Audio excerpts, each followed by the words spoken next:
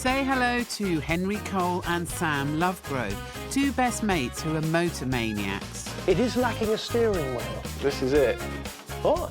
Henry's a hustler who loves a deal. That's fantastic! And he's got an eye for a bargain. Very trendy. And Sam's a mechanical genius Smiling and smiling. who's never seen a vehicle he can't fix. Oh, mate! Let's do it! Together, they're touring the country, searching out vintage classics to buy and restore. Oh, God, blimey, that's lovely. And once they've got their new wheels back on the road, they'll be taking them on a series of iconic challenges that puts each of the vehicles to the ultimate test. We have made the ascent. It's like touching the void. Today, Henry and Sam are looking for a quintessential 1970s bike to restore and take to one of the biggest classic vehicle shows in the country. Welcome to Find It, Fix It, Drive It.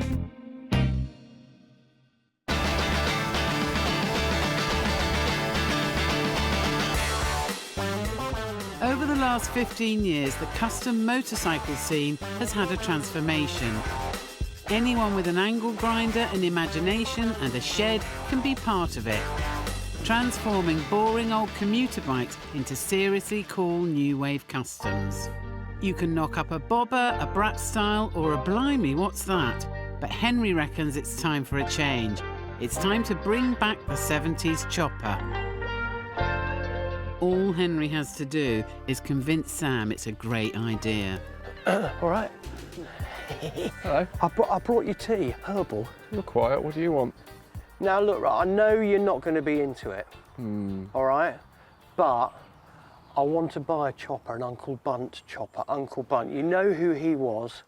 British chopper. They are going to be the future of cutting-edge cool. Forget your brat style, forget your calf racer. Am I selling this?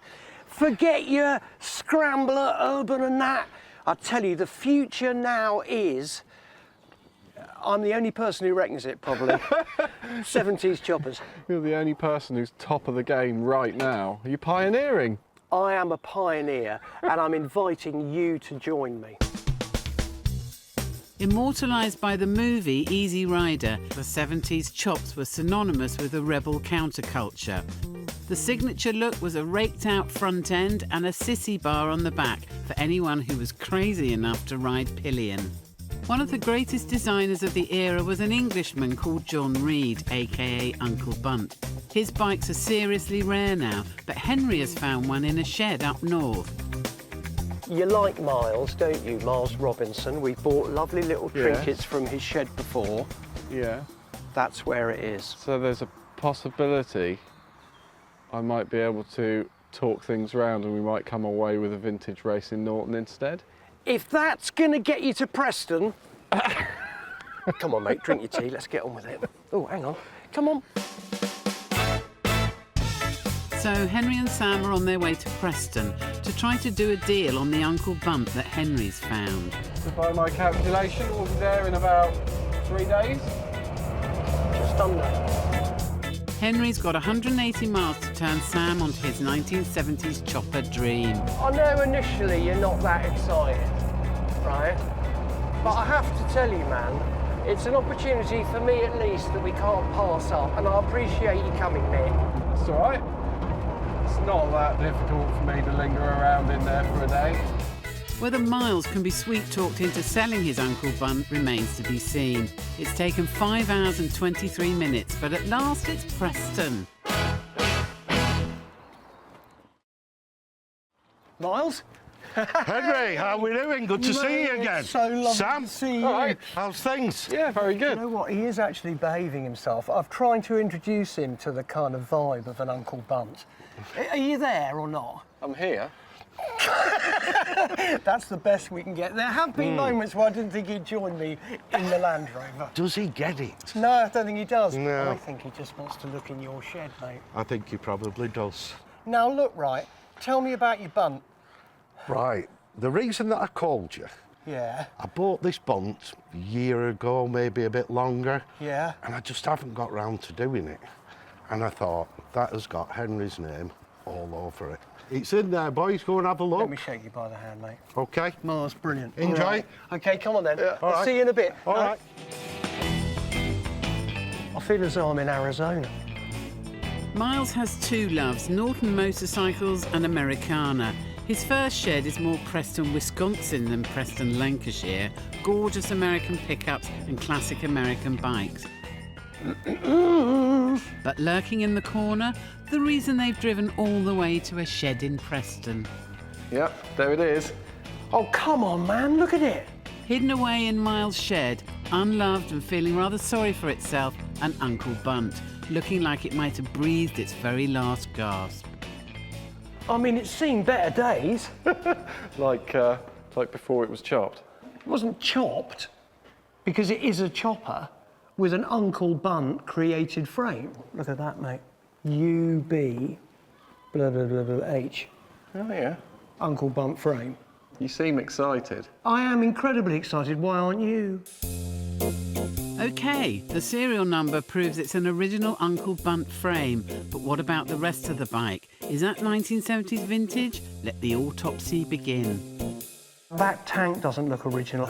Now, our uncle, right, he had the idea of having this kind of tombstone kind of tanks. Oh, yeah. You know what I mean? remember those, yeah. Do you remember? Yeah. It needs a side stand, obviously. I think you just need a pub wall, a low one. I can feel me trousers creaking. That's Yeah? gotta be good. Actually, seeing you sat on it has made me realise one thing. What? Hippies did ride these. Man, they did. And you could get into this. I need to let my freak flag fly. So, Sam's warming to the Bunt. The chink in the armour is, hippies rode them. Those are his words, not mine. Are we winning? We may be. And now for the negotiation. How much do you want for said motorcycle? I think it's worth £3,000, Henry.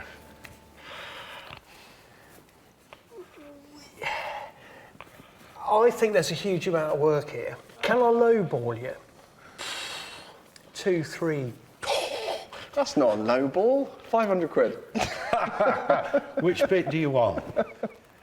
2,750. That's it. I'll do a deal. Go on. 2.5, and you'll let us have a rummage around this shed and your other one.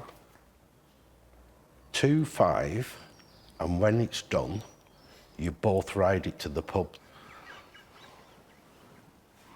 I see no problem with that. Mate, that's fantastic! There you go. You see, I'll tell you, mate, easy rider. It'll be really good to see it done, boys. Mate, it's going to be done. So the Bunt's in the bag, but it costs £2.5 grand, and it's going to need a lot more money spent on it before it's done. As for the rest of this shed, the good are gorgeous. It's a 32 Model B 5-window coupe with about a 4.5-inch roof chop. But they're not going to come cheap. There's just something about a Harley of this age that I love, probably about 16 grand. Yeah, probably. Come on then, let's go and have a look at his other shed. Yeah. Come on.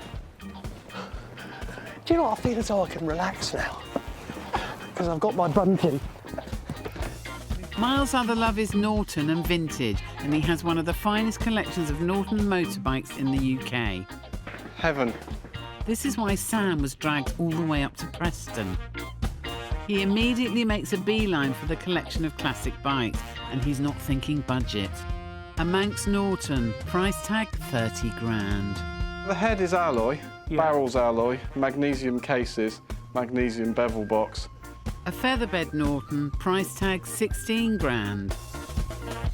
So it's basically the road-going Manx engine, but in the featherbed rolling chassis.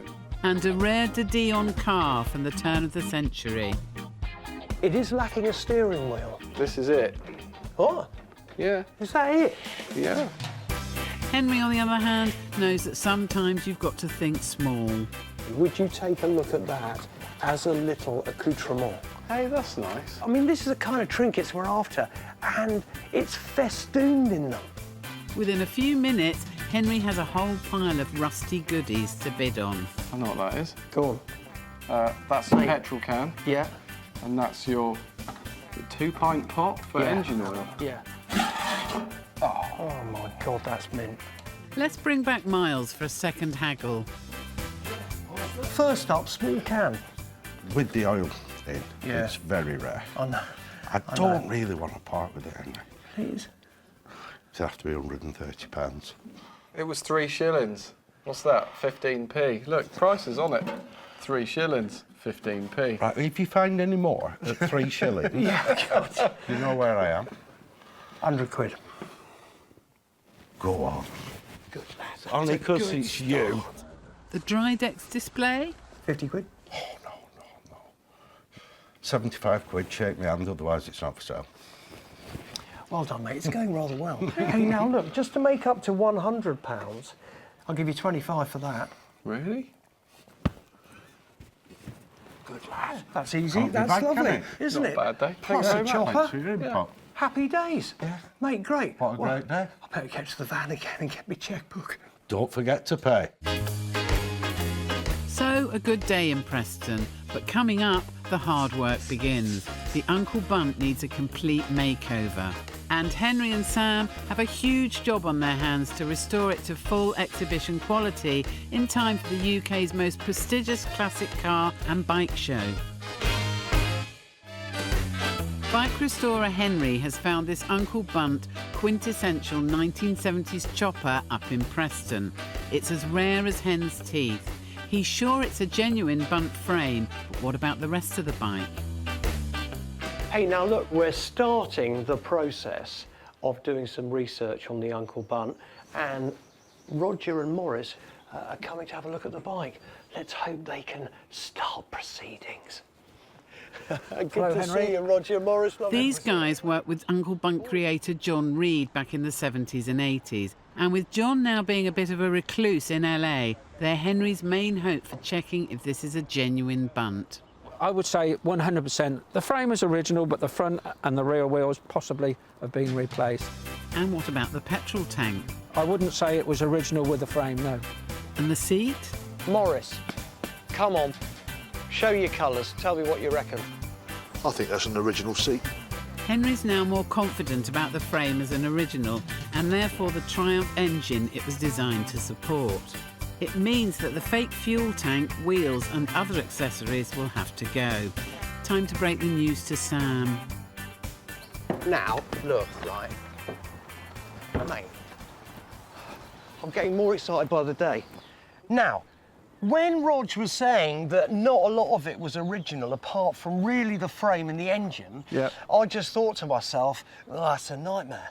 But actually, what we've got is an original Bunt frame, right, with the original lump in it, potentially the seat, but I'm going to disregard that as original. Don't right? like that. It's horrible. But what we have now is bringing his ideas right up to date. Let's do a blank canvas. Yeah, right. Let's celebrate the man by restoring the frame and then do what we want, right? Now, the concept is, it's just as an idea of minimalism. Yeah, Do you know what I mean? yeah, that looks clean. Cluttery gone, Yeah. replace the forks, deal with everything, restore the frame, new paint job, new tank. But there is a mega reason why I want to do this and why I've been obsessed by Uncle Bunt. What's that? Guy! Skid! Meet Guy, who works with Henry on restoring bikes, otherwise known as Skid. Go on your love of Uncle Bunt.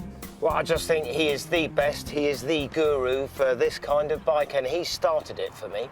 He was a rebel. He was a rebel, He wasn't was, and he built things like this. Say no more.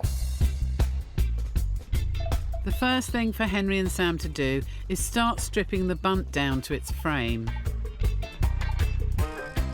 Apart from the Triumph engine, which will need taking apart, and the frame itself, literally every major component will be replaced. This is going to be an epic makeover. Off comes the chain, One chain.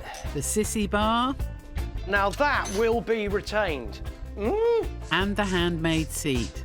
This monstrosity's coming off. I like this seat. I know you do. The Look, seat should smell of chili oil. Anything leather back in the day smelt of patchouli oil. To complement the original engine, Guy has found a Triumph rear wheel that will help that achingly cool, all-British look. That is a beautiful Triumph conical hub, right? Now, if this goes in, then it's quintessentially Triumph. Looks lovely as well, doesn't it? It's really in keeping with the bike. Onwards and upwards. Yeah, thanks, dude.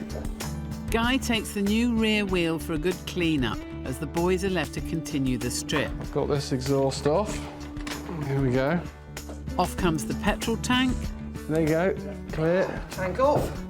the electrical coil, He does the coil off. and the foot peg assembly. She is becoming more and more naked by the moment. In the space of 4 hours, the Uncle Bunt has gone from a complete bike to a pile of parts. While all this has been going on, Henry has been writing to John Reed, Uncle Bunt himself, to confirm that this is a true Bunt frame.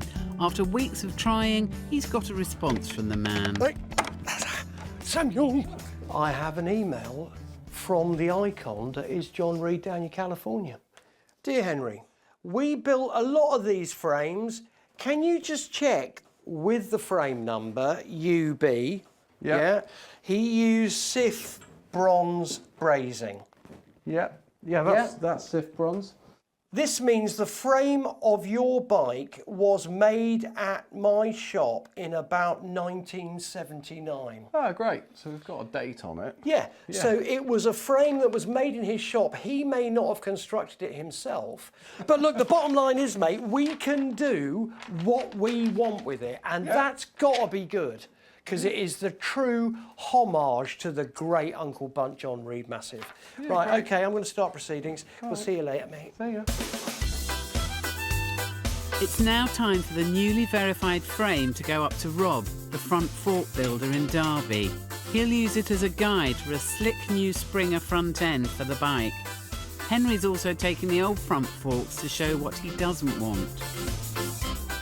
So I've come up here to Derby to see my mate Rob to get the front forks sorted. There's something kind of innately stupid about me doing this, isn't there? I don't know. Rob Wood is one of the leading custom bike and most importantly fork builders in the UK. He's going to manufacture a whole new front end from Henry's design ideas. Rob? Oh, yes. I think I'm stuck, mate. Henry's already had the frame delivered, but getting the old front forks in is not so easy. Right, OK, I've got it now, mate. It's all chargeable. God, you came to my rescue. I was pushing it There quite we go. nicely. Yeah. Where shall I go? Oh, over Through here. here, mate, yeah. Now, look, right. Whoa. Don't worry, it's not a court order. I was going to Here. say, I didn't do that. No idea with that, Now, mate. look, OK, those I know are glorious, Yeah. but it needs to be long, thin, We all need that. and glamorous, Yeah. unlike me and you. Henry has a very specific vision for the Bunt's new front end. Fat forks are out, thin forks are in.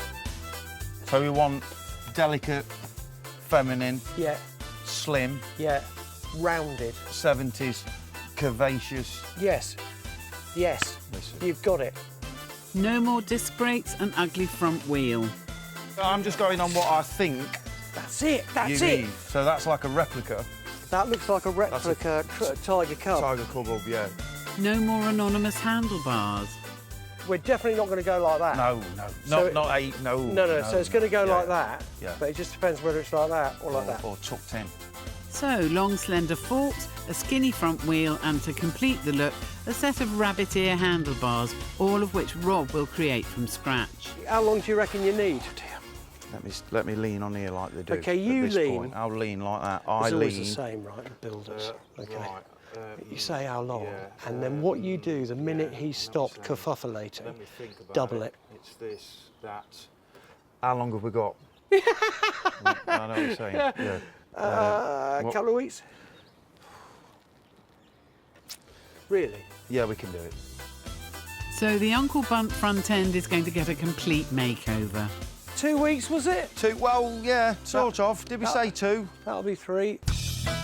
It's time to find out how the rare and original Uncle Bunt frame has weathered the passage of time since being created in John Reed's workshop 40 years ago.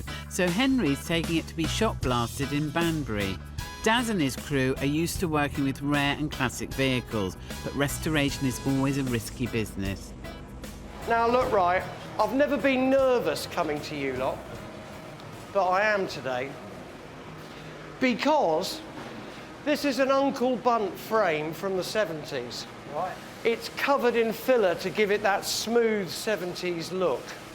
But Sean, I'm just worried what's underneath. It's quite thick.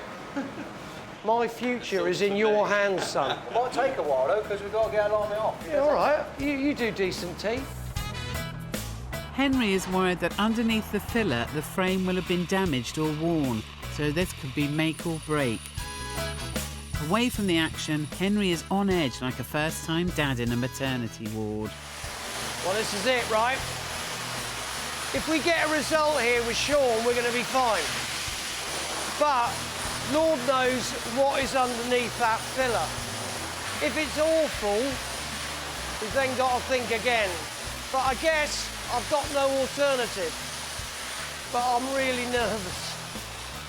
5 minutes later, it's all done, not like on a maternity ward. I think he's ready, Henry. I'm not. You're not? I'm nervous. We're going to have a look? Come on. Come on. Put about it's all right? Come on, come on, come on. Come on. Oh. Oh, sure. Now then. Mate, it's all right, isn't it? Yeah. Hey? God, it is. It's like it's been preserved. It's like it's been fossilised under all that filler, hey?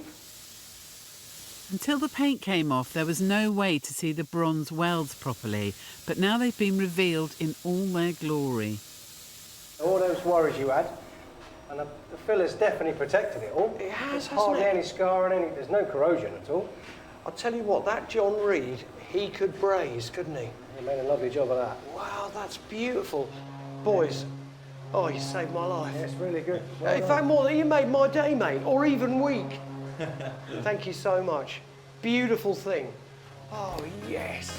Coming up, with the Bunt frame stripped and sorted, the restoration can proceed full steam ahead. Candy apple red metallic, kind of heavy flake is what I love. And Henry plans the kind of colour scheme that requires specialist eyewear. On? Yeah? Now we're prepared.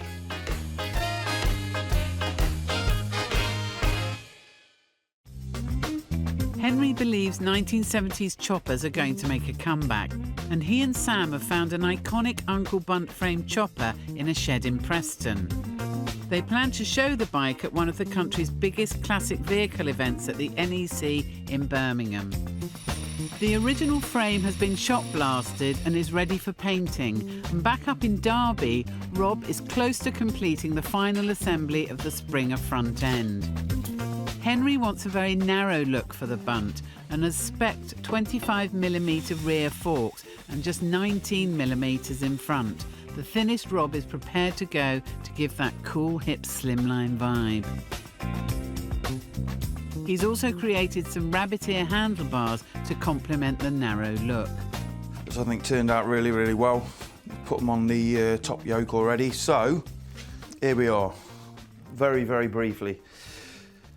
This has been finally polished, all the welding's been done, so the only thing we need to do with this is to get it ready, make sure it's nice and central, and then we're all done, we're good to go. And then it gets put on the bike and looks lovely, lovely, lovely. He's fashioned all the parts from steel in his workshop and is now ready for the final assembly of his work of art. The rabbit ear handlebars are on, and with the drum brake also in place, his work is done. One set of 70 style springers. Let's hope he likes them. Back at Henry's workshop, Sam is getting ready to offer up the Springer front end for a dry build to help gauge the stance of the Uncle Bunt. Here you go, mate. Hey? What do you reckon, mate? Are they long enough? That is an 8-over front end. Which means they're 8 inches longer than the standard length forks. There we go, lovely. So time now to put them on and then see what the stance is like. What do you reckon? Hey? Yeah, that's great. If it's going to be crazy. It It's needs to gotta be crazy. Crazy. But Henry has another surprise. Coffin tank, anyone?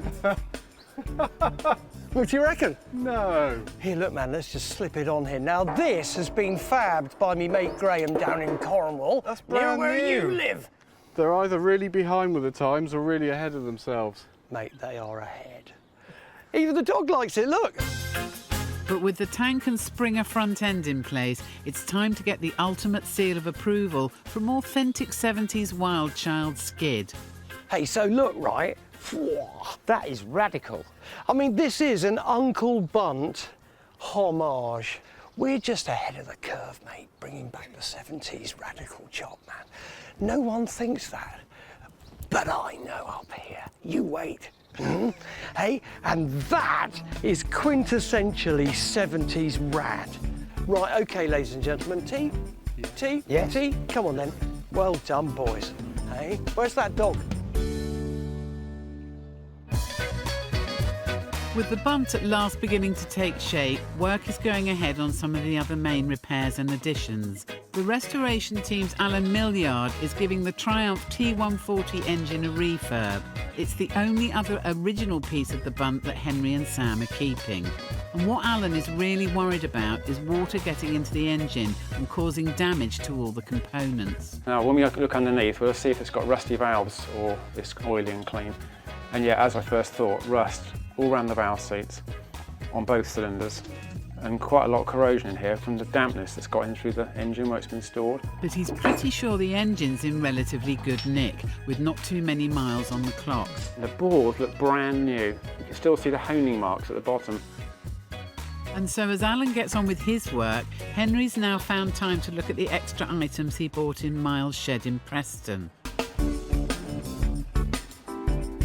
The smaller old can has been added to his collection at the workshop, and he's now working on the Drydex vintage display battery unit. We just get rid of the spiders and all other friends.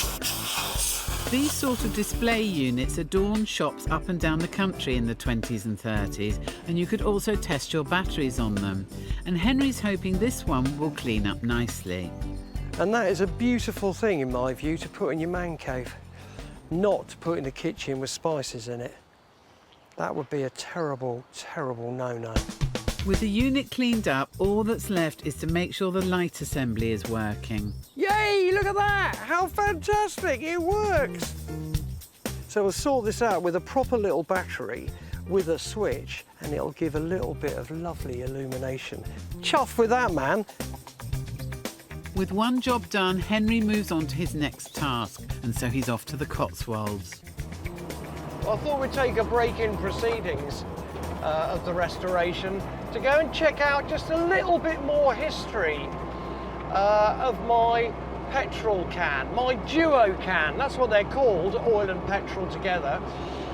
Just down the way it is a beautiful automotive museum in Bourton-on-the-Water, and Michael there knows a thing or two about cans.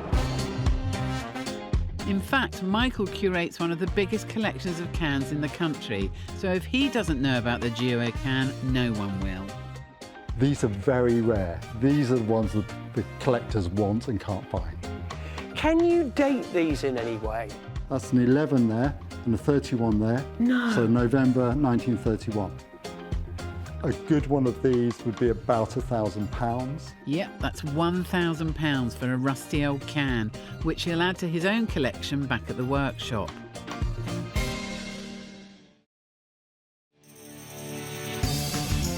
So it's been a good day's work for Henry so far, but back to the bunt and a rusty old relic is the last thing on his mind. He's off to see Tom Fuller to discuss his plans for a striking paint job on the frame, mudguard and petrol tank. So do you want the base colour to be red? Candy apple red metallic, kind of heavy flake is what I love. But we are going to introduce a lot more colours as well. But base colour, red, candy apple, flake. Tom might sound wary, but the colour palette is decided. It's going to be an intricate design process, so Henry and Sam will just have to wait for now. Meanwhile, Alan Millyard has been hitting it hard on the engine, and it's all but done. He's set his mind to a little bling of his own. Right, that's our base diameter machine, nice and smooth. He's decided to handcraft the grips and foot pegs on the bike from brass with a diamond pattern effect. Right, if you have a quick look, you can see the diamonds appearing now. He cuts and grooves the brass tubes on his lathe, and this is the finished article. There we go, look, 3 more to make now, but I've also decided to make some really bling handlebar grips, exactly like this, with this diamond cut. Maybe slightly coarser so it doesn't grip your hand so tight, but that should really set off the bike, I think. Quite pleased with that. So, with Alan bringing the bling, Tom Fuller is going to have a lot to live up to with the paint job on the frame, mudguard and coffin-shaped tank. All right. It's been a long and intricate challenge for Tom and his team. Very intricate. But is now nearly complete. Henry has chosen candy apple red flake as the dominant colour, but Tom is also adding an intricate patterned overlay to the design. We're going to paint the black on, which is going to be our outline, and then we're going to mask off the gold and the black, and then we can put the background on behind it. A golden glitter base is sprayed on first, and then once it's dried, the patterns and full colour scheme are gradually added. Tom starts to peel away the stencils to reveal the designs Henry had in mind, and as the red is added to the mix, the final look begins to take shape. Now it's time for the reveal. Let's see how it looks. This is the moment when Tom finds out if his design has worked, or if it's back to the drawing board. It's really bright in the middle, and you've got these colours here, so when that gets lacquered, it's really going to pop out. It's going to be amazing. The prep and design process has taken nearly 4 weeks, but it's now finished. Today is an incredible day, Sam. Sunny. Because we waited for a month. I mean, it's been a month, hasn't it? Tom and Mandy have been doing the paint. We're about to rebuild. Now, man, I have seen this frame. You haven't. So consequently, you might need them. Some eye protection. Hang on, mate. I'm just going to get... Oh, there you go. What do you reckon? Can I get these over there like that? Designated requirement. On? Yeah. Now we're prepared. Now, mate, right, it's under a cloth, like the best things in life. Are you ready? Yeah, ever ready. Because I just want to get this done. Yeah. All right, because I tell you what, mate, you have seen nothing like this ever. Are you preparing yourself? Yeah. Here we go. Peely, peely.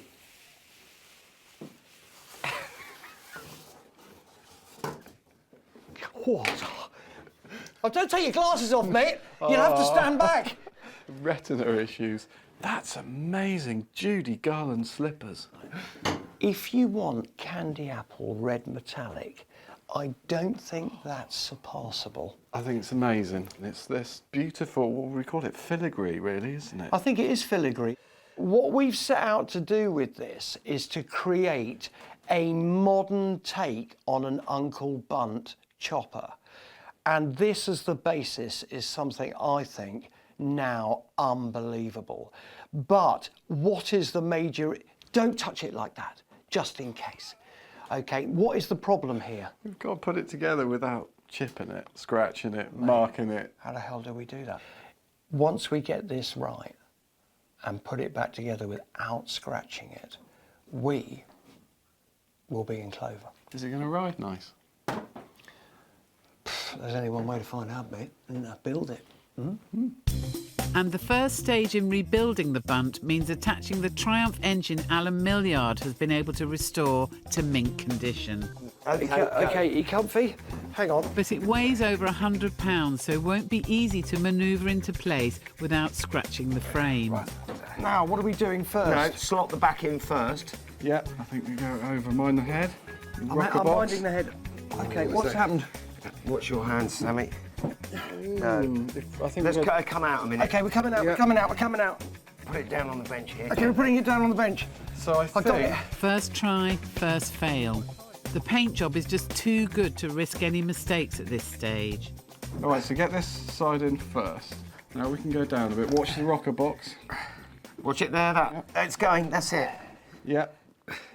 We're very close. That's it. Okay, let me get a bolt in. Right, that's one. Don't let go of this. I'm not letting go. Don't drop it I'm not down. letting anything go. Are we in? All right, we're in. Can I let go? Are we in? Yeah. Yeah, you sure? Yeah. Yeah, sure. Yeah.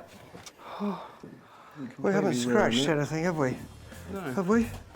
No, not really.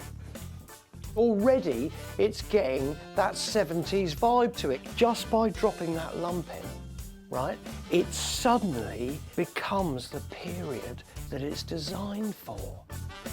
No scratches to the frame yet. Next up, though, Henry fetches the new and long front forks, so they've still got to be a bit careful. Wow. You're facing the wrong way. Yeah, no, I know that. That's a seriously long front end. I reckon this is the midpoint of the motorcycle, I reckon. Do you reckon? Right, come on then, I'm not lifting this up on my own. Why? No, if you scratch this paint, son. You're at the scratchy end. Am I? Yeah. No, please, don't get brutal. Why would I get brutal? Because you do. So the forks are in. Oh, mate. Now then, I need to just give you something glorious. And what do you give the 1970s chopper that has it all? Well, you give it brass diamond pattern grips, of course. The Milliard has created some incredible grips, don't you reckon? They are nice, yeah. The detail's beautiful. Once I put a little bit of metal polish on them and polish them crazy, they are gonna look gorgeous. But it's not going to go very far without one key part. Rear wheel coming in. Okay, mate, I'm coming in like that. Don't go in any further because you'll scratch the paint. I'm not scratching any paint at all, son. Oh my gosh. Now we're getting Mate, what have we built? Now we've got the measure of it. God. Next on, it's some more candy apple red flake. Look at that for a while, God. Hey? And it just slips on, sort of there-ish, doesn't it? Hey? Yes? Don't scratch anything. It's like that, isn't it? Oh, look at that. And then the crowning glory, the coffin tank. That's stunning, isn't it? Yeah, beautiful. Yeah. There's more bling with Alan's brass pegs on the foot controls. And finally, Sam and Henry have ditched the old King and Queen pillion seat and replaced it with a brand new hand-sewn 70s style single seat gem. That's very in keeping with the bike, isn't it? Yeah, it's amazing. Man, I think this is utterly, utterly glorious. With the chrome cocktail shaker exhausts attached, the epic Uncle Bunt makeover is complete. Feast your eyes, man. I mean, if old Uncle Bunt don't want this, do you know what I mean? I mean, that is the most ultimate homage I think you could pay the genius, you know? I've got to tell you, boys, the 70s chopper is back. Coming up, it's time for Henry to take his stunning Uncle Bunt restoration on the road. Oh, man, do you feel like Dennis Hopper? And to see what the judges think at one of the UK's biggest car and bike shows.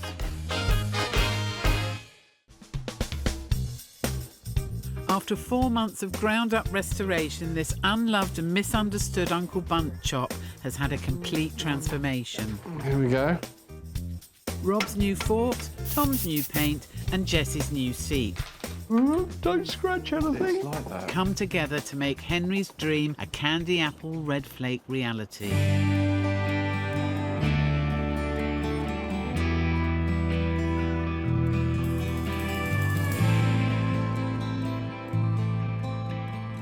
It looked sick as a pig. It was really rough, and that looks fantastic.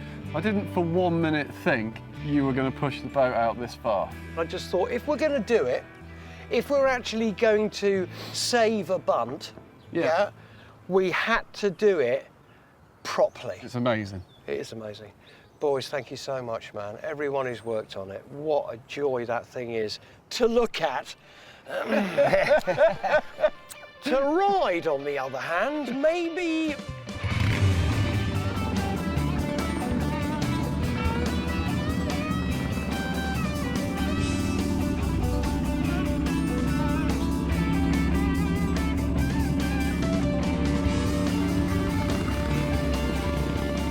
OK, it's not quite Louisiana Highway 1 riding down to New Orleans.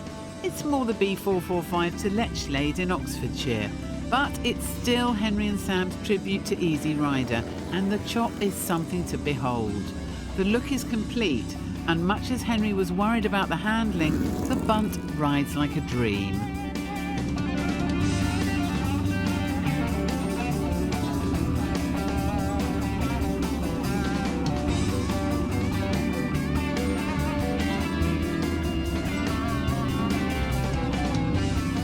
All those months of shed dwelling have paid off.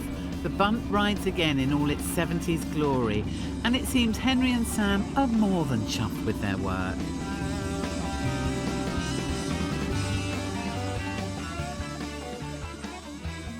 Hey! That was great. Oh man, did you feel like Dennis Hopper? I'm not having him. I'll tell you what, man, that terrifies you the first time you actually ride it. It looked fine. But then things suddenly come into focus. Now just wait there. Yeah. Okay, just hang on. Now look, right. I had a little message from our John Reed, and Reed comes back, Uncle Bunt, with, "It came out pretty good, Henry. Very clean and professional." Cheers, John. It's the seal of approval. I think that is the seal of approval. So now look, right, we proved it rides. We proved that John Reed loves it. All we've got to know now is, do the public? I'm going to find us a little show. I don't think we should dress like this though, mate. Oh, please. No, we might get This arrested. is war. I'm getting into it. I'll tell you what, I'm quite cold. Shall we have some tea? Yeah. The Classic Motor Show at the NEC in Birmingham is the finale of the British motoring season, showcasing over 2,500 classic and vintage vehicles from all over the country and beyond. It's restoration mecca. The very best in the UK are all here.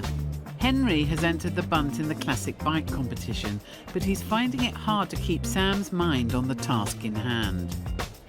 They're surrounded by glorious vintage bikes and not customs. In fact, the Bunt is the only custom here, so that could be very good or very bad. There it is, look, here it is, here it is. How do you know it's ours? What, how do you, what? The Bunt will be up against classic Manx Nortons, BSAs, vintage Enfields, you name it. And out of the hundreds of bikes here, only 3 will be called up on stage. I've got to tell you, Henry Cole and Sam Lovegrove's the Uncle Bunt Triumph Custom Chopper. You couldn't say fairer than that, son, could you? I'll tell you what, mate. Sparkly pizzazz. Wow. Now, tell me, will it have competition, do you think, or do you think it's in a kind of sort of class of its own? One thing I do like, there is a serious amount of variation in this hall, and we've just helped that along. The chances of us winning anything are relatively small. You do understand that? I think I've worked that out, yeah. I don't know why, but I did have the feeling that we were going to a custom bike show. Seems a little odd that we didn't. Can I just apologise? I may have read things slightly wrong. You didn't read it, did you? No.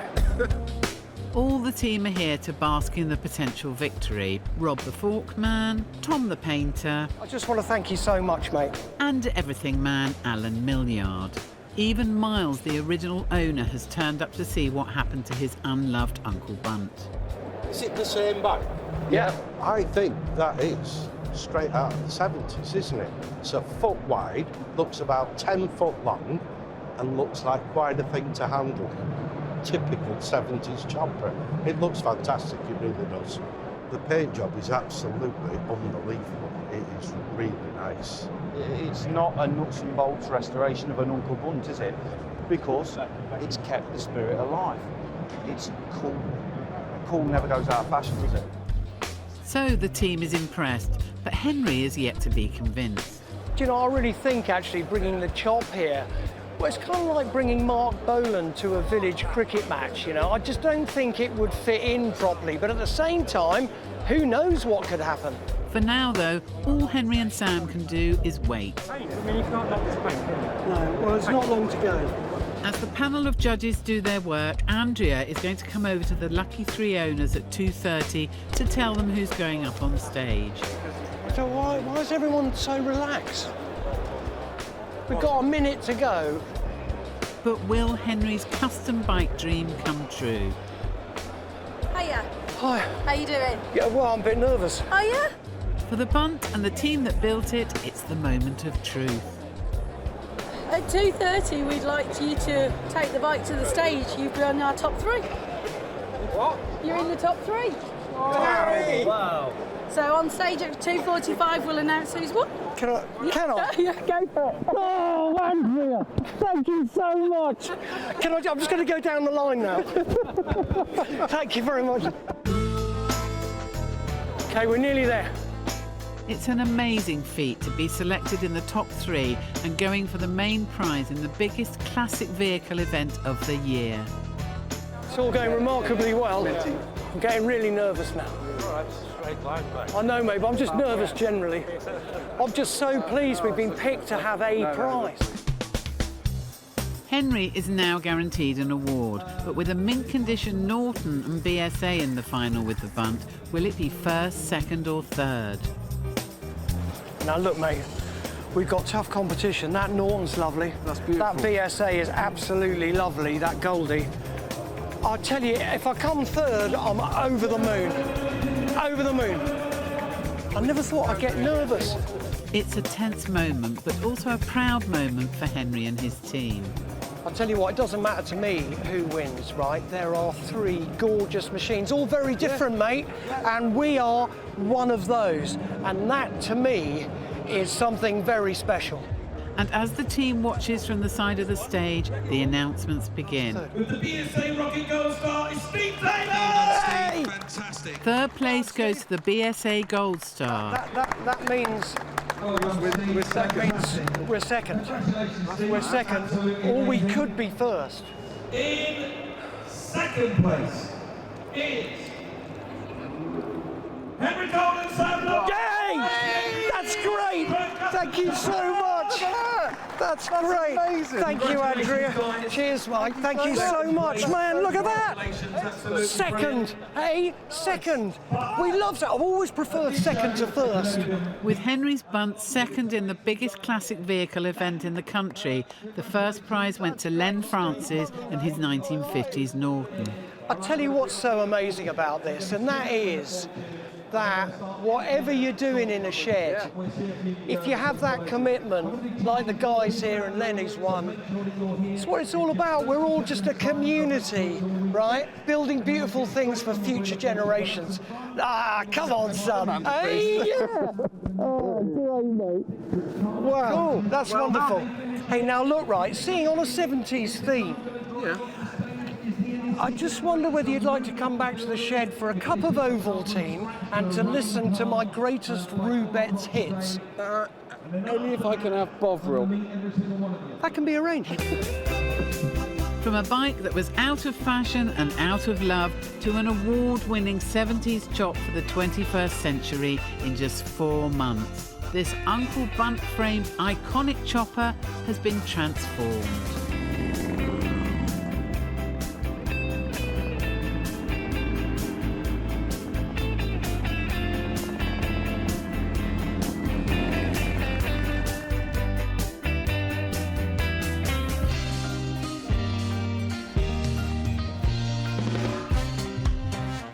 Isn't this the life, son?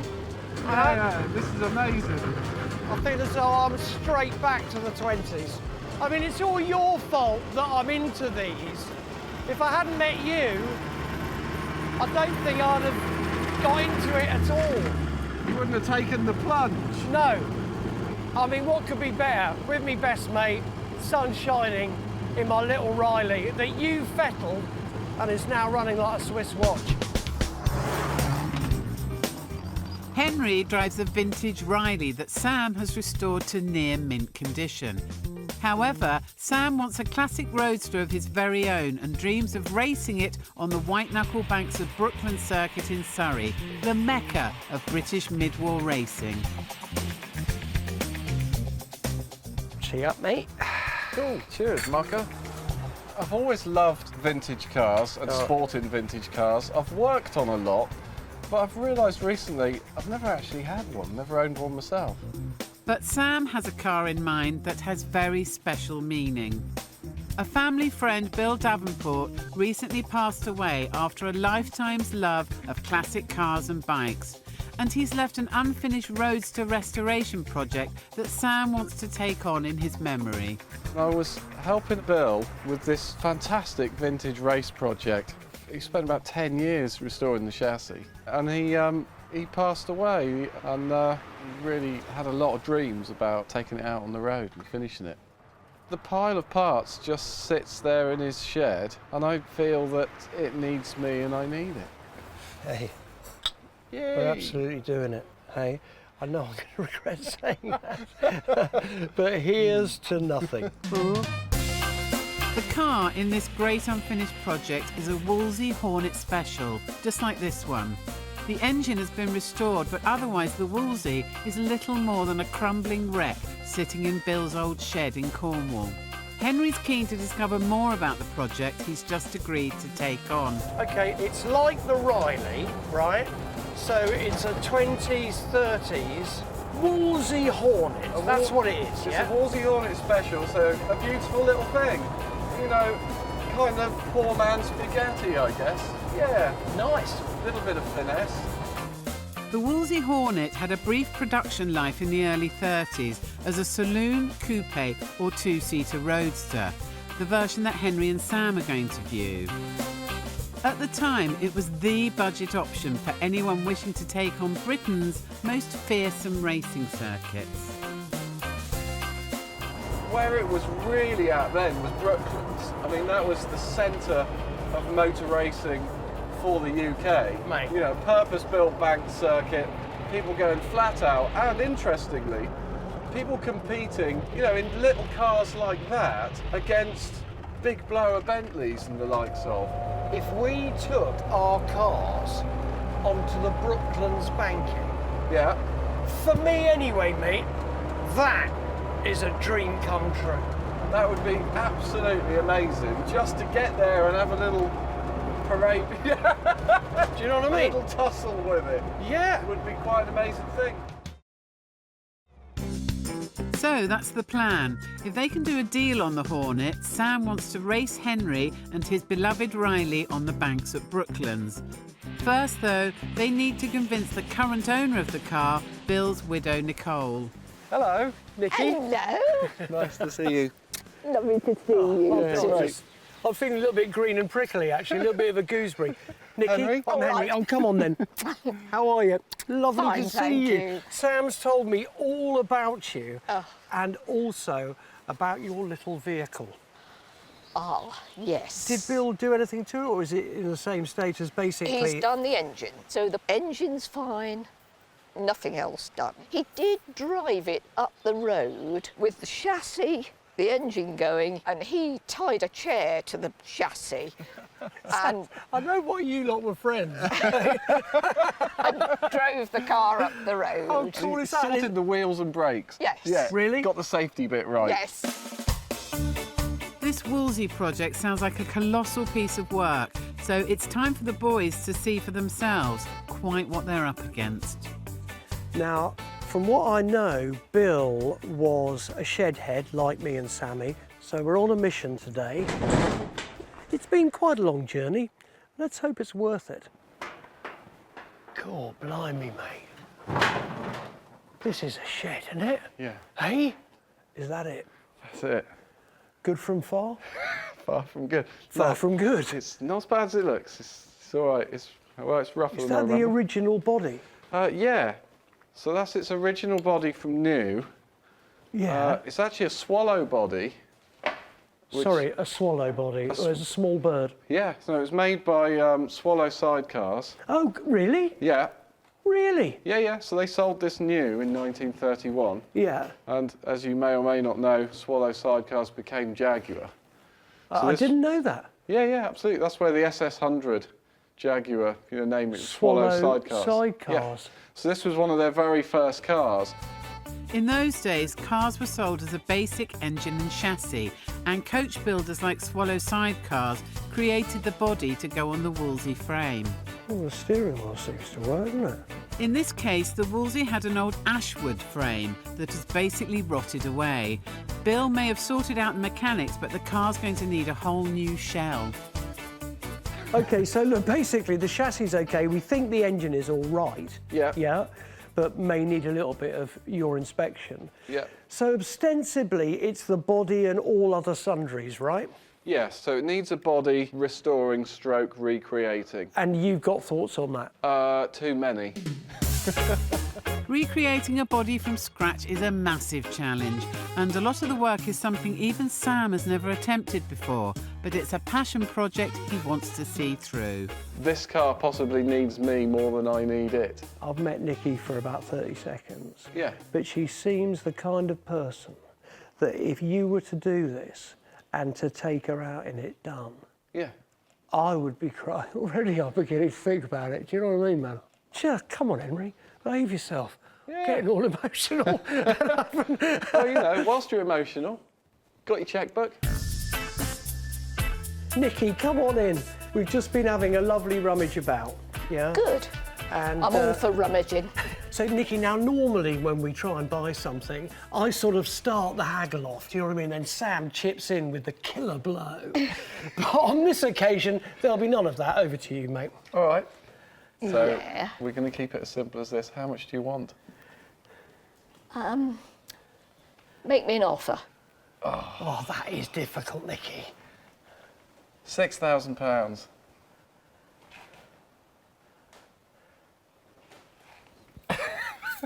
Fantastic.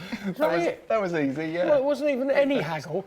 No. That was just. What's the need Are to you be? happy with that, Nikki? Absolutely. Really? Great. Yeah. Do you know what? I have to tell you, I think that is a bang-on price. Yeah, I think it's just about achieving the right price. Yeah, it's us about achieving a hell of a lot of work as well. Well done, mate. Yes. Yeah, thanks for my tea-making abilities coming your way. Now, Nikki, would it be all right if I had a quick rummage around, just see if there's any other trinkets that might sort of come my way? Most certainly. Can we? Of course. Great. Great, OK. As long as I vet it. Yeah, no, absolutely. There'll be a lot of vetting. Good. OK. Yes, Henry and Sam are shelling out £6,000 on what is barely, well, even a shell. I mean, is Sam absolutely crazy? That thing is going to take hours and hours of work.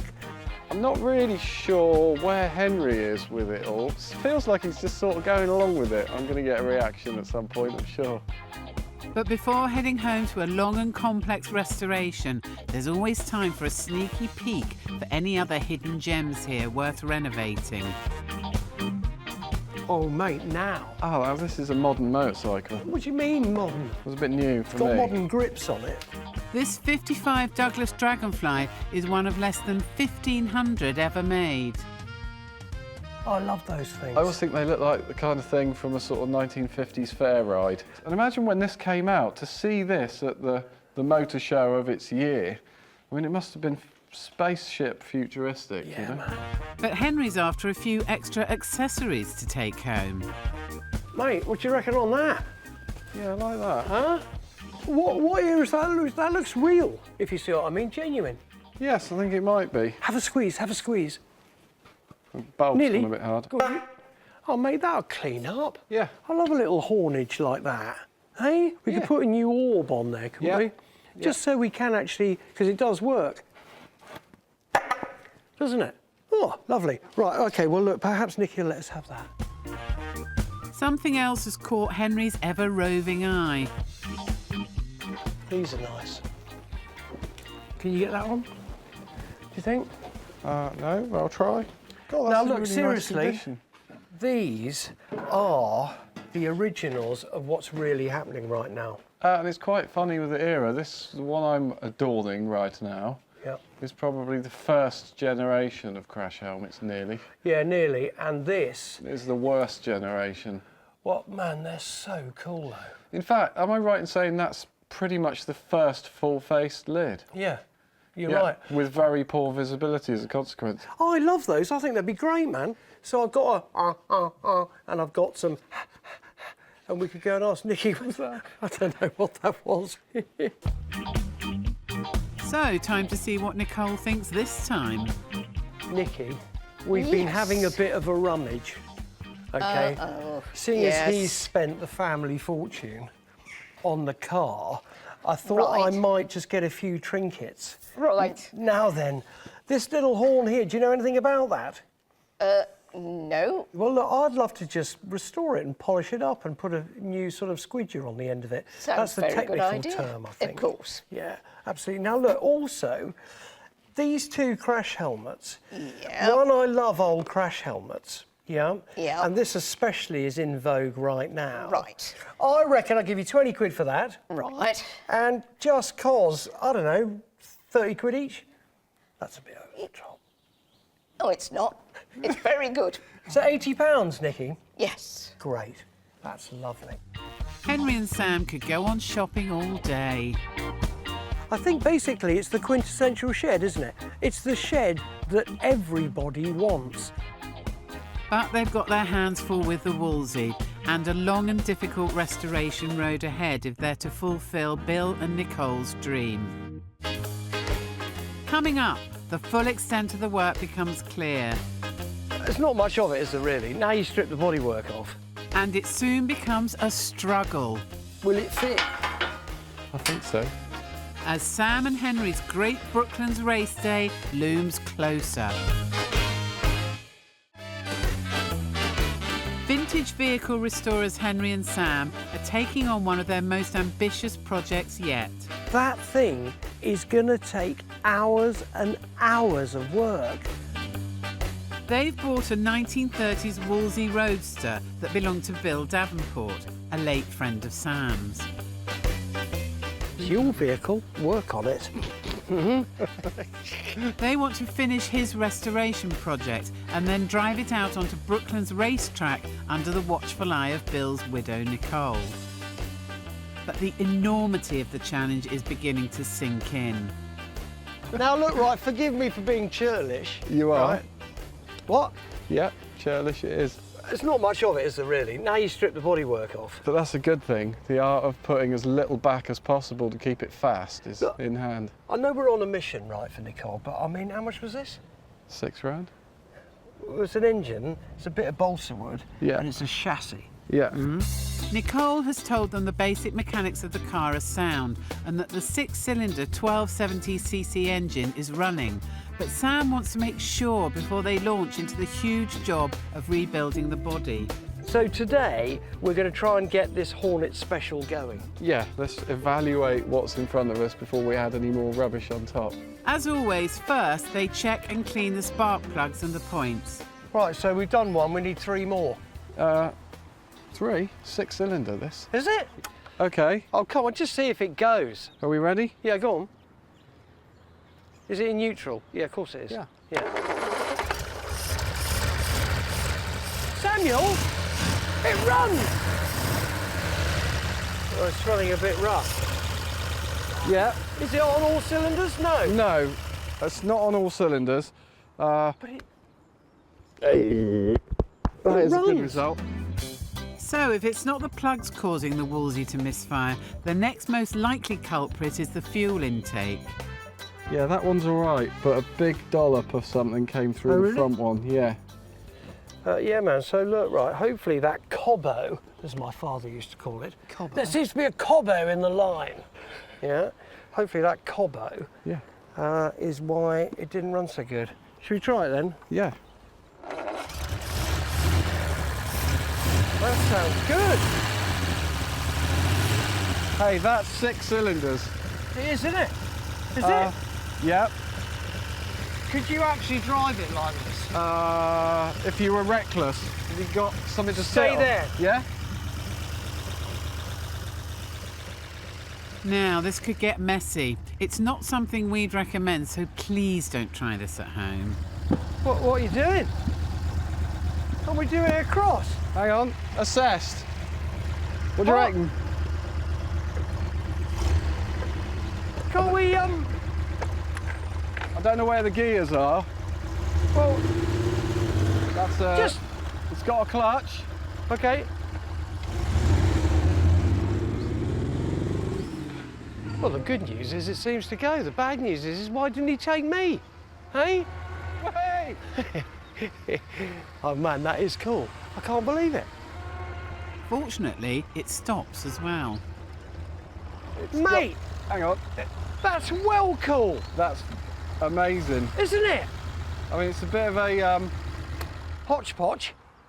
Oh, by the way, thanks for taking me on the test ride. Really appreciate it. Have a Hope go. you were comfy. What? Have a go. Oh, yeah, OK, I will. Crack on. But while I have a go, let's just think about this. We do have a chassis that operates now, don't we? Yeah. I mean, basically, so really what we should start on is the body itself. Yeah. Let's hope you've got a few plans for that. While you ruminate, can I have a go? Yeah, Thank you very much.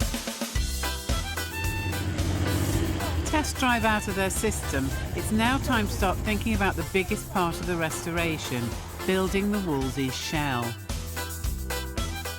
Oh, now is where it all starts to take shape, or not as the case may be, because it's all about designing the body now, Sam. Yeah, it's a bit of an open sketch pad, isn't it, at the moment? Can I just ask you something? I mean, obviously the key starter for designing the body is to drink tea, right? But just immediately for me, right, I got the Riley out. Now that is much lower than this chassis against the wheels. Do you know what I mean? Why is that? Yeah, it's a slightly different vibe really with the Riley. You've got to remember that although the Riley is a couple of 3 years older than the Wolseley, it was developed into a racer later in its life. So it's got a slightly later formula for racing car. So it's much lower slung. So it's got sort of drop axle at the front, flipped over on top of the chassis. And they managed to get, also the Riley's chassis itself has got a lot of swoop to it. So it's a very low down race car. Yeah. Whereas the Wolseley is more of a sort of vintage era, a prior era of racer, where it is very tall, but you know, the wheels are skinnier, the tyres are skinnier. So we're going for this tall look, which is quite different. Crucially, the original body on these Wolseleys had what's called a boat tail end, a style Sam is keen to replicate. It's a really simplistic alley body, right? Yeah. With the boat tail at the back. It looks simple, but there's actually a lot going on. It's narrower at the front, it's narrower at the back. Obviously, it's got to be wide enough to seat two people, and it's got to flow very gently. So I don't want this dramatic change from nose to tail. I want it just to flow. So that's the vibe. How do we start now? We make a frame? Yes, yeah, definitely. So I've been thinking about it quite a lot, and I'm going to make a frame in steel, but it'll be very thin, very small section steel, and it'll weigh a lot less than an ash frame would. No doors, you know, climb in over. Yeah, yeah. You know, it's all added to the weight. It's the only hope it's got. It hasn't got a massive amount of horsepower. So the shaping of the bodywork begins. Sam is using the sort of technique they would have employed in the 30s, trying to gauge the flow and lines of the frame with a flexible steel bar. Yeah. But it's got that nice bend. Yeah. Does that look nice to you? Yeah, it does. In 1931, this is how it was done. You'd have stood in a workshop at Wolseley in the race department, and people with a bit of artistic talent and a bit of engineering experience would have just cast lines on it with their eyes and just bits of chalk. And just done it. And just made it. And the importance of using a bit of metal like this, it's quite springy and it is giving a flowing, natural curve. Yeah, yeah. Tapering out. Oh, yeah, and that just runs down there with the flow of the body by the bulkhead and on. Yeah. OK, so look, right, where are we? We're bending this, we got the steel, we could do a bit of welding, could we, or not? Yeah, I think what we'll do now... Are we premature? No, that's good. I think we'll actually try and roll the curve into this that we're going to need. And then we can weld this piece on here. We need to cut this bit of plate and start connecting it all together. OK, cool. Let's do it. So having worked out the flow and dimensions of the frame, Sam gets down to plate cutting and welding the structure into shape. 2 days later, he's ready to see how his handcrafted frame sits on the chassis. Very stupid walk. Yeah, thanks. Mate, I've got to tell you, for a frame, I think it's beautiful. Will it fit? I think so. It's been on there in different pieces. I know, but will it fit in one piece? Oh, look, the holes line up. Remarkable. Look at that. We are getting there, aren't we? Yeah, I mean, that's really got some shape now, hasn't it? Yeah, hasn't it? Gosh! That's the best word to describe it. Gosh! Mate, that's taking shape now. I can feel a kind of sort of 30s boat tail racer emerging out of a 30s boat tail racer chassis. So now the frame is built, next stop, creating the actual shell itself from the aluminium panels. If I were designing a bike, we would use CAD design. Oh, yeah? Yeah, cardboard aided design. Ah. Yeah. Now, is that something that you may think about? Yeah, actually it's more sheet paper with this, because you've got to try and sort of slightly calculate the stretch that you need to put into the metal. So you use paper and a lot of imagination. A lot of imagination and a lot of trial and error. Sam painstakingly creates a paper prototype of the bodywork design. So really, what we're trying to do is give ourselves visually a bit of an idea of where we're going, but also make some templates so we can rough cut the aluminium sheet. The most complicated part is the boat tail end. We've got our line here for behind the seat. We know it's going to end this way, but we're kind of just trying to make up with our imagination what's going to happen here. And I'm imagining a sort of vertical line here, then it's sort of rounding over to here. Having sorted the boat tail, it's back to mapping out one of the side panels. What do you mean we're just doing one side? We only do one side Yep. for a very important reason. You only use one template for both sides to make sure they match. Phase one over, Sam can now use the paper templates to cut out the aluminium panels and then move on to shaping and manipulating the metal for the flowing, curved look he's hoping to achieve. Actually smoothing out the curves involves a specialist machine called the English wheel, which thins and stretches the metal as it folds it over between a roller and its lower anvil wheel. I have to tell you, man, that is a revelation to see that. God. Sam is using very thin aluminium to replace the original heavier bodywork, and because the metal has been stretched, Sam then has to force the panel edges back to their proper dimensions, a process known as shrinking.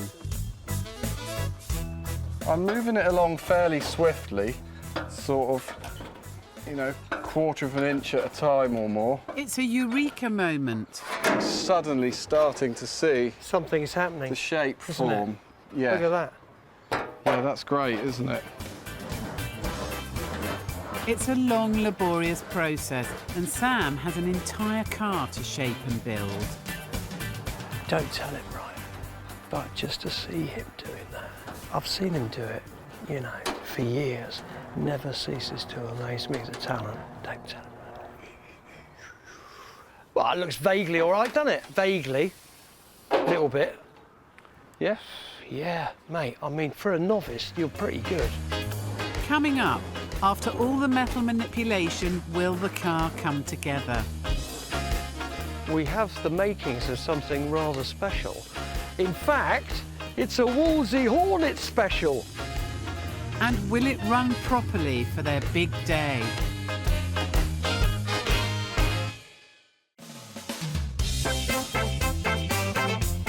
Bargain-loving besties Henry and Sam are now almost halfway through renovating a 1931 Wolseley Hornet special.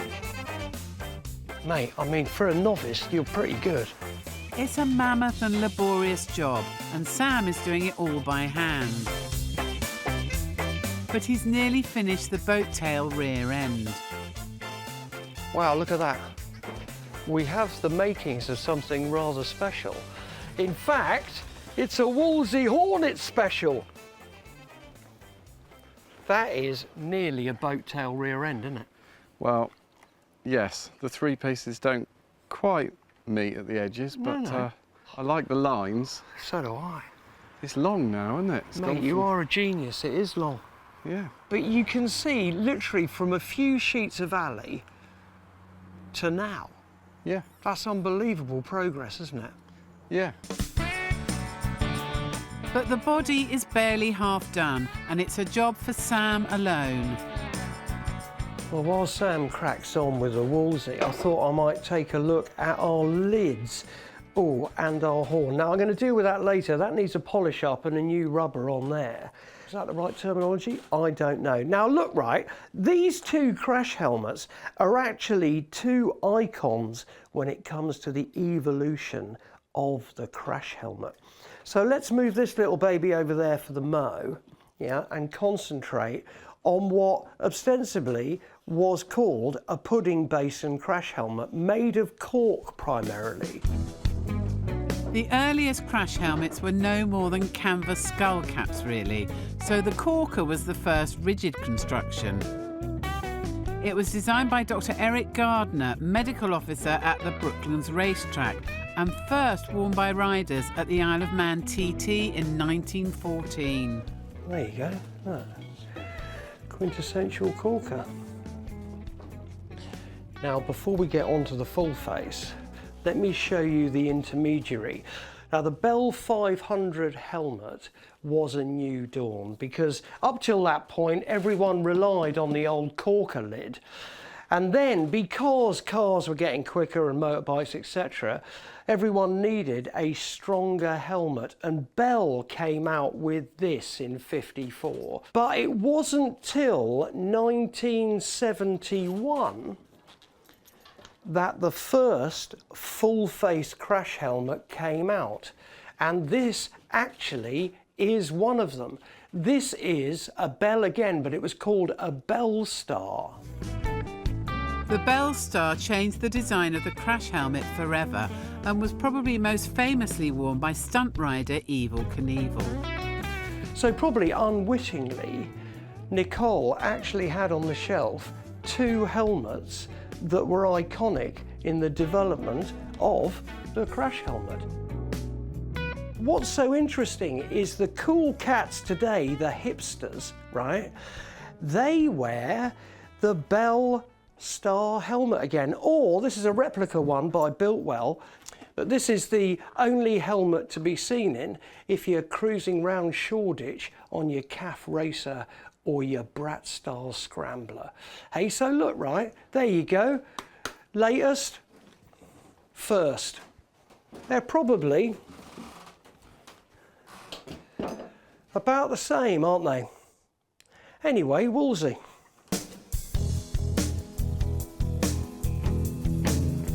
Sam is a man who doesn't know how to quit, and right now he's obsessing with bodywork. He's cutting out new panels for the bulkhead and is also giving the body neater and sturdier edges, bending the edge of each aluminium sheet around a narrow and flexible steel rod. Now, we've been burning the midnight oil and Sam is going to deliver us an incredible visual experience. Oi, bring it out, mate. Show us your bulkhead. Oh, don't do that. Have you just dented it, just doing that? Doesn't matter. Look at that. Make a new one. Oh, I have to tell you, mate, that looks rather like a piece of bodywork. Okay, so look, what we've done, obviously, is we've created this kind of middle section of the bodywork, and it's taken a great deal of time, I have to tell you. But at the same time, what do you call that then? A little rolled edge? Yeah, a beaded edge. Oh, in fact, it's a wired edge, to be precise, with that bit of rod in it. Okay, so that took a wired long time, didn't it? Yes. Right, should we put it on? Let's give it a go. Yeah? We're going to fit put it. my tea down there. Watch me tea. All right. Oh, blimey, no, I hope it fits after all this. Steady.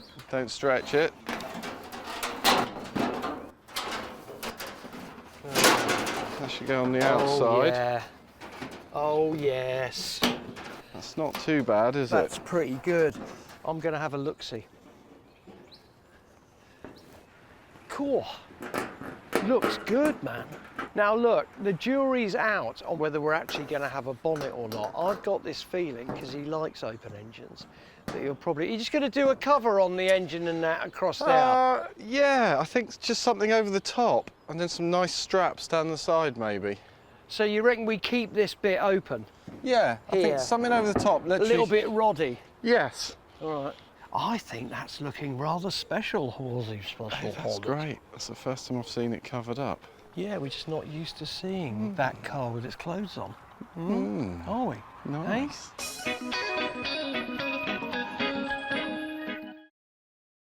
So the next stop for Sam is the fine specialist car restorer workshop.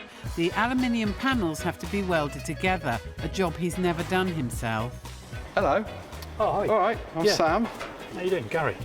But first, how's his metalwork looking? Is it terrible? What do you think? It's not too bad. Not too It's bad. all right, is it? Definitely not. No, so we can work with it. Yeah. So you've got to a point where you're ready to start putting it together. I've basically scribed it off on the car to give an even line that we can weld through. Yeah. The two panels fit together nicely on the frame. So the idea now is we're just going to clamp it and line up this central guide mark. Yeah. And then we'll start tacking the panel together. Okay, so now it'll keep its shape as it should be, and now we can start to weld through from this end along that way, and hopefully it'll all stay full. Fantastic. Okay. That's so nice to watch. I can see exactly what you're doing.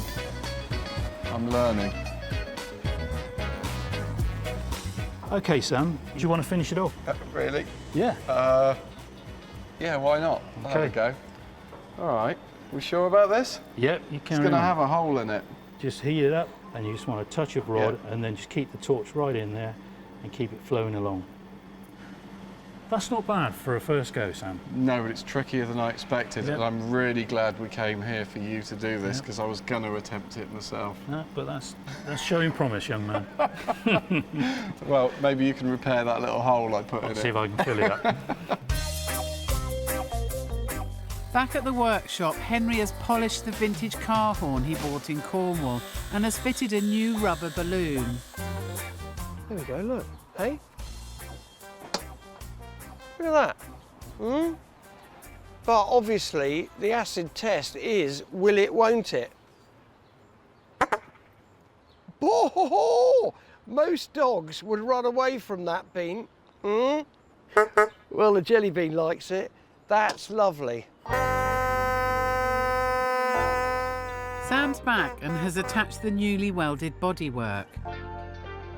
Oh, yes, mate. Ostensibly, you've done a masterpiece, man. Thank you very much. That's all right, isn't it? Well done, mate. That is absolutely fantastic. That is a quality point. It's beautiful, isn't it? Isn't it? Look, I did this bit here. It's really ugly. Yeah, that's a shame. Have you learned anything from there? Yeah, I've learned how to gas weld sheet aluminium, which has been a lifelong ambition, I've got to say. Now, the rest of it's relatively plain sailing, you would say. Plain sailing, but plenty of hours to put in. Yeah, loads of hours. Sam sets about finishing his pet project. It's frighteningly committing. I'll tell you what, if you mess it up... yeah. And contrary to the overwhelming evidence, Henry has actually been busy in his own little way. He's had a deluxe hand-stitched leather seat commissioned from a local tannery.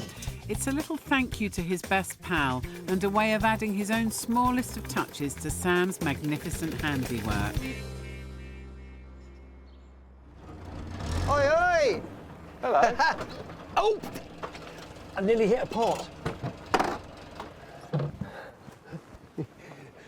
What are you doing in that crotchety old thing? I'm doing that only because I've got something to cushion your reality. Really? Hey.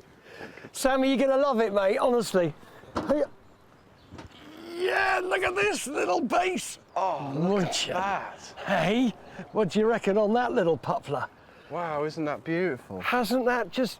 I mean, that is your proper tuck and roll, isn't it? Oh, that's nice. Mate, So nice. check Look that at out. this. Look.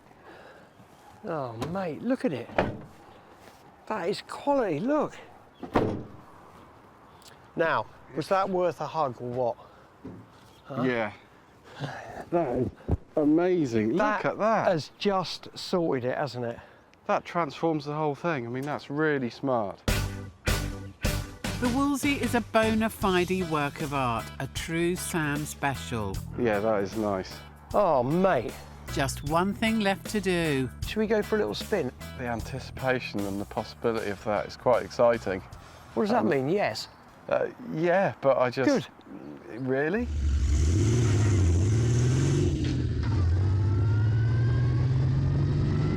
We're doing it. mud flying off the tyres. Yeah, it's sort of wandering all over the road a bit too. Oh, really? Whoa, skittish little thing, isn't it? Oh, is it? Yeah, I'm guessing the tracking is probably out, tyre pressures are wrong. At Brooklands, it's going to be quite a handful. Yeah, it's quite bumpy there, isn't it? Yeah, yeah. It's cold, isn't it? Do you want me to tuck you in? Yeah. I told you you'd get cold.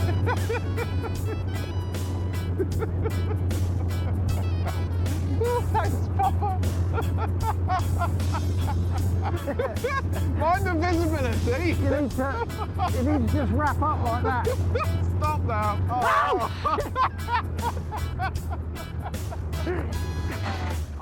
No. Oh, misses. Coming up, the Wolseley Hornet Special and the Riley prepare to go head-to-head on one of the most famous bankings in racing history. Oh man, I love it already. But will former owner Nicole believe Sam's hard graft to be a suitable memorial to her late husband? So you ready? It's been 4 months in the making.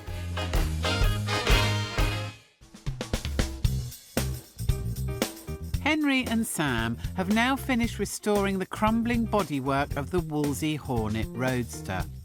Yay. We're absolutely doing it. And now it's been reassembled, Sam has fallen in love with the untreated aluminium bodywork.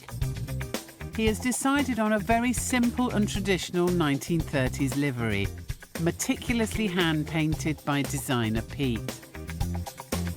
It's actually proper sign writer's enamel. You can print this off a machine and stick it on and you're done. But if you go to a show with a vehicle like this and it's got vinyl lettering on it, it just doesn't look right. It's just not right. The car was originally being restored by Sam's late friend Bill. So now they've finished the work he started, they're going to take Bill's widow Nicole for a test drive on the old Brooklands circuit. Only part of the legendary circuit remains, but it's enough for the Wolseley and Henry's vintage Riley to retrace some of the thrills from a golden age of British motoring.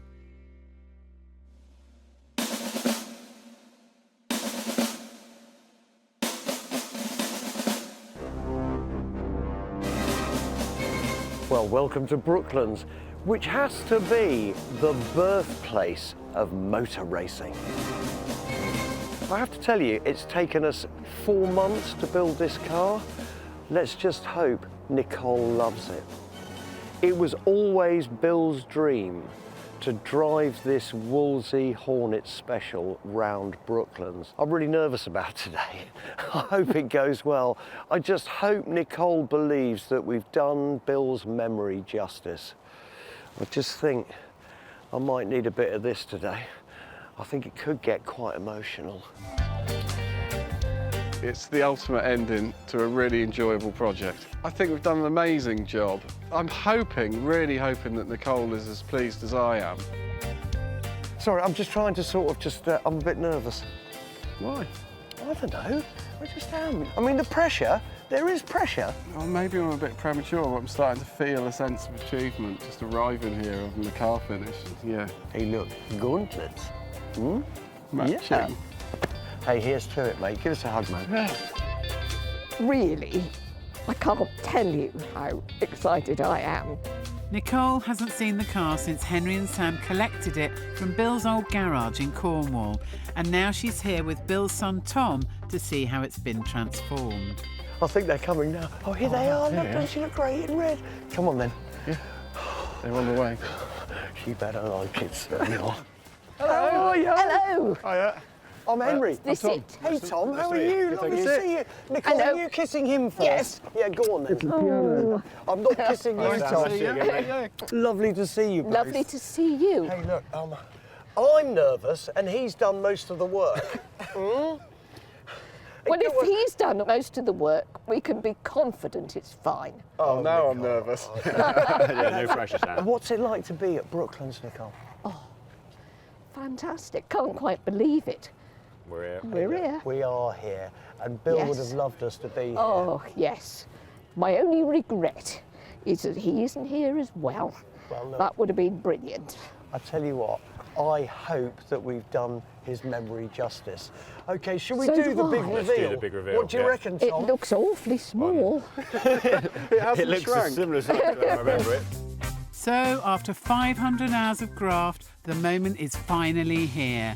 Time for Nicole to see Henry and Sam's restoration. So you ready? It's been 4 months in the making. Here we go. Here we go. Cool. What do you reckon? Oh, wow. Good. She is looking Oh, awesome. that is just beautiful. What do you reckon? Good job, You like Sam. it? Yeah, that's Oh, I pretty awesome. do. What do you reckon? I'll tell That you what. really is wonderful. Do you think he'd have been happy? I think he'd have been Certainly. very happy.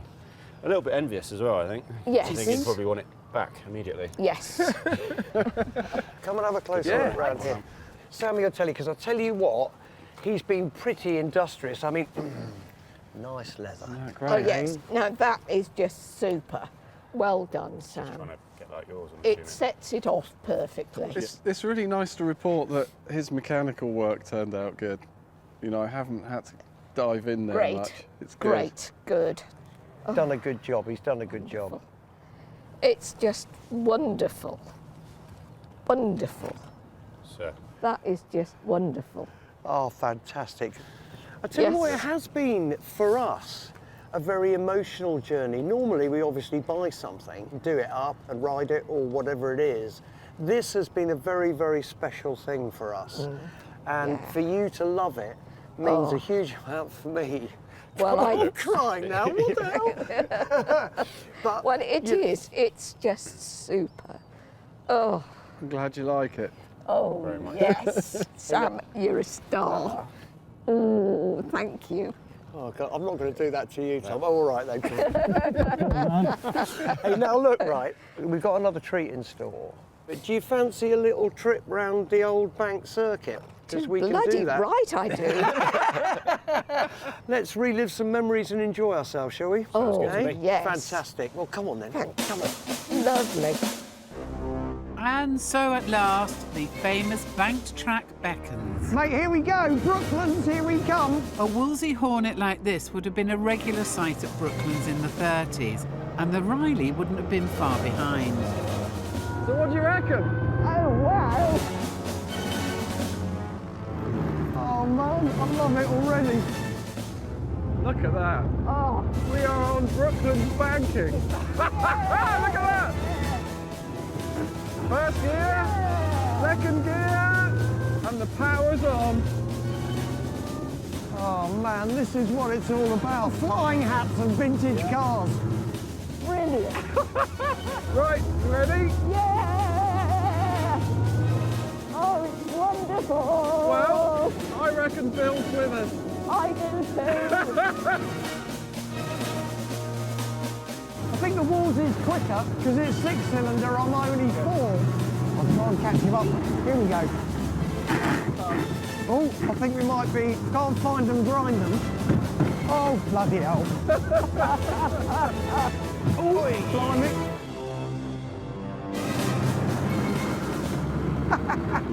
Oh, yes. Now, whoa, whoa. You like that? It's wonderful, Sam. Absolutely wonderful.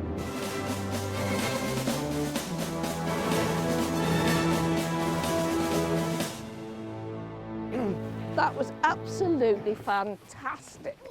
It really was. It was lovely. Oh, darling, thank you so much. Well, thank you. Well, thank him mainly. Oh. Do you know what I mean? What a ride. That was Yeah. quite exhilarating up there. Slight wrong angle. Lovely. Now, look, come on, tell me, Yes. how did you feel? I can't quite describe it. I just couldn't believe that I was going up round the bank at Brooklands. It just, beyond me, it's wonderful. Now, look, Bill obviously would have loved to have done that. He was sitting on the back. Was he? Yes, Was he really? Oh, darling, that's fantastic. definitely. Because to me, don't start me off. Sorry. Oh, it just wonderful. It's been the most incredible experience all round. Absolutely lovely, sorry. I'm crying as well. Oh dear. I knew this would happen to me. Actually, hang on. Look. So flowery. Oh, that's better. I kind of preempted it. Are you going to cry? No, you're going to be all right. okay. Well, darling, I can't tell you how much it means to Sam and I that you guys have come here. Yeah, really, just like to say, thanks for having us as well. It's been, Tom, great. it's been an absolute pleasure.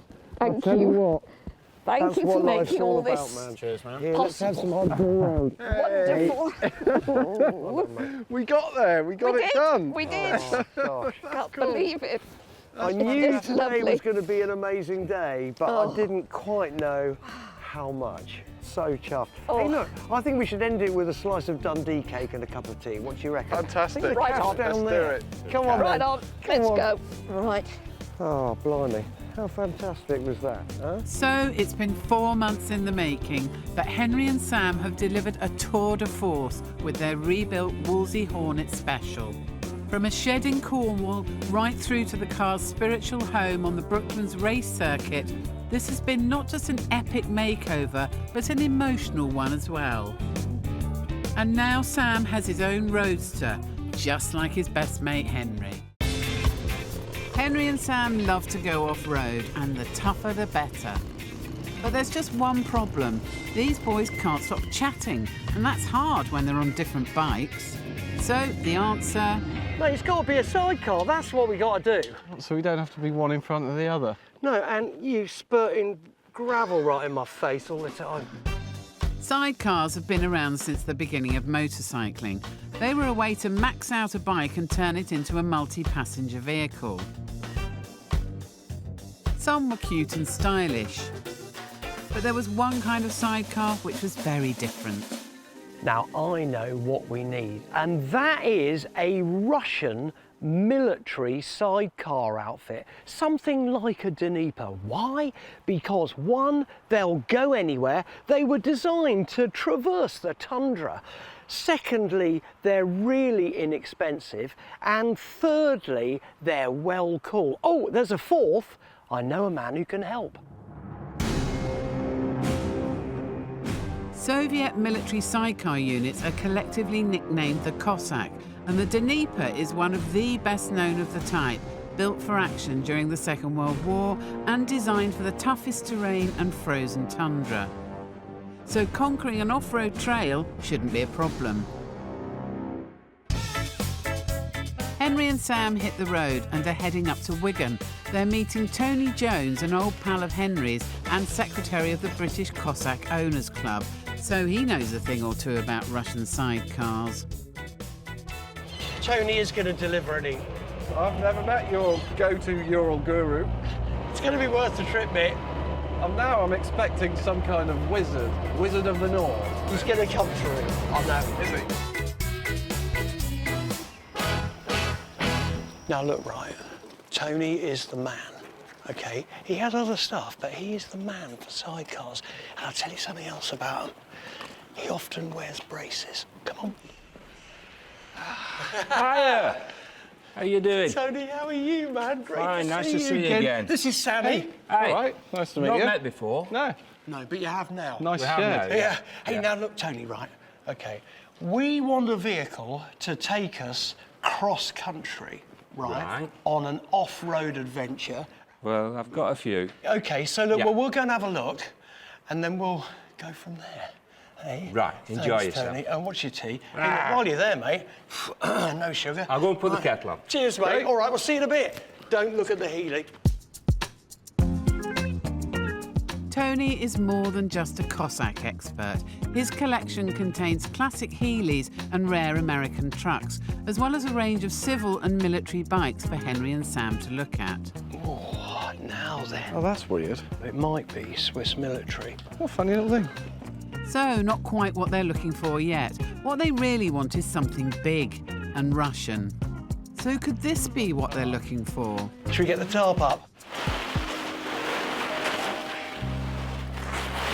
Mate, check that out. It's big, isn't it? That's cool, man. What do you think? Yeah, I mean, it looks in good condition. It's got new spark plugs in it. Sort of. Yeah. okay? Don't know yet, need to look closer. Do you think we should try and get it out? Yep. It's a 1960s Russian Dnieper, the model Sam and Henry have been looking for, and perfect for their off-road challenge. The sidecar looks intact, but the bike has been taken apart, and the big question is, will it go back together? Okay, so what have we got in there? We've got a tank. Tap looks okay. It was a bit rusty. Have a look inside it. Slightly devoid of wiring. Well, no, it's there. It's just sort of need to hook it up. Untethered, yeah. First impressions are that none of the essential parts and wiring are missing, but is there enough to rebuild the bike? What do you reckon? I mean, it's always a bit of a gamble, isn't it? It's always a bit of a gamble, but a gamble, well, for the right price. I reckon it's worth 3. What, finished, put together and nice? No, like this now. Really? Yeah, they've gone up a bit. I'd have thought less. It's haggle time. Tony? Yeah? Now, tell me about it. It's a stalled project. Unfortunately, I don't have time to finish it. Let's get down to business, mate. OK. How much do you want for it? I know where it stands me at. A little bit of profit. I'll just 3.5 cents. 2,850. Ooh, couldn't do that. 3.2. Can we stop messing around? I'll give you 3 grand. Really? Done.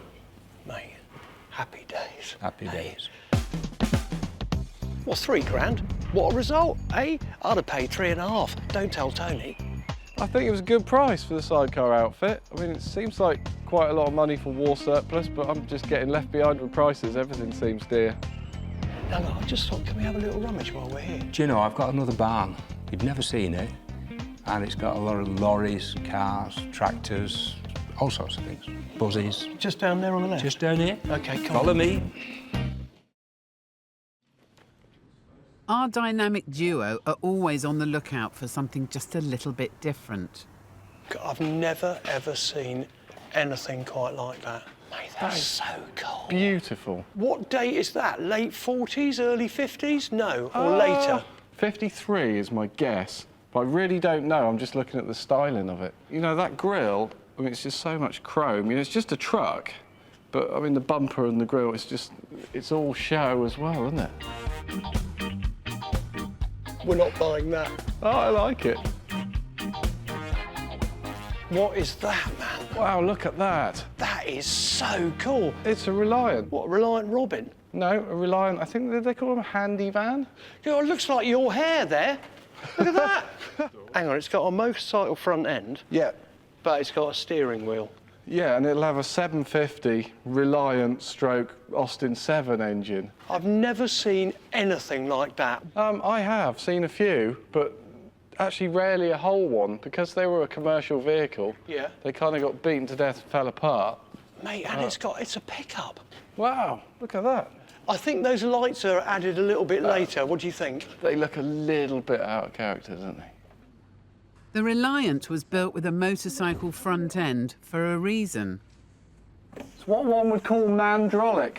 It required only a bike licence and became widely used by young drivers not yet eligible for a full car licence. Oh, God. I was feeling a bit poor at 3 grand for the sidecar. The trouble is when you get something like this, you can't really pass it up, just in the sense that it's immaculate. I've known about these things, but I've never, ever properly seen one in the flesh. And this one's a minter. I'll get Tony. Now, Tony, not content with one 3-wheeler today, we are quite interested in this. Now, tell me about this little bib. It's a mid-50s Reliant 700 weight. So this was really for the young delivery boy or girl? Yeah, yeah, like an early Del boy. Yeah, like a, yeah. Hey, we can identify with that. Hey, Sammy. Yeah. Now, look, including the nest, how much would you want for it? 4.25. I was thinking more. 3.5? 3,750. Last offer. That sounds all right. Are you sure? I can't believe I'm buying a second 3-wheeler. Shake the man by the hand. 6 wheels, 3 each. Yeah, it's perfect. We were going to have 3 wheels on our wagon. We've now got 6. You've got 6. So the deals are done. Henry and Sam have found their ideal bike and sidecar combo for the off-road challenge. What a day today, man. I think we've had a ball. Not only have we got the sidecar we were after, but we've also got a little friend for him. And what a friend it is. Yeah, overall, fantastic day out. I mean, Wigan, who knew? Coming up, will they find any surprises as they strip the Dnieper down to the bare bones? You're not saying much. Is that what they call these silencers? And will the Reliant spark into life once Sam gets down to business? It feels like it's going to be pretty scary.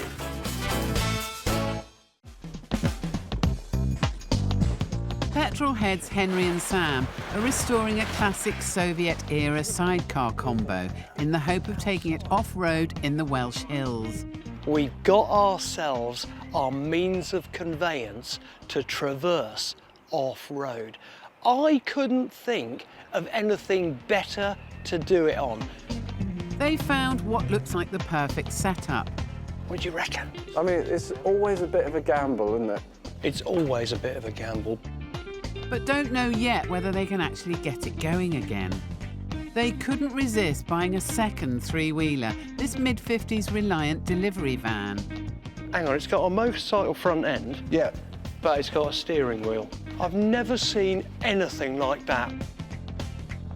With the vehicles back at Henry's workshop, the Reliant looks like it's in good nick, but like the Dnieper, they still don't know if it'll start.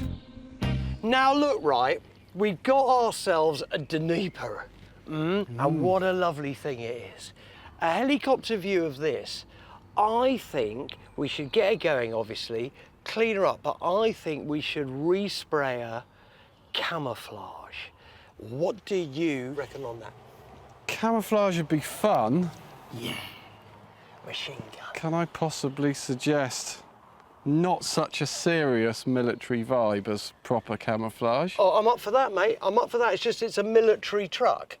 How's about a bit of sort of Second World War era nose art?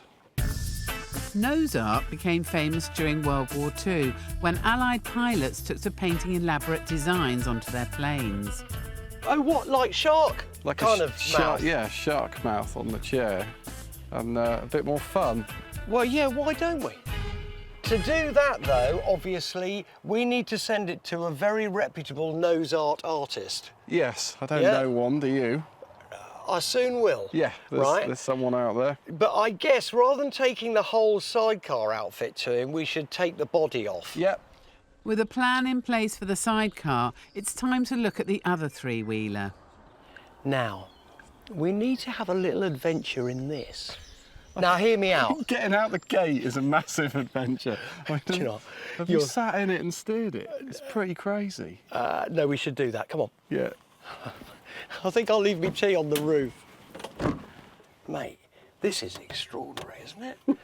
Very extraordinary. So you've got foot pedals. Yeah. Right?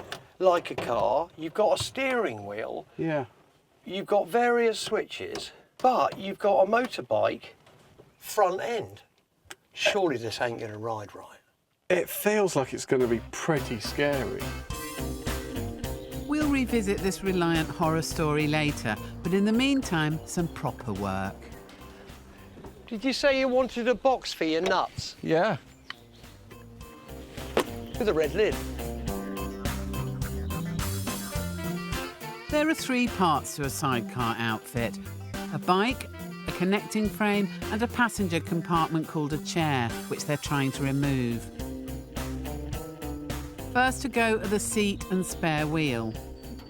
Hey, I'll tell you something interesting about this, am I right? Tell me. No, rarely. The wheel I've just taken off, the great thing about this is that all 3 wheels are interchangeable, right? Yes. No. All 4 wheels are interchangeable. Oh, don't come over all O-level, right? I know there are 4 wheels on here, yeah, but I just forgot one. Yeah. Get the other end of this. Is it freed? I think so. Pull it towards you. Yeah, got him. Over we go, look at that. to reveal a stunning frame. We'll get someone on the nose art, and we're not quite sure who yet, but we'll find the right person so we can get her up and running, get the seat on, get the tank on, clean her up, and then just wait for the nose art to sniff us out. Having removed the sidecar, Henry and Sam can turn their attention to getting the Reliance started. At least that's what they should be doing. Now that we got a focus. I got it. OK, we must remember that when it starts to go. Yeah. OK, well, I've taken the beacon thing off. Yeah, good. That was pretty easy. Yeah. Right, first things first, what do you reckon? New battery? Yeah. I've had a little look at the battery, it's dead.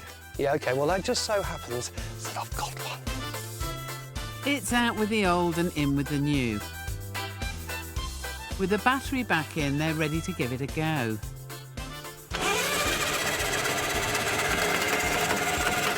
Spinning over real fast. Spinning over great. All right, back to the usual. Let's check for a OK, spark. I was just going to have a bit of fun. Yeah. Problem is, spark plug ain't sparking. But seconds later... I think we know what's the matter. What's the matter, boys? So the points are all furred up. OK, It's not being Furry. used, so switch it off. We're going to clean the points then, are we? Clean them up. Points are a kind of switch that controls the power to the spark plug. A swift clean works wonders. It runs! It runs! It absolutely... I told you it would run... Ow! Right, get the dog, I don't want to run it over. Now let's check the water. What? Now we've got to check the water. All right, we'll put some water in, I'll check the oil, we'll find the dog, and then we'll just go for a little spin. Yeah. Yeah? Nice!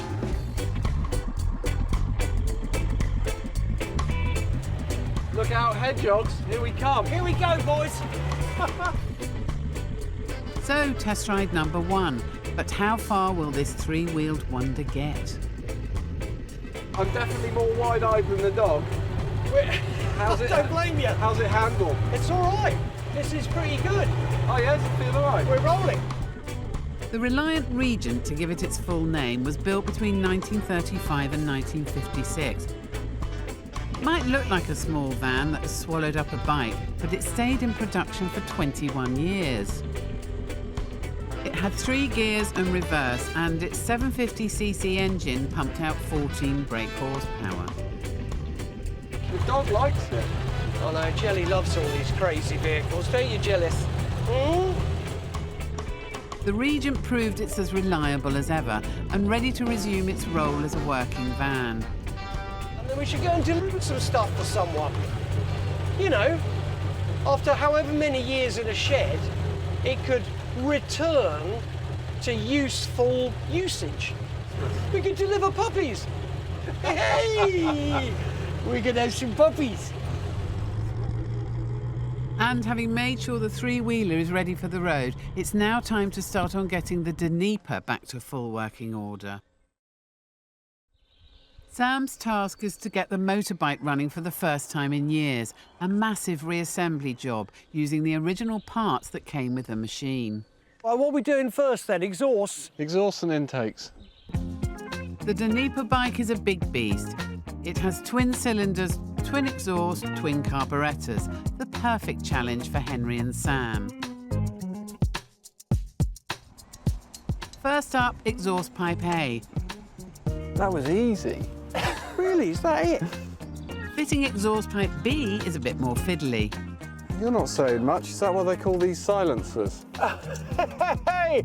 Well, if you're going to do that, mate, I'm exhausted, that's why.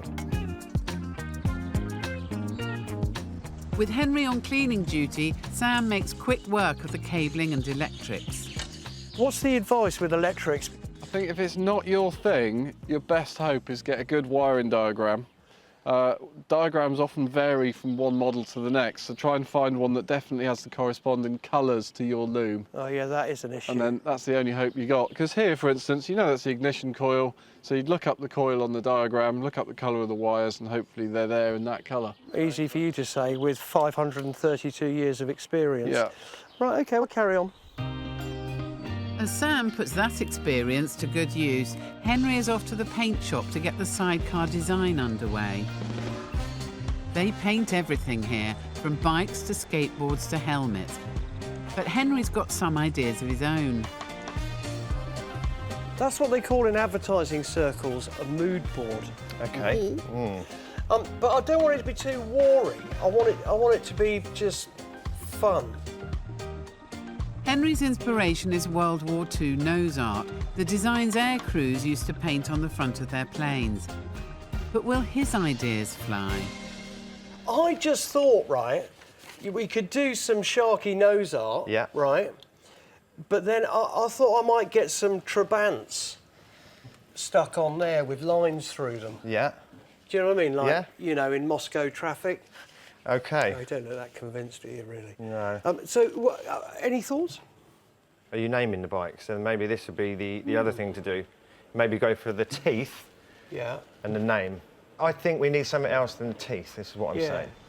Could you have an eye? Yeah. I will come up with a name, but in the meantime, I'll just let you get on with it because, hey, you've never failed me yet, have you? Not at all. Look forward to it. Thanks, mate. Good. Coming up, with the sidecar paint job underway, Henry and Sam concentrate on rebuilding the bike and getting it running again. Look at that! It's beginning to look like a complete bike. Whether it goes or not is another matter. And they'll be back at the shop to see if their nose art design really does have teeth. So that's perfect. Happy with that?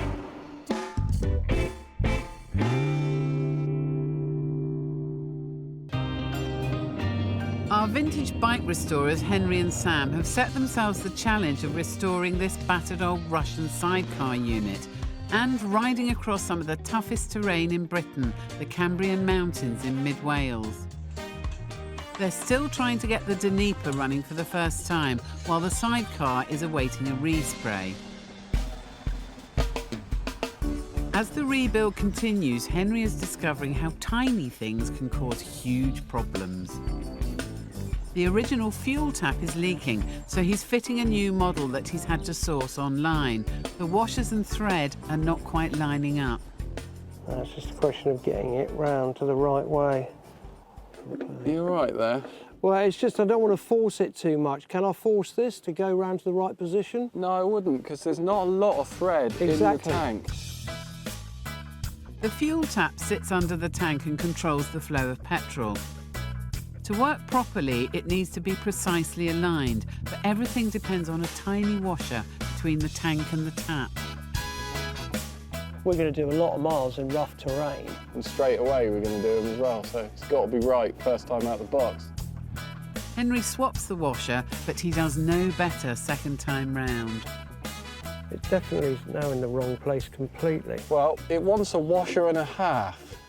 So you're going to have to file one of them to half its thickness. How do you file that down? Oh, you do file the ends off your fingers as well, look. Yeah, right, ready? Yeah, give it a go.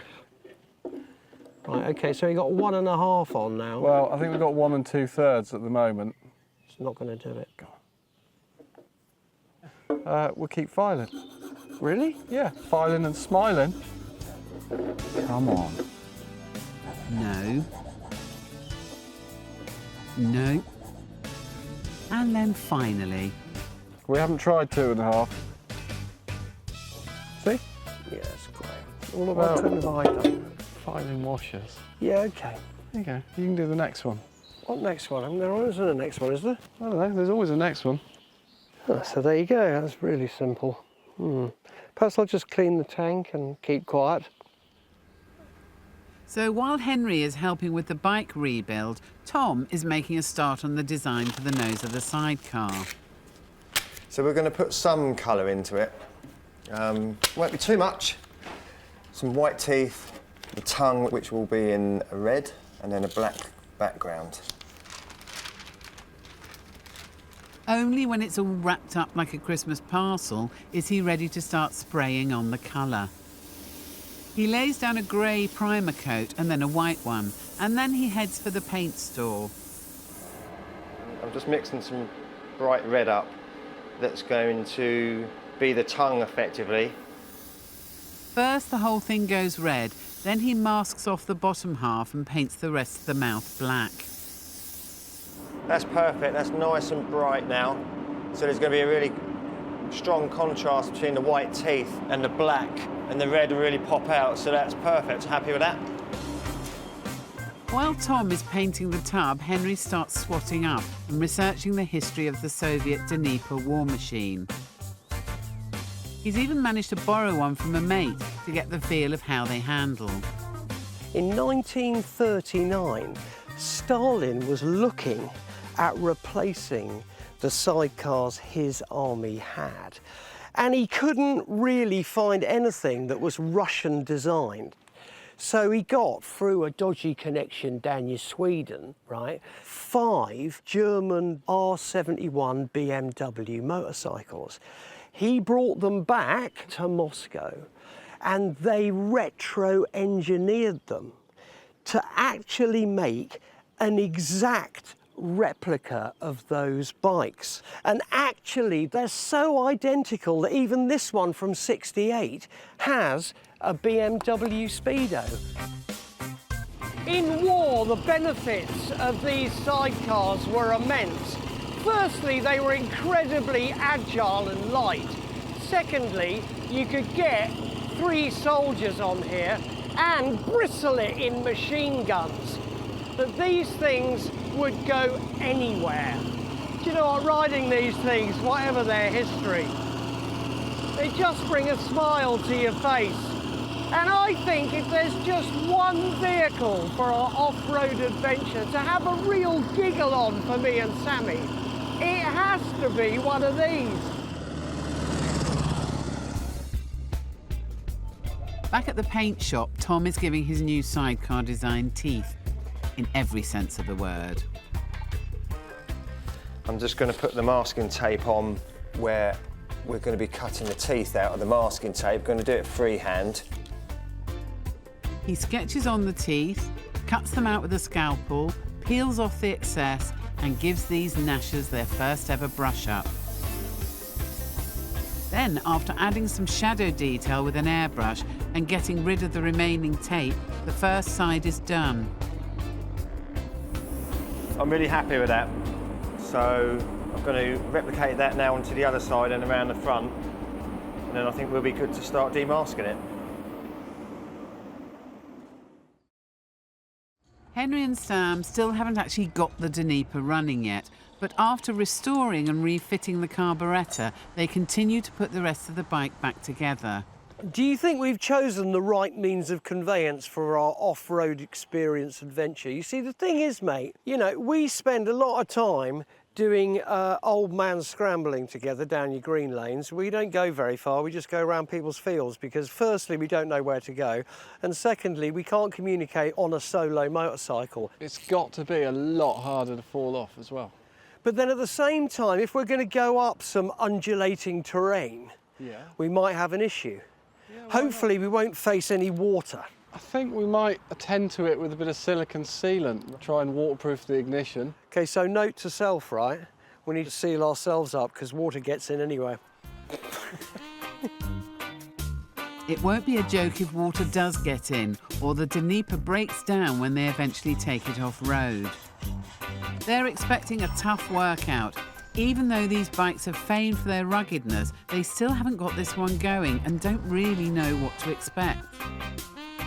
The fuel tank is the final piece in the reassembly before the sidecar comes back from the paint shop. Go on, you can do it. Look, I know it's going to work because I'm going to do everything to make sure it does. Mind your fingers. No, don't do that. Hang on, that needs pulling out the way. It didn't want to go in there yet. What have you done there, look? I'm just wrangling it. See, look, ye of little faith. Look at that! It's beginning to look like a complete bike. Whether it goes or not is another matter. That is definitely going to leak everywhere now, put that much in. In go the petrol and oil, and they're ready to try starting it.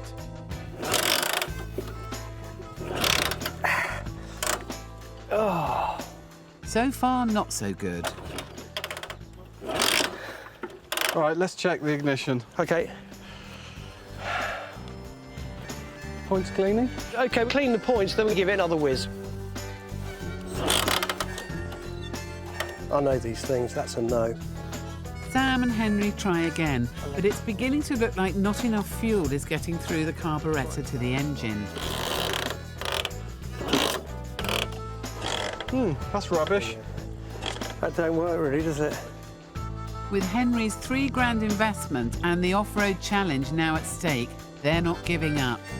OK, should we just try one more?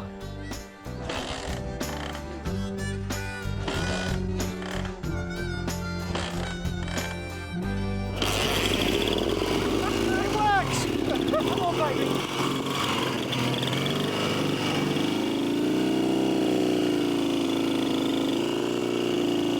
Don't think that's first gear. It's working. You all right? Yeah, I'm fine. It's victory for Henry and Sam.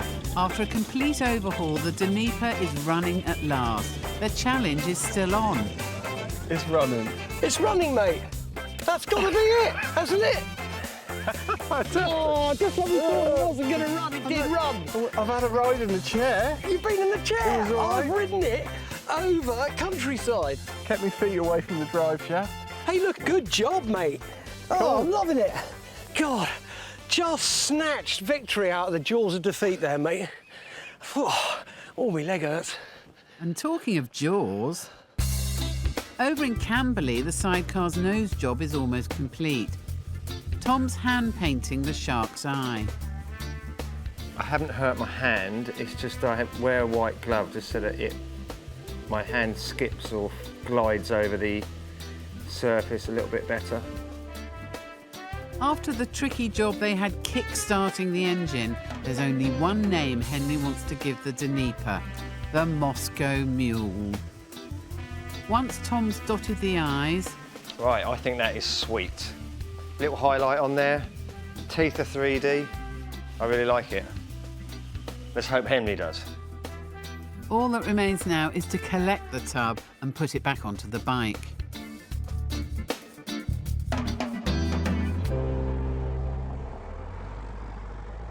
And what better vehicle to bring the Moscow Mule to market than the three-wheel truck?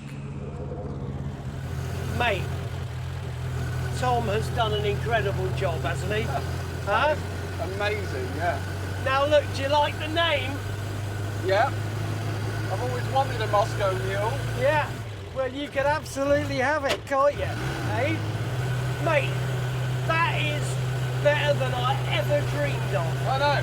Absolutely incredible. I can't wait to put it on. Oh, mate, that sidecar is gorgeous. Yeah. I'll tell you what I love about it is that it's all hand drawn. Yeah, the hand painted, the brush marks, it's lovely.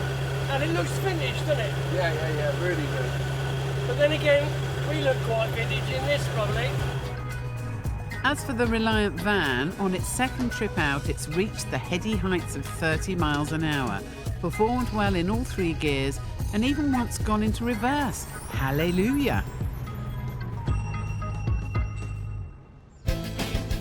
So, coming up, Sam and Henry are chuffed to bits with all their hard work. That is fantabulous, isn't it? Oh, yes. But they'll have to prove it works when they get off the road and into the Welsh hills. That came to rest. I'm going to try one more. Do you want me to push? Shut the throttle. It's not doing anything, man.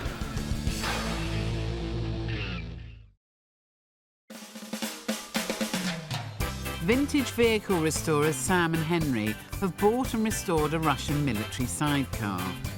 The sidecar tub has been given a makeover at a local paint shop. Today's the day when the two elements are going to come together. And once that's happened, they'll be testing the Moscow Mule to breaking point on the toughest off-road challenge they can find. I told you we'd make it. We're good. Look at that. Oh, come on, mate, let's go. The sidecar tub is made from sheet steel and weighs in at 20 kilos. It's secured to the frame with 10 bolts. 2 rubber mounts provide military-grade comfort, so it's vital to pack some hemorrhoid cream and a large cushion. Now, mate, that is fantabulous, isn't it? Oh, yes. Hey? I mean, that is a transformation, mate. It is a huge transformation and it's got quite a lot of attitude. Oh, it's got attitude. Do you think it's time to take the little Moscow Mule out for a test ride? Absolutely. Ah, always onward. So it started like this and has been transformed to look like this. And the Dnieper faces one last test run to see if it's ready for the rigours of the off-road challenge. The Moscow Mule lives, eh? Normally we'd go off-roading or on a road trip and I'd have to be in full leathers. Yeah. I wouldn't be able to talk to you. No. I can sit in here, man, take in the view. It's what we always wanted, man. I think my grin matches the sidecar. Yeah. Sam takes it all the way up to 4th gear to test the Dnieper's handling. Hey, it's weird having a sidecar with suspension. So, all in all, we'll give the first ride a 9 out of 10.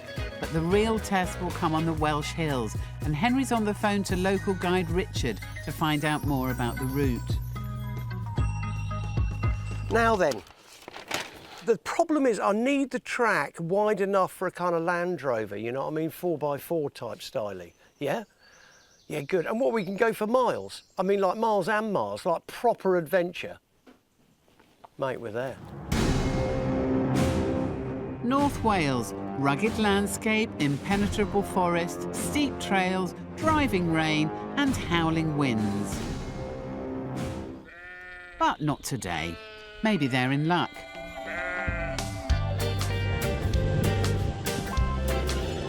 Sam and Henry are heading to the hills and rugged off-road trails of mid-Wales, and local guide Richard is going to make sure it's a true challenge for the Dnieper. Richard? Hello, how are you?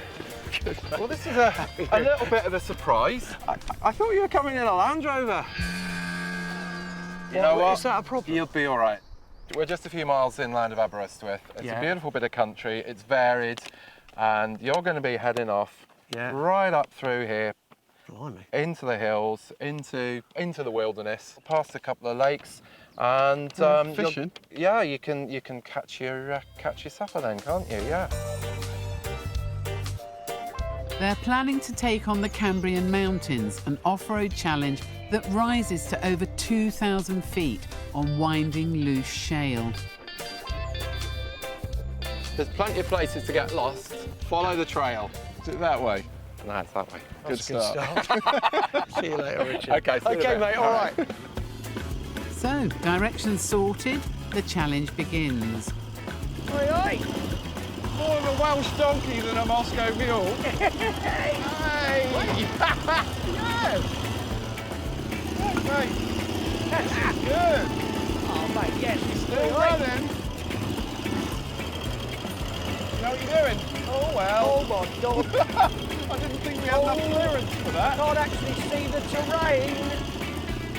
The Moscow mule's kicking and the trail is great. We've only done about 15 miles, but at the same time, mate, what 15 miles was that? They're good ones. Actually feels like it could take a bit rougher. Oh, mate, this is perfect. That's amazing.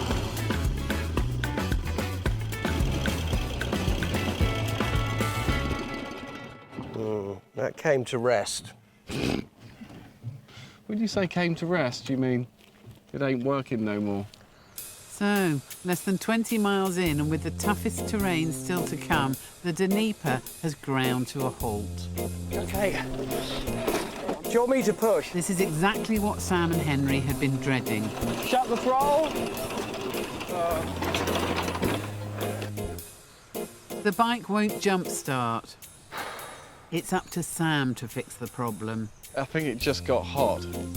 While the bike cools off, Henry decides on a quiet moment's contemplation. Have you seen my pocket bag? No.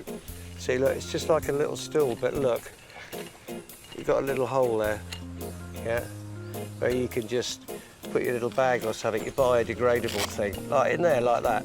See what I mean? Why do you need that? But because for situations like this, that's why. As Henry heads for the hills, Sam takes care of a different sort of business. Having let the engine cool, he's still worried about the fuel intake. It's not doing anything, man. There's a spark outside the plug, but I'm guessing there isn't one inside there. Oh, look at the state of that. Oh, that's really bad, isn't it?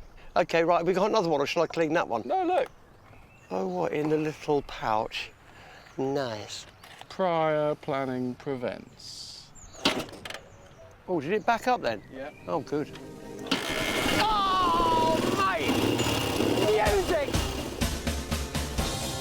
So they're back in business, and the real challenge can now begin.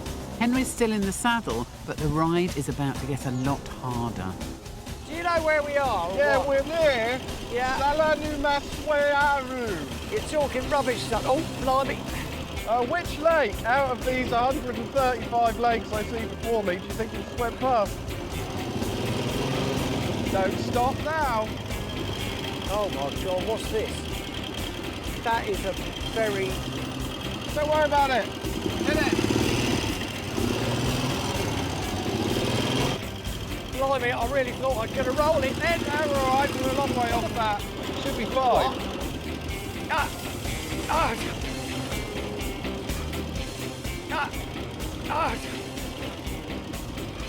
Why are you just relaxing and smiling at me? That was lethal. It's really nice in here. Yeah, look at the road and help me. This is a bit... Oh, yeah. I keep scraping the peg. That's quite scary. I'm really enjoying it. Well, you maybe. You should try riding this. All right. Be fine. Go on, let go. Let go. Let go. I got it. I got it. Yeah, we're good. Henry and Sam manage to swap seats. Great, we've done it! We've done it! Oh, go, hang on. But this is not something we'd recommend you do. Right, you need to pay attention. All right, now don't go mental. All right, go mental. No, please. Seriously, honestly, mate. Sit tight. No. Samuel. Oh, I love Sidecar. Hey. I've just remembered how much I like it. I hope it gets a bit rougher. This is a bit easy. Please, I don't want to look. Please, be careful, stay on the track. Oh, God, Samuel, please. Really? No, just be careful. Please. What kind of careful? Please be careful. No. Just behave. Oh, blimey, what was that? Say beehive, I didn't see one. Oh my God, is that the water? Oh my, that's mud. Oh no. Oh no. Oh God. Ah. It's all right for you to laugh. Look at my crotch. Oi, what are you doing? Hey, what happened there? You all right? Oh. There. Fine. Got it? Yeah.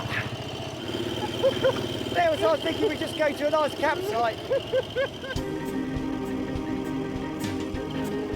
So Sam gets that out of his system, but now the toughest part of the trail is ahead of them, the hill climb. I think this is probably the last ascent. The tracks are steep and made up of a loose shale all the way to the top of the final climb, and getting traction on the surface is difficult, even for the Dnieper.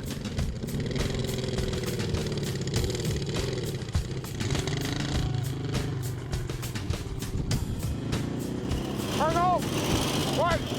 As they near the peak, Sam and Henry are faced with a 1 in 4 incline. The trail is rougher than ever, exactly the sort of challenge they were hoping for. Pressure. Keep the pressure up. Keep the pressure up. We're doing it. We're doing it. We're doing it. We're doing it. You're a legend. We done it. We done it. Yeehaw! So the Dnieper really is a hill climbing beast. Well, I tell you what, man. Yeah. That was the great escape up there. Do you know what I mean? I felt like it. Great Ascent. The Great Ascent. This is stunning. Mate, what is it with people who don't do this kind of stuff? I don't know. Hey? I mean, this is like the peak of Everest, right? Well, to me it is, yeah. This challenge. Of course it is. We have made the ascent. It's like touching the void, isn't it? Void touched, they can now enjoy the rest of the day on much easier terrain.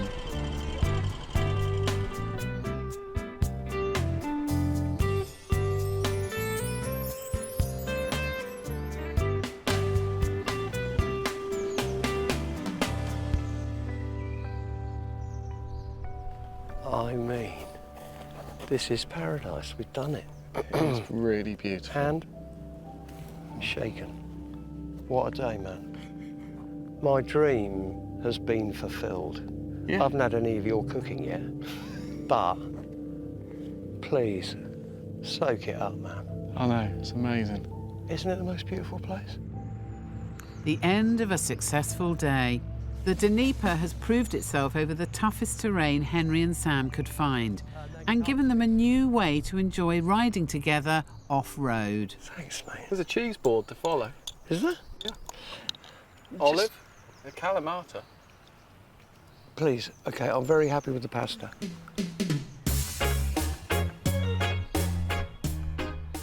We've proved a point here, haven't we?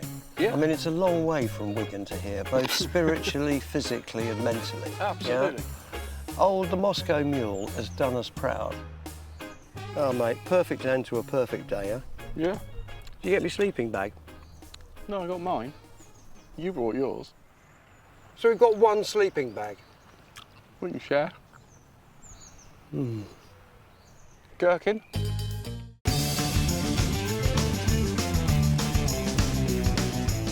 Now, mate, we know it, we love it, we hold some records on it. I want to ride it again. And we want to ride it right now. Yeah. Henry and Sam have land speed record breaking in their blood, with Henry in the saddle and Sam the wingman and mechanic. It was great until I got the most massive tank slapper. They first met at the Bonneville Salt Flats in Utah, when Henry set a world best time for pre-1955 classic 750s, riding a Bruff Superior. 99 miles an hour. Yeah. You have a record. Oh. He set a different classic bike record on his vintage 500cc Triumph Quartermaster at the Elvington Airfield in Yorkshire. 98.1.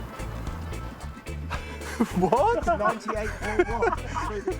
And he now wants to go back to beat 98.1 miles per hour and smash the 100 miles per hour barrier on the same bike.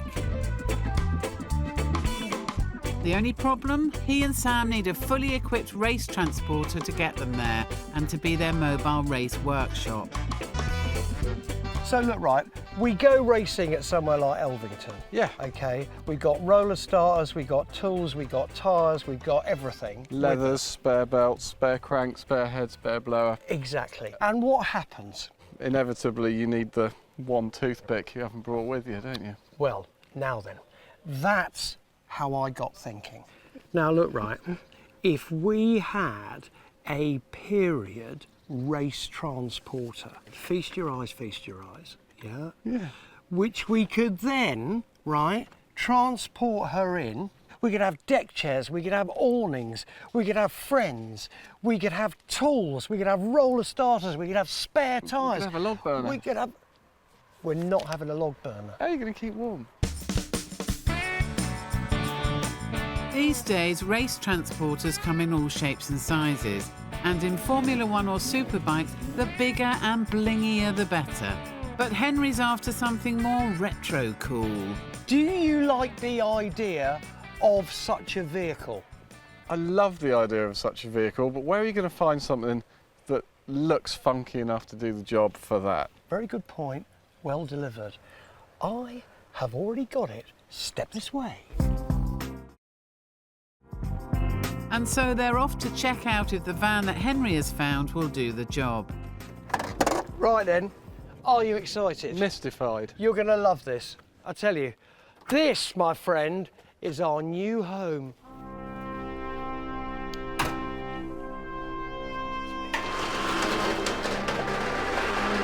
He's going to love this.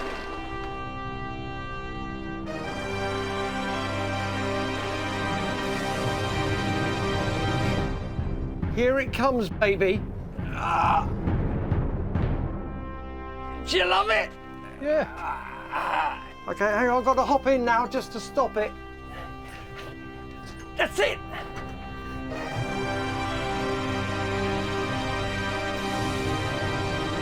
What do you reckon? It looks like a really scruffy old Morris ambulance. Well, that's exactly what it is. 1968. I mean, to me, that is the quintessential land speed motorcycle record conveyance, transporter, whatever you care to call it. So, what do you reckon?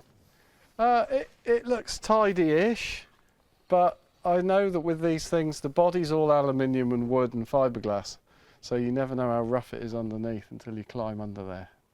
I take it you checked thoroughly underneath before you handed over the pound notes. Come on, mate. I have to admit, mate, I haven't really checked underneath, but don't worry about it. Have a look inside. I mean, would you or wouldn't you? The old ambulance has cost Henry £3,500. Long before it was converted to a camper van, it was one of the original lifesavers on the streets of London throughout the 50s and 60s. I like it.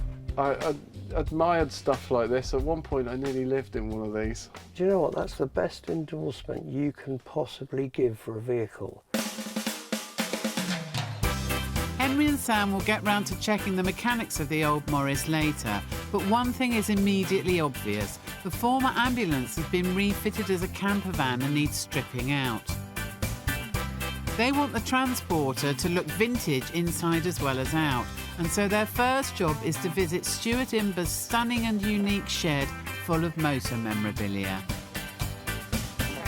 Hey, Stuart, how are you, mate? Good, Great nice to see you, man. Really good. So lovely to nice. be back. Good? Yeah, good. Now, look, we have decided, you know, we do our land speed vintage thing with our bike. Yeah. Well, we just thought we needed something up at the start rather than all the way down in the pit lane. So we've got this camper van that we're going to convert to race transportation. And what we need to do with that is furnish it with race transportation accoutrements and tools. We thought, mate, got to come here, haven't we? Cool. I think we might be able to help you. Now, look, straight away, I have noticed out of the corner of my eye... My workbench. Do you think that would fit? Hey? It's made of wood. We could always trim a little off. Yeah, good point, well delivered. It's not that. I mean, it's quite. Yeah, it's beautiful. More to the point. But it's just lovely anyway. Yeah. Yeah. And is the vice bolted on? It is, yeah. Oh. What do you reckon? Yeah. How much is that, mate? 85 quid. I've seen something else as well. Now, Stuart. Yeah. That's nice. 95. 85. Okay, mate, good. Hey, look, 2 85s. Yeah. I like this. Dunlop trolley compressor. Does it work? It's really They working. actually call it a trolley compressor. They actually call it a trolley compressor. Yeah, look, the gauge is going up. How much is this? I think the price is going up as well now. No, it's not coming out here, mate. It's not coming out here. No air at all. 35. Right. 35. Look, seems they've got to be a 25, just for a little bit of work to do on it. Great. Hey, look, this is a great start. I think you should go in that shed. Yeah? Can we go and have a rummage, Stuart, and we'll see you later? Give us a shout. Come on, then. Take care. Oh, I love this place, and I love Stuart. Stuart has been buying and selling auto paraphernalia for 30 years and has one of the best collections in the country. This might take some time. Oh, it's heaven, isn't it? I mean, nice. just look at it. Hey? Yeah, that's nice. I like that. You see, mate, cannage is just divine, isn't it? I mean, how many cans do you want? And we haven't been in the big shed even, hey? Okay, so look, right, I'm going to make a pile outside on our newly acquired workbench. I see right? something. You have a rummage, I'll be back. Yeah. Yeah. The choice is almost endless, but Sam soon finds a cantilevered toolbox full of old tools. It's a proper useful thing for what we're doing. Are you saying we need that? Absolutely, I think so. So what do you think on that? Yeah, great. Is it clean inside? I don't know. Have a little finger in there. Yeah, hasn't got any Oh, I condensation. can smell fuel. That means it seals itself when it's shut. Yeah. For the right price. Here. So the paraphernalia pile is growing. What else do we need? Huh? Well, there's just so much to try Honestly, and mate, it could break the bank, couldn't it, really? Oh, break yeah. the bank, know what I mean? Hey, look. Nice. Look at that. Oh, well. How cool is that? That's just a little kind of Yeah, it's really first nice. aid period-y kind of Yeah. cabinet thing. It kind of goes with the ambulance theme Yeah. and the racing theme. Yeah. That's quite a coincidence. Mate, it's meant to be. We haven't got a price on it yet. Now, look, we haven't got a price on it, but at the same time, I think we've got enough gear Yeah. to at least start the recommissioning of our little truck. Yeah, definitely. Now this haggle could be interesting. He's got a clipboard. I had to, Henry. There's so He's many doing an things here. inventory. It's Now so look, right, much. there's a little medical cabinet with a swinging door, right? And I've got a couple more jugs and a lovely little lead light there like that. Do you see Wow. what I mean? Yeah. Now look, right, with those 4 requisites added to that stuff over there and all the other deals we've done, what's the total, mate? It's at 700 at the moment. 600? Do you know what? Because of what it is, and yeah, definitely. Really? Yeah, man, I do. I'm so Really? excited that I know it's going to be used, and I want to see the truck, and I want to be there. And yeah, I'm really, really happy. You can do that. So, job done. A collection of useful vintage tools and equipment for their vintage Morris ambulance. Coming up, Henry and Sam make a start on transforming the old van I don't like the decor. It's all a bit 80s. and put their new tools to the test as they try to get the old Morris motoring again. All right, shall we spark it? Yeah, let's give it a go. Come on then.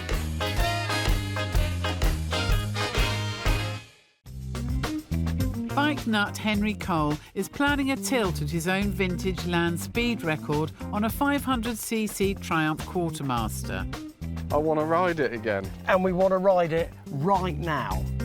He's converting this It looks like a really scruffy old Morris ambulance. Well, that's exactly what it is.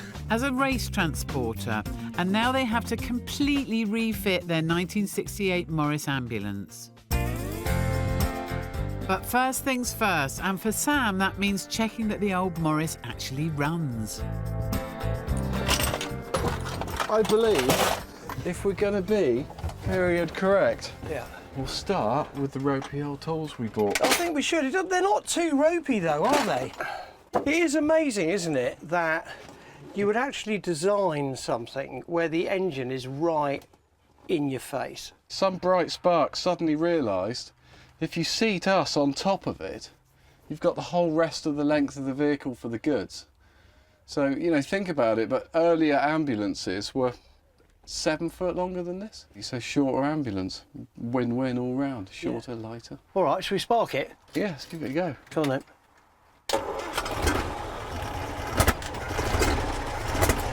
Well, it runs. Old fashion. Yeah, I'm not that keen on What's that? What's that? That's kind of spitting back through the car, but that's all right, it's fairly normal. It's just air filter off and a little check in here. So off it comes. Straight for it. Okay, oh look. Oh look. So that is an oil bath air filter. And once the air filter is removed, that reveals a carburettor with a problem Sam spots straight away. Oh look. Yeah. What? Look at that. Someone's put that together. Yeah. With the float needle arm hanging out one side, and they've bent it, putting it together. So the float was sticking. Oh, really? Yeah, as they've dropped it together, the arms slid across. And they bent it on clamping it up. Yeah, they've just sort of That's what's happened. wound it down with the screws. Don't I? Well, I'll take this out and Straighten it. straighten it nicely. Which means a quick trip to the workshop to straighten out the bent float rod. In she goes. That's it. Fantastic. Right, but I'm not holding my breath yet. That might not be the end of it.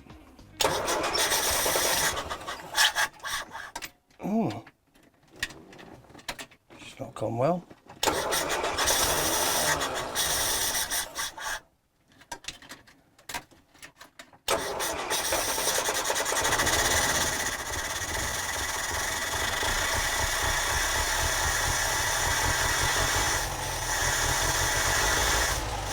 So, at the third time of asking, the Morris splutters back into life.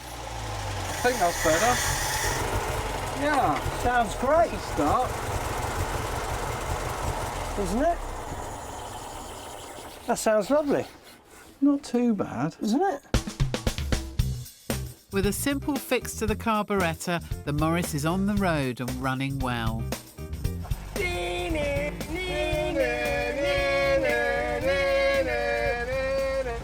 tell you what, man, this is such a cool truck. This is very all right. I mean, for £3.5 grand, I think it's a good buy. And you know what's really nice? Yeah, and feet After a up. hard weekend's racing, Yeah, boots up. this is pretty relaxed way to travel. It is, isn't it? Yeah. And now that Henry and Sam know that it runs, they can turn their attention to the van's interior. Now, I don't know about you, can't really lie anywhere anymore, can we? Hey? Look, why don't I just try lying here like that? I don't like the decor. It's all a bit 80s. Now, let's just really get this for sure, right? Was this originally an ambulance that's been converted to a camper van? Yes, absolutely, definitely, 100%.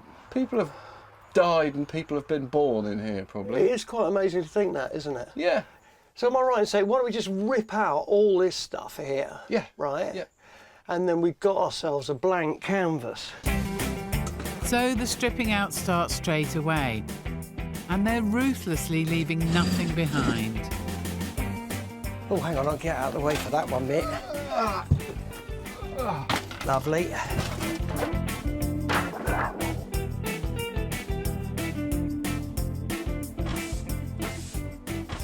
That's great. I like it now. I hated Isn't that it cool? earlier. Yeah, so did I. Fantastic. We're going to break records, mate.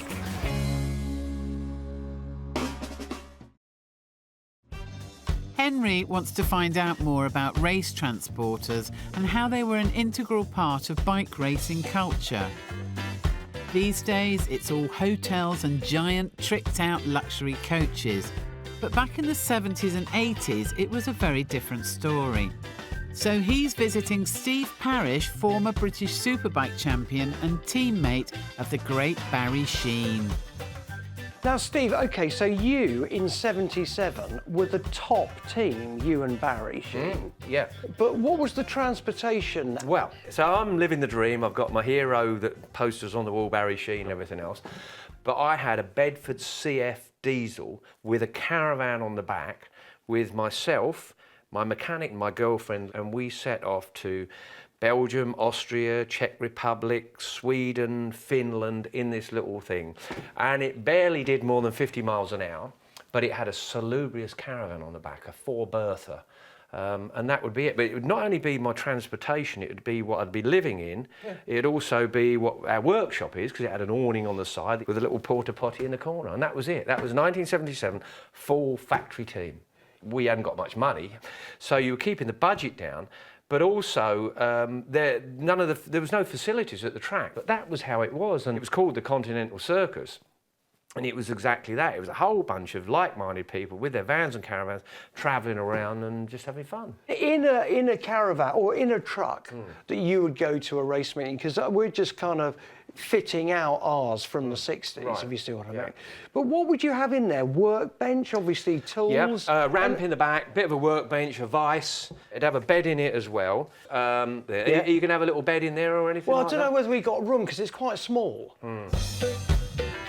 There's no bed in Henry's transporter, but there is another thing that's changed since Steve's day. It was pretty unsafe travelling to a race by the sound of it. I know it sounds ridiculous and very immature these days, but some of the races took place going and coming back from the racetrack.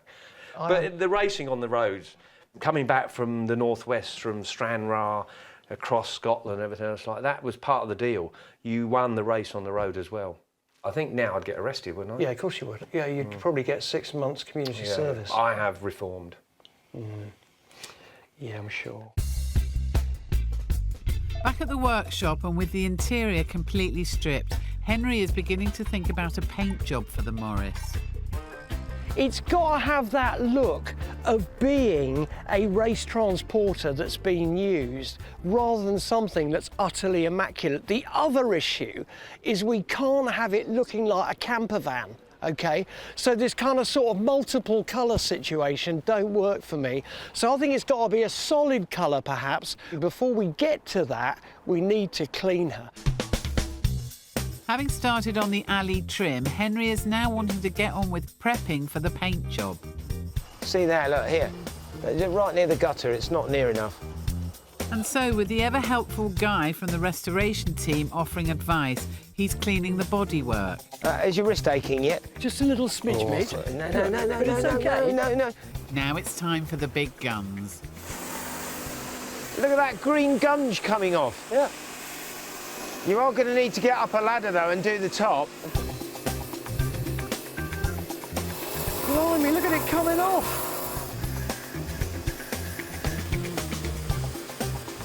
Tell you what, I love the patina on it now. Yeah, it's quite cool, isn't it? You know, you could argue you don't have to paint it. The Morris has scrubbed up better than expected, and inspired, Henry now moves on to bringing even more of a shine back to the bodywork.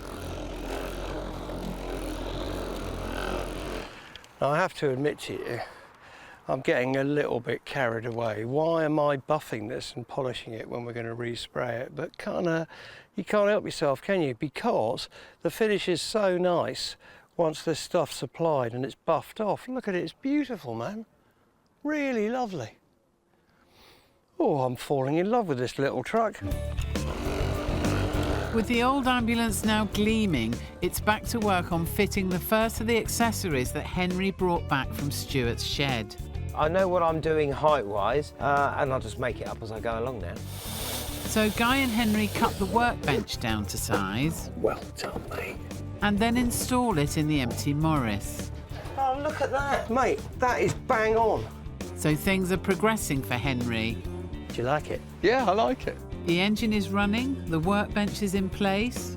I envisaged it being nearer the back door, but it works there. And the bodywork looks ready for its paint makeover. Coming up, what could possibly go wrong? Did you use wax on it? I done. Are we still planning on having it painted? As Henry and Sam count the hours to their vintage land speed record attempt at the Elvington airfield. Oh, I feel the sap rising.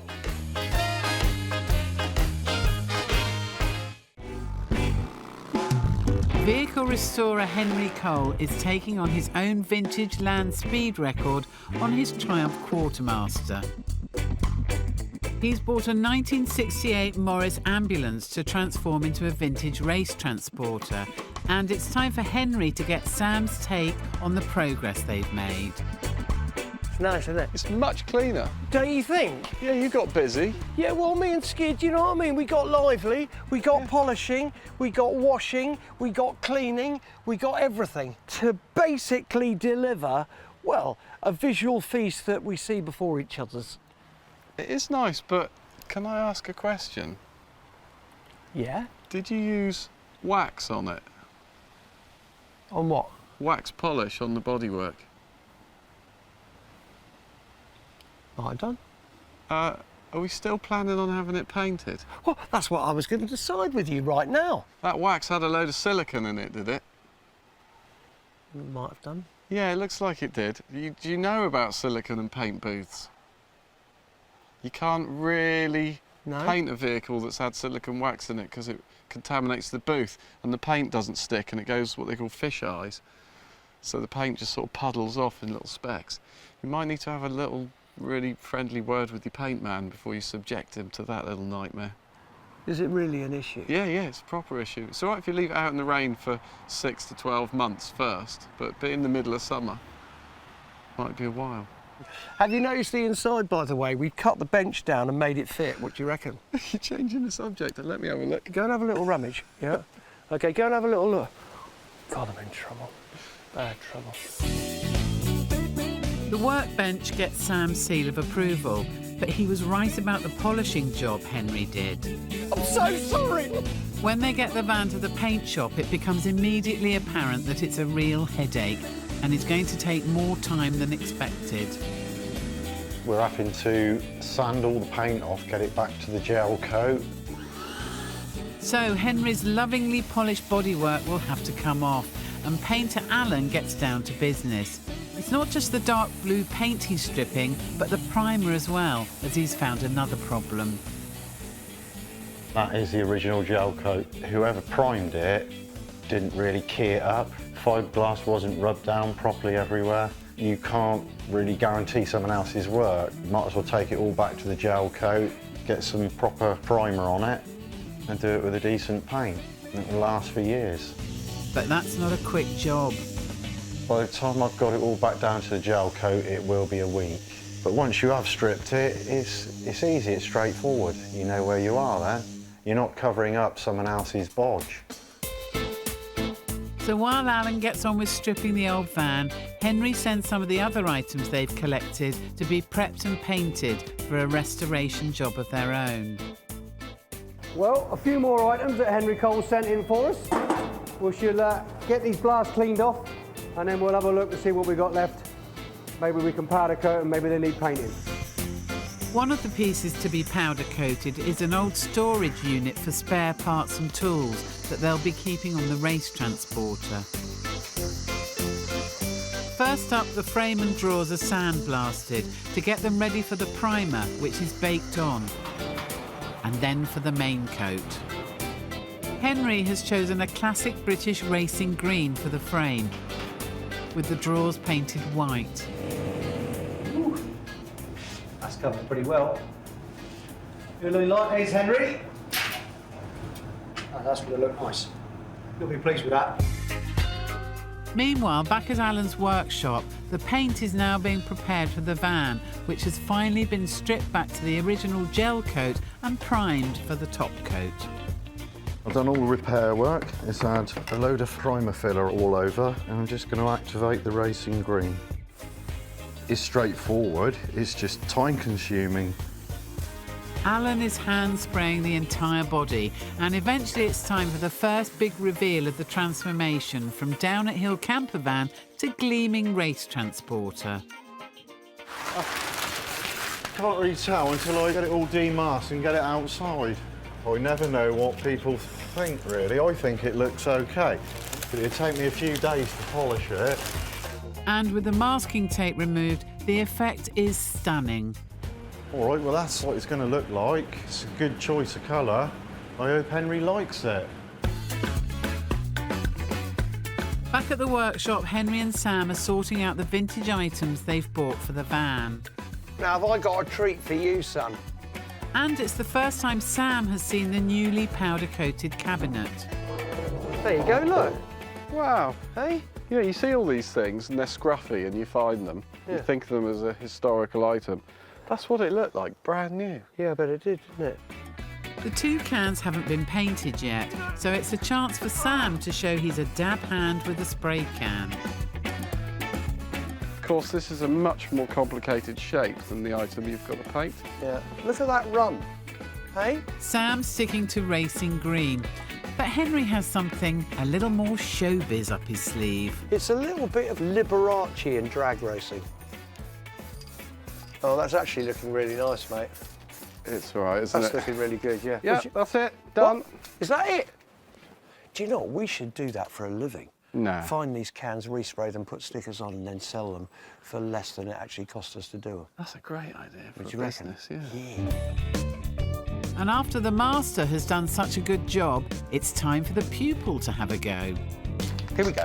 Here's Cole on the hockey, shooting for goal. All nice. Little heavy-handed at first. Back a bit. You're too close. So as soon as you start to get any kind of runs like these... What runs? These runs, that one, that one, that one, and that one. I think you're a bit close, and you're putting it on a bit thick, especially for a metallic. It's very, very Christmassy, isn't it? Well, I think it was quite a stupid idea of mine, but anyway. Oh, too close again. Well, it looks awful, doesn't it? Can I maybe help a little bit? Get on with it. So, after Sam finishes the Liberace paint job, Henry adds a period sticker to each can. Right, let's peel this off. Gently, gently. There we go. It's always difficult to restrain yourself from just ripping it off. And the restoration is complete. There you go. Doesn't that look lovely? Hey? Perfect. Yeah. The gold one's a bit of a joke, but that's really nice. Yeah, that is good. Well done, mate. Moving on. Yeah. Right. Paint job and stickers done. Over in Banbury, it's time for the Morris to get a brand new set of windows.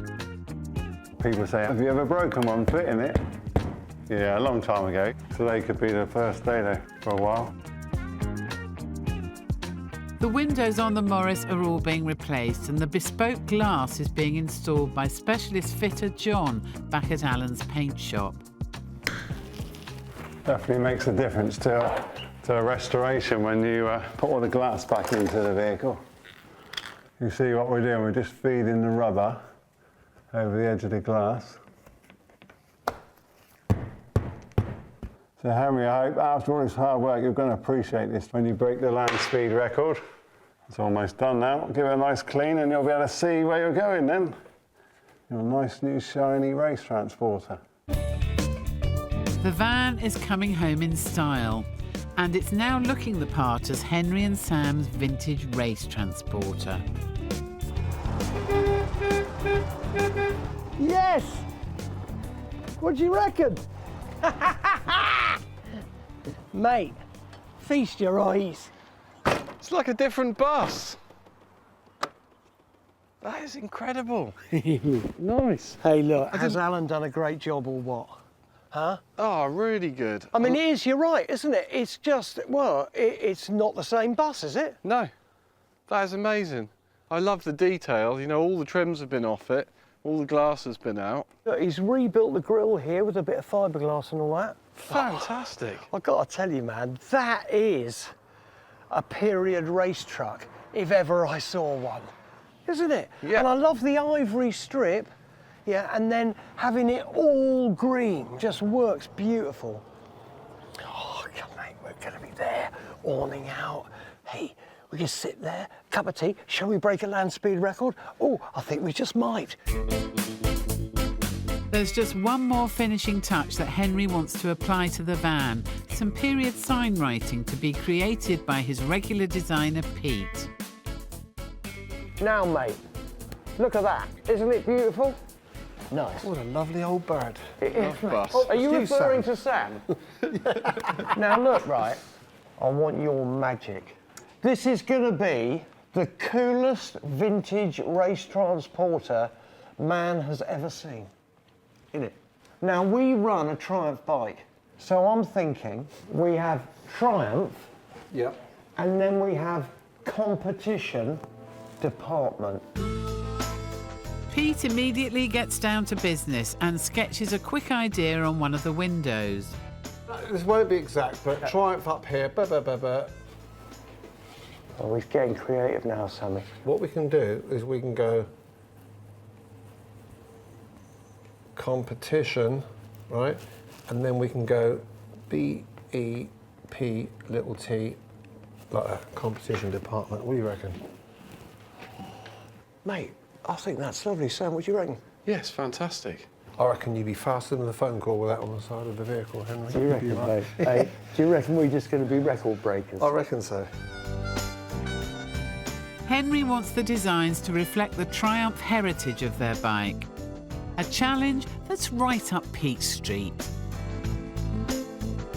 So what I've done is I've taken the classic Triumph logo, drawn it up so it's exactly the same both sides. Triumph logo complete, Pete moves on to the next design. It's a typical sort of lettering for this age of van.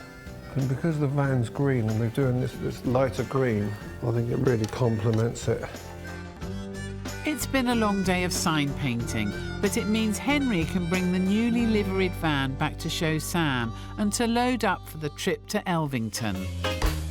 Coming up, what will Henry and Sam think of Pete's craftsmanship as they put the finishing touches to their classic race transporter? Look at it. I just think it makes you feel proud. And as they prepare for their white-knuckle vintage land speed record attempt. I got a laugh, haven't you, mate? When things don't always go to plan.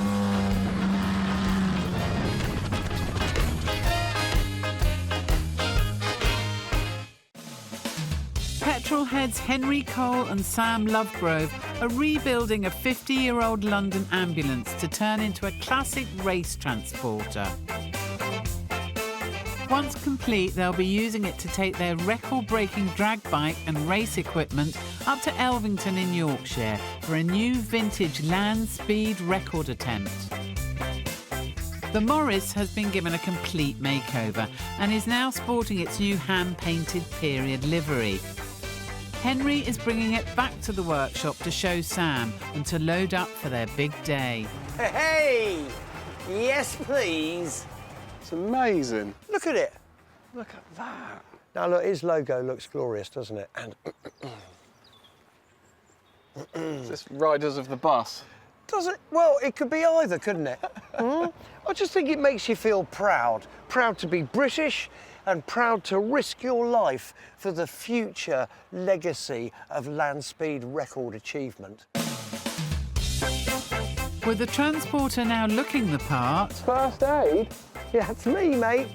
It's time to load up and fit the vintage equipment they've bought and restored. Absolutely nothing is level in this Start machine. there. That's it, that's it. Look at that, man, we've got a first aid box. Hopefully we won't need it. Just perhaps the odd Band-Aid. They find the space for the repainted storage unit and fill the van with everything bar the kitchen sink. And with the Triumph Quartermaster also on board, it's time to hit the road to Yorkshire, 200 miles north. Riding along on the crest of the wave.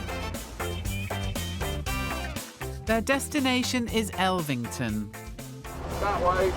Follow the sign. Look, Elvington. Oh, yeah, OK. Elvington. Hey, OK. Elvington. Oh, yeah, all right. Second left. OK. It's a World War II airfield that boasts a 3-kilometre runway, one of the longest straight roads in the country, and Henry and Sam have got it to themselves.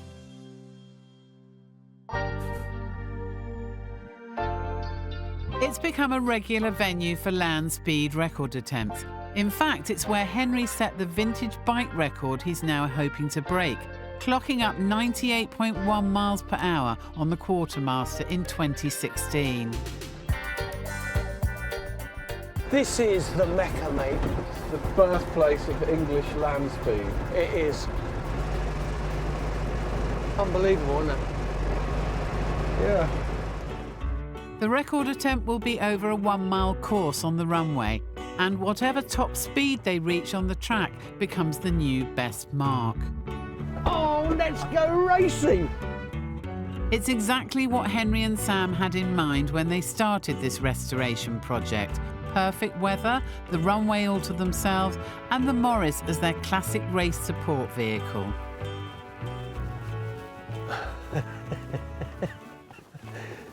Mate, look at that.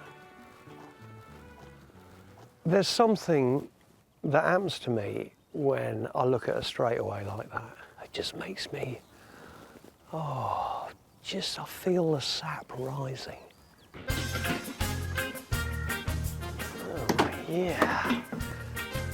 So, this being a British attempt at a land speed record, they unload the transporter. I hate these things. Ow! And then it's a tea break. I'm so chuffed we've restored this truck. We can do this lots more, you know. Yeah, I mean, that's the great thing. This is just the precursor to a whole great many seasons of joy on the road together. Yeah. Racing. Yep. Come on, mate. Happy days. That's for like chair. That's what it's all about. First, though, they've got today's racing ahead of them. Oh, it don't get better than this, does it? Calm before the storm. And after a revitalising cuppa, it's time to meet the officials. Now, Trevor, have you got your timing lights Yeah, sorted? timing lights all set up. We've set 2 sets up, one at half mile and one at a mile. Okie dokie.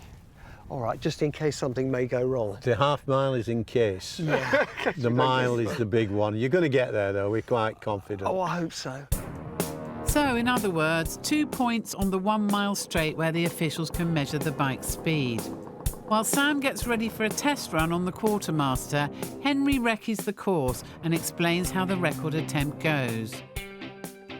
This is really about terminal velocity and how fast you're going when you hit the timing lights at the mile marker. That's what it's all about. Now, my own record is just over 98 miles an hour, so hopefully we might come close to that. Sam is about to embark on a shakedown run at high speed to assess how the bike is performing. I'm a bit seriously nervous now. What about you? I'm not thinking about it. I'm ready for a ride. Open it wide, change through the gears, smile, time. And enjoy it. Do it now. Thanks. Yeah, come on. I don't Good luck, mate. It's going down there. Keep it the shiny side up, so. Okay, all right, so this is it. Yeah, you got it? Yeah. Excellent. Ready? That's what it's all about, yeah.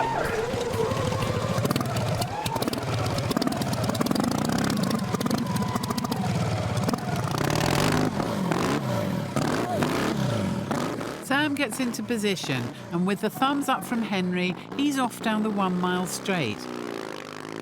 Remember, this is a shakedown or test run, so they don't know how the bike will handle.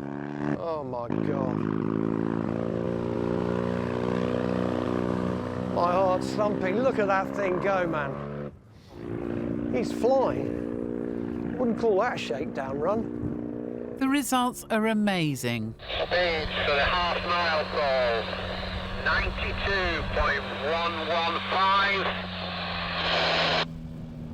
92.115. 982, a new record. That's amazing. 2 at the That's great. 98.2, he's done it. Oh, yeah. Oh, call that a shakedown run. The boys just smashed it. Now you've got to do better though, Henry. Oh, yeah, don't worry about that, Paul. Hey? Oh, God. Yeah. No pressure then, son. Hey, none at all. So Sam, on what was supposed to be a test run, has already bettered Henry's land speed best from 3 years ago. He's holding the record, hopefully briefly. I knew it'd be a shootout. It'd end up as a shootout between him and me, wouldn't it? Hey? Giving it a shakedown, my drivel. Hey? Look at him. Good afternoon. You have a new record. Woohoo! Hey, at 98.2. Oh! Now, mate. Really? What a result. Still not the ton. It had 90 plenty left in it. I was taking it a little easy. Were you? Sort of. I'll tell you, you weren't. Next up, it's Henry, and he knows what he's got to do. I got a laugh, haven't you, mate? And that's go faster than 98.2 miles per hour.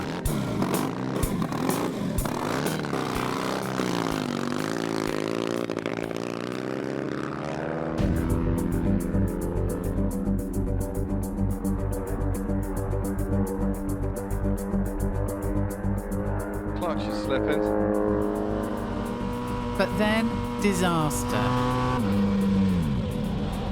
Shut off. I think you might have overcooked it. At the half-mile mark, the quartermaster loses power, and Henry is left to coast over the line at not much more than walking speed. Did you get there? It's quite quiet sounding. It could have been worse. At high speed, a bike failure could have been catastrophic. Only 23 mile an hour through the bit. He's cooked out before then, hasn't he? Only Something's gone 23, wrong. yeah. So, is this the end of his dream? Good afternoon. I think I might have had an issue. All I can say is thank God we brought the pit bike. Eh? but it's what the race transporter was designed for. Oh, look at that. What's that? Ignition wire fell off. Oh, man, thank God for that. To be a mobile garage and repair shop. And so Sam quickly gets to work to try to sort the bike out and get it ready for one more run. Let's do it. On the start line, the nerves are running high. Do not take your fingers off the clutch. That clutch is your parachute for safety, isn't it? This is what we came for.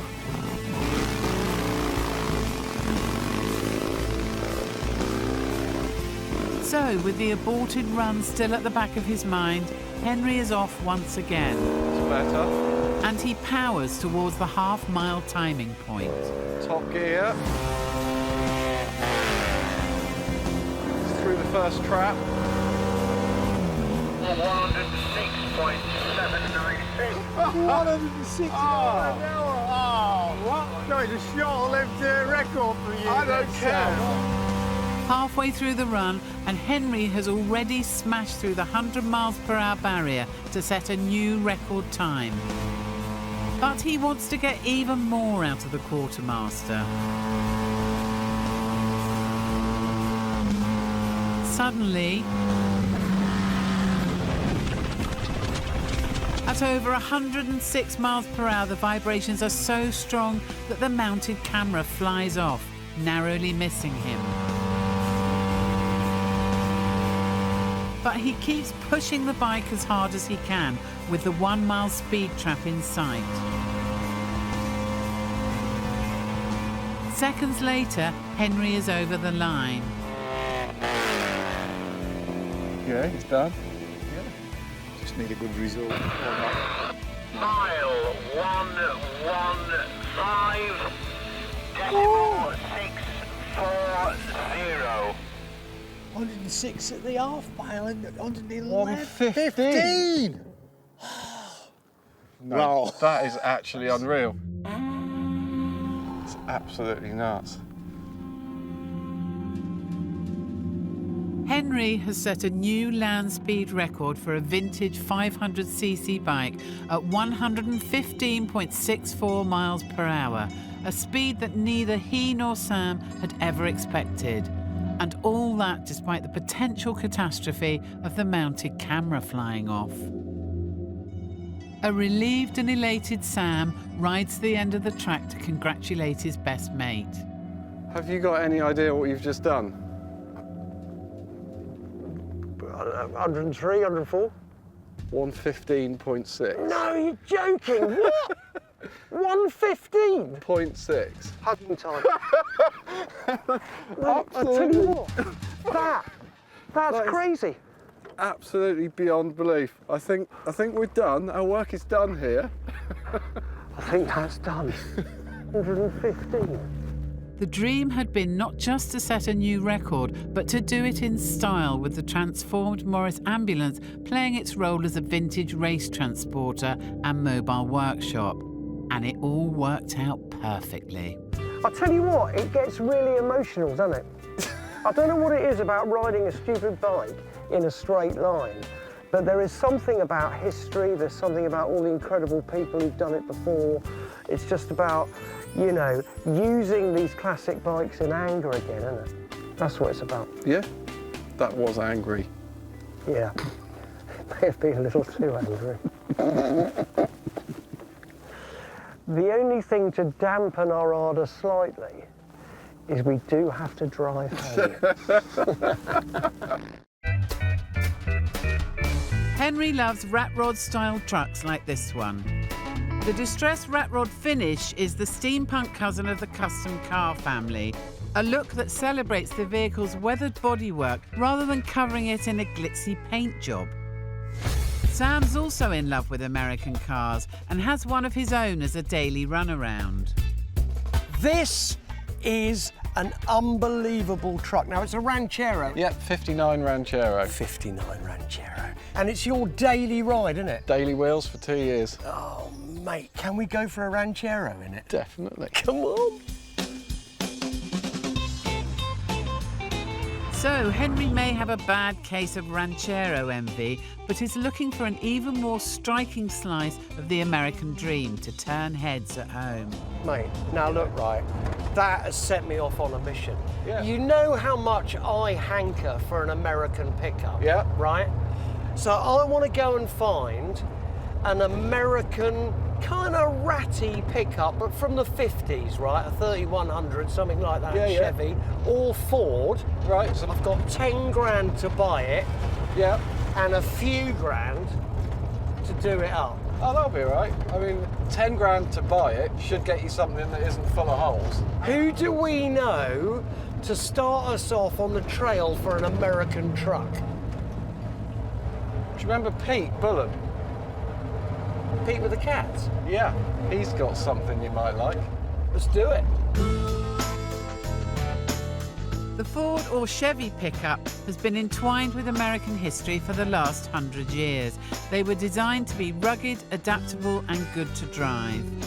Henry's plan is to buy a classic of the type and test it on an American-inspired road trip with a twist. And so they're off to Cornwall, home to Pete Bullen, classic car dealer and restorer. Pete's home doubles up as a cat sanctuary, and Sam has a tip that in among the moggies and the motors, there's a truck that will be perfect for Henry, but that's all he's saying. Hello, Henry. Long time no see. Now, he won't tell me about the pickup. It's a surprise. Surprise, yeah. You two, are you ganging up on me? Come on then. Let the dog see the rabbit, or the cat see the rabbit, I should say. See you in a minute, Pete. Okay, all right. no problem. You go over there.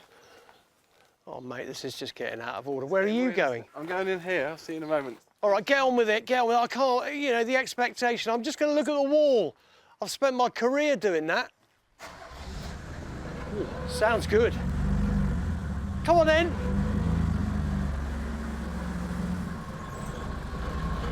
Oh, man. That is a truck. Oh, yes, please. Mate, that was worth the trip. Cool, so what is it, Willis? It's a Willis, but civilian farmer pickup. Oh, I love civilian farmer. The aspiration to be a civilian farmer in me dungarees has just come to fruition. Mm? Good, isn't it? God, it's lovely. What date is it? 1962. So it's quite late, if you see what I mean. Yeah, well, you know, they're still sticking with the original design, but giving it a bit of flair. Willis trucks, or Kaiser Willis as they became known, were first produced in the late 40s and stayed in production until the 60s. They're a classic of their type. Rugged, durable work wagons, just like the better-known Jeeps or Fords. I'm driving the American dream right here, right now. Good, isn't it? Oh, yeah. And it is four-wheel drive, isn't it? It is four-wheel drive. And I'd just like to show you this, Yes. if we start it. Look. Yeah, yeah. To switch it off, if you just touch that, that's it. There you go. It's good, isn't it? A little bit of modernity there going on right now. It's got its factory radio. That was an expensive optional extra, you know. Yeah, I can imagine it was. Does it work? I want to play country and western, mate. The Willis looks in good shape, and the engine already seems to be running well. It could hardly be better. But Henry's only got $10,000 to spend, so it could be a tricky deal to get done. It looks fantastic. All we need to do now is buy it for the right price. Come Over on. to you. Let's go see Pete. He's over here, come on. Pete! I love it. It's just fantastic. Right, now tell me about it. Have you done a lot of work on it? I have, yes. Really, it's labour of love, really, that one. Is it? Mm. Right. How much would you be thinking of? I wouldn't really like to let it go for less than about 15,000, really. It would be churlish to even offer you around the 9-10. No, I couldn't do it. God gives with one, and he takes away with the other. I'll blame you for this. Yeah. Just say something while I'm thinking. 12? Yeah, 12. I think reluctantly I'd have to say no, really, to be honest. I think I'm going to have to bow out. Oh. Should we just Agree to differ, Pete. Yeah, fair enough. I'll bring someone less tight next time. Yeah. Hey, look, normally it's just, I can't, you know, there's a lot. Okay, good. Right, come on. I'll have one last look. So having missed out on the truck, Henry decides to have another rummage. Well, careful, excusez-moi. Je allais down here, mate. Oh. Oh, that's a nice little thing. What do you reckon on that puppy? Yeah, a little pillar-mounted searchlight.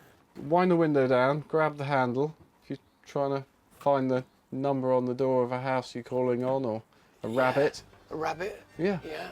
But it would look even better on the pickup when we find it.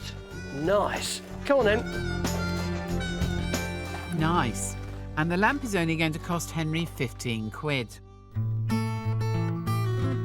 But having struck out on the truck, Henry and Sam are now on their way up to Preston. Sam's had another tip, so it's another long drive. The countryside is changing. Yeah.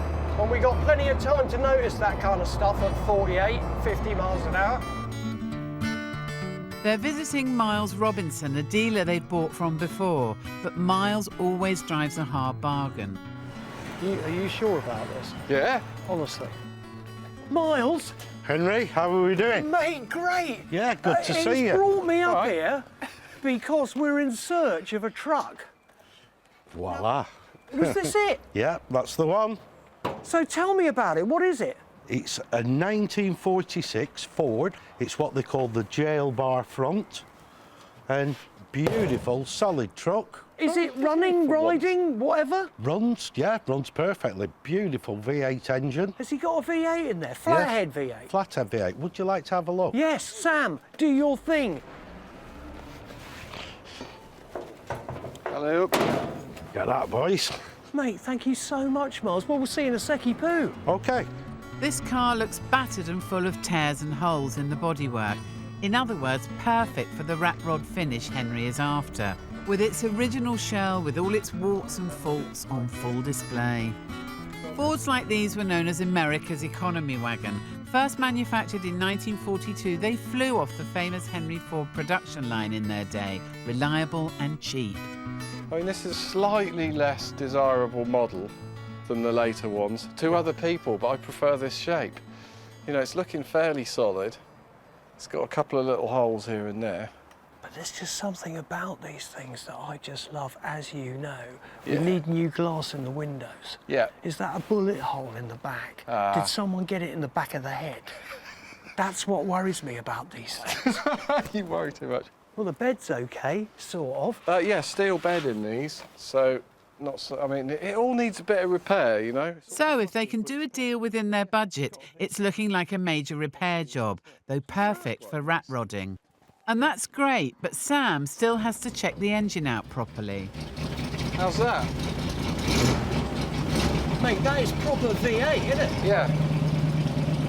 Mate, we could just do a lovely resto job on it, can we? Well, it's a good start, literally, you know, it runs, it's solid, it's all there. Oh, mate, it sounds divine. I mean, it's ticking over. Mate, it runs. Well, I think it says the brakes are no good. Oh, OK. So it wants all new brakes. The wiring looks a little bit bare in places. There's a little bit of work to do, just bodywork-wise, isn't there? Yeah, a few little bits of rust attending to. Tell you what would be really nice would be a sun visor. Yeah. You know those visor things? Yeah. It's a good-looking truck. What do you reckon will the price? I mean, it would be the world's biggest bargain at 8. It'd be too dear at 12. 12. Be all right around 90, 10. Yeah. Do you think? Yeah, I don't know. Should we get him over? Yeah. You never know. The search could be over. Now, Mars, come on out, mate. If you were to sell it, how much would you be thinking of selling it for? If I was to sell it, it would be £10,000, sir. Do you have any other extras with it, like a sun visor? I do have a visor, yeah. Would that be included in the package that we're offering at the moment? We haven't had an offer yet, have we? £9 with a sun visor. Nope. That was the offer. Yeah, well, we've had the offer now. It's 10 grand with the sun visor. 9.5? can't do it, Henry. It's a genuine Fulton sun visor. Is it? An original one? Yeah. Alley or steel? Steel. Oh, it would have been much better if it was alley. 9.9, it's a deal. Hey! All right. So you now own a truck? Yeah. What on earth are you going to do with it, boys? Go trucking. We're going to go trucking. So Henry has found an ideal truck to restore to take on his own version of an American road trip. And coming up, the real work begins on the dents and holes in the bodywork and rat rodding their battered old pickup. There's only 732 more to do. Would you like some tea? Yeah.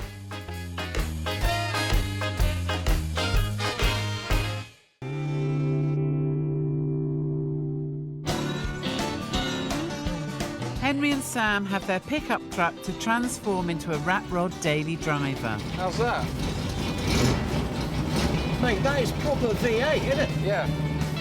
And they're now back at HQ to start restoring it for their twist on the American Road Trip Challenge.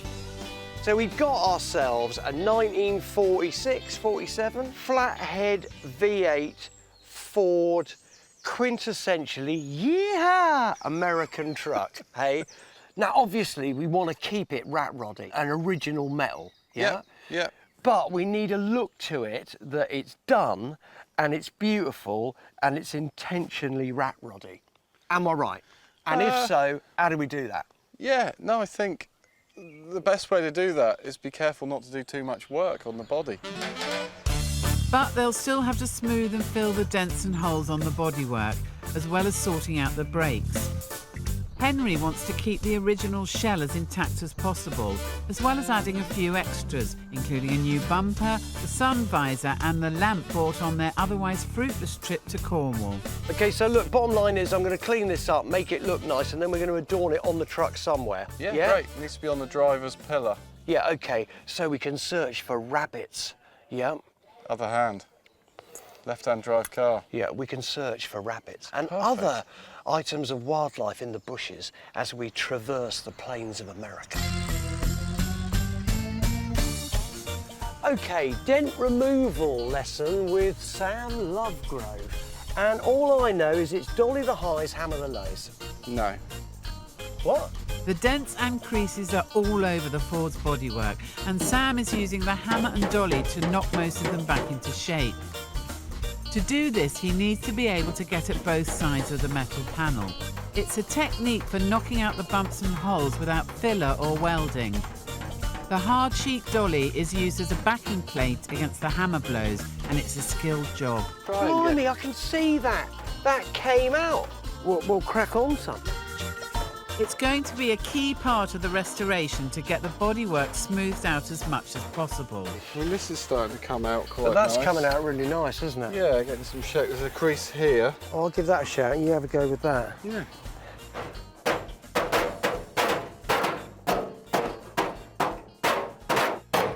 Mate, what do you reckon? Well, look at you. God, I tell you what, it is labour intensive, but it's hugely fulfilling, isn't it? Got a little bit there to do, yeah. Oh, dear, dear. Well, I mean, I can watch this one. You just get on with it, all right? Stop messing about, because we've got a lot to do.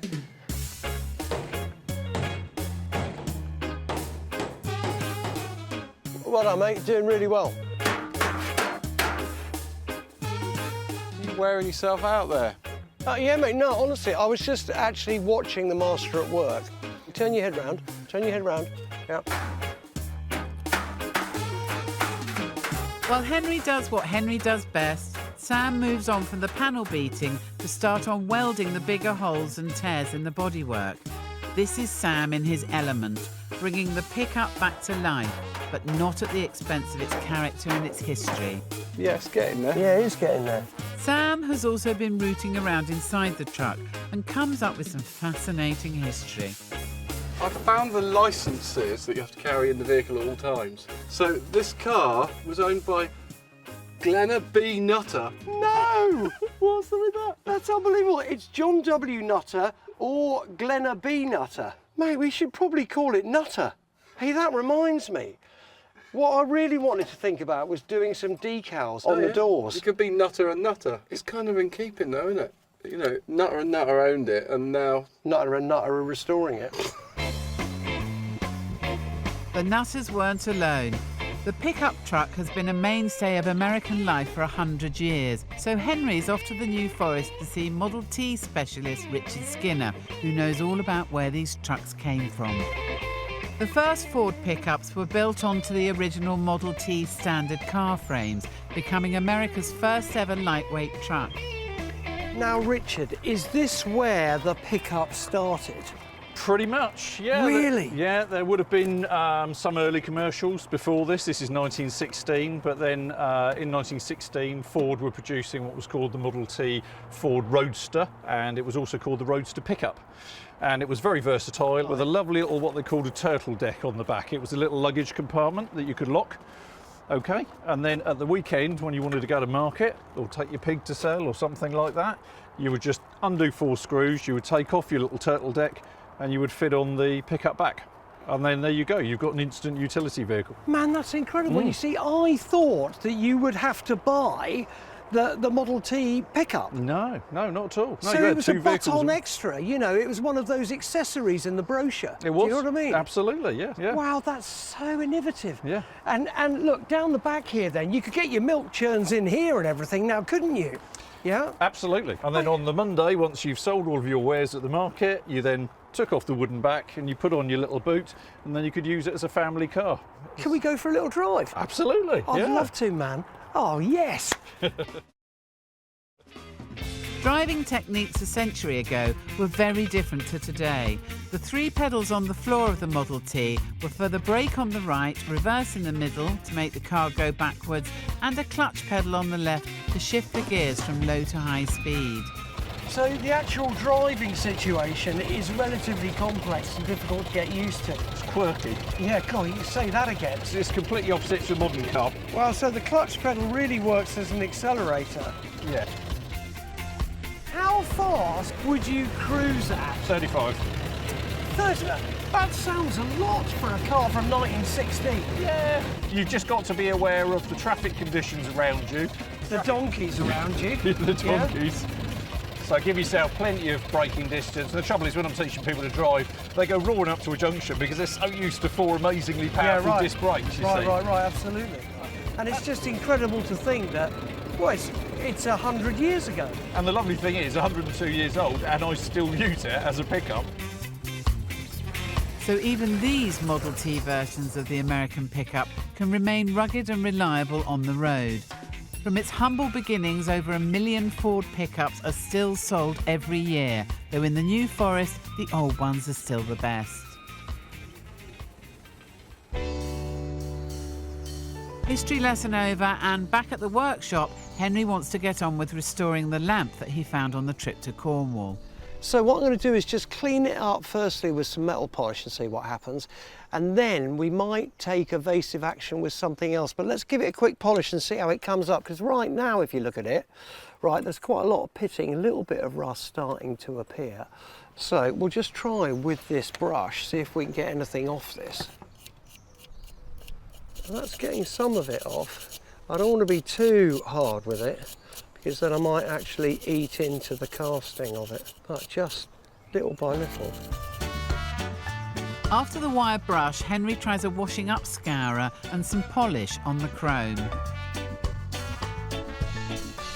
That in itself, straight away, is coming up lovely. And then his top tip revealed, tin foil. Wetting the foil in water creates a chemical reaction with the chrome and restores it by leaving a residue on the surface. All I do know is it does work. But when Henry tries metal polish on the lens reflector, it doesn't quite go to plan. The reflector has had a slight chemical reaction with the polish, to say the least. It stripped the chrome finish, but is there a silver lining?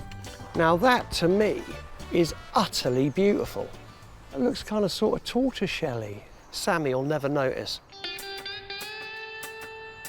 So, while Henry has been working on cleaning up the lamp, mechanic and engineering guru Alan Millyard has arrived to complete one of the biggest jobs on this restoration, fixing the brakes. I can almost see the shoes now. And while he does that, Sam and Henry will finish the exterior.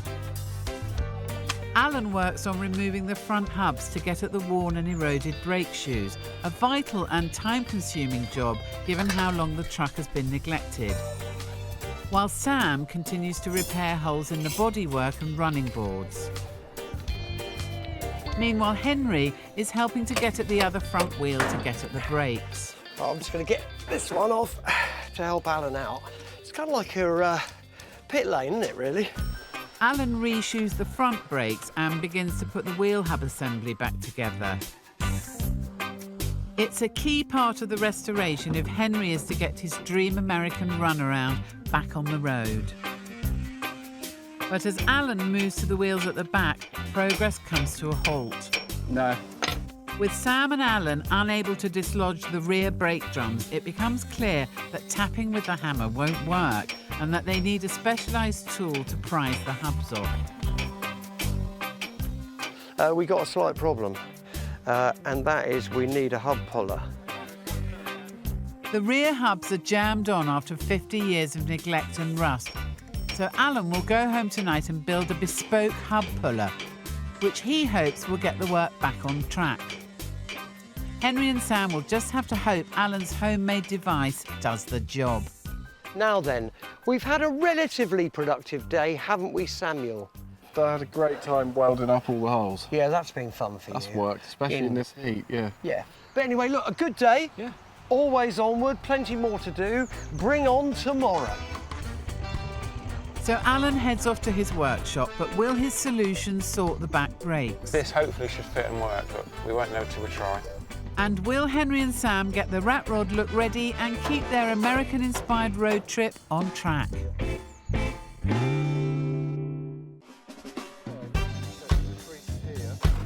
Sam and Henry are preparing their 1940s Ford pickup to take on an American-inspired road trip. They're cracking on with the restoration, but Henry has a confession to make about the lamp he's bought for the truck. I put some metal polish on it and it went... That's not gone well, has it? I rather like that kind of bronze effect with the new bulb in that will work. I think that's rubbish, because the whole idea of that is it reflects the light in a parabolic fashion through the lens. Now all it's going to do is just... light up and look nice. Look nice and be useless. The lamp might not be lighting up Sam's heart, but neither are the brakes. Both hubs are stuck fast and their brake expert, Alan Millyard, was sent home to find a solution. So, we have an issue still this morning, which is the rear brake drum, isn't it, Sammy? They don't come off without a hub puller. But Millyard has been working away in his shed on his own last night to construct, hopefully, something he's got in his satchel. And here he comes now. Alan, good morning. Morning, Henry. Your satchel looks as though it's got something in it, which is good. Like this. This hopefully should fit and work, but we won't know till we try. It's quite heavy. Now that is called a puller, innit? Yeah, it's a bit sort of hopscotch, but the main thing is it's strong. Mate, it certainly looks strong, but I'll tell you what, considering you had about an hour to do that last night, that looks quality. Off you go, mate. Nice. It may look basic, but Alan has welded together a steel device precisely to fit the Ford's hub dimensions.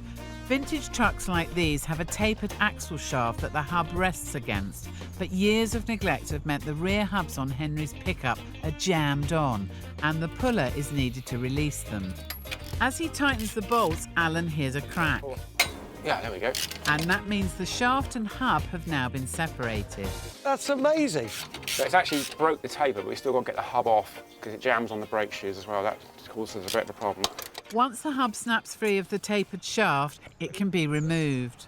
Mate, that's fantastic. This side's much nicer than the other side, but the shoes, they're greasy, they need to be relined. So we're just cleaning them up, putting new cylinders on it, etc. And Sam, we reckon, don't we, that this thing should run an awful lot nicer once we've stripped and rebuilt the car. Yes, it runs right, it's a bit intermittent, it gets warm and cuts out. And then the final thing to do today is to get this old glass out. Come on, John boy, sort it out. The truck doesn't run perfectly yet, and the major problem is that it needs a carburettor rebuild. So Sam will strip the carb while Alan gets on with the back brakes.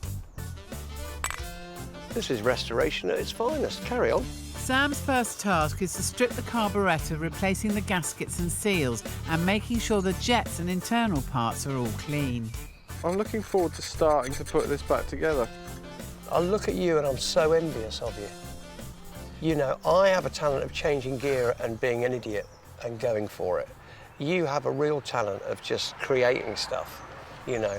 All I do is potentially wreck it. Can I tell you something that I found so endearing that Alan said the other day? We were talking about school days, and he said I was no good at school. But when everyone else was playing cricket, I was helping the groundsman fix his lawnmower. That's all I ever did, yeah. When they were playing rugby and football. You're joking? In the shed with the Atcos mower, yeah. Really? Yeah, and now I'm not an oddball at all. Not at all, mate. Yeah. That looks complete. It's ready to go back on. Wow. Great. Brilliant, mate. Alan seems to have finished all the brakes. Ah! It's been a vital part of getting the pickup roadworthy again, and it's Alan Millyard's engineering know-how that has solved Henry and Sam's biggest restoration headache. Thank you so much, man. So with Alan having fixed the brakes, Henry and Sam get on with the first stage in replacing the truck's windows.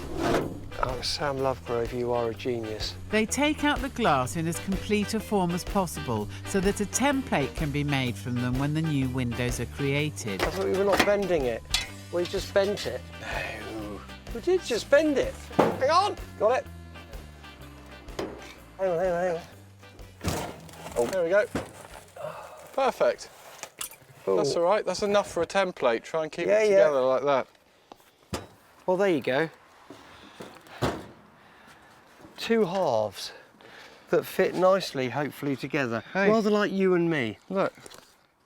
Two halves that make a whole. Oh dear, it's really too hot. The glass repair process is in two stages, glass making and then the glass fitting. In the first phase, the new glass is cut using templates created from the old pickup windows Henry and Sam have just removed. The glass is then heated so it's more flexible for cutting and shaping. And finally, the edges are smoothed off to get the finished window ready for fitting. While that's going on, Henry has decided to work on the front of the Ford, which desperately needs some TLC.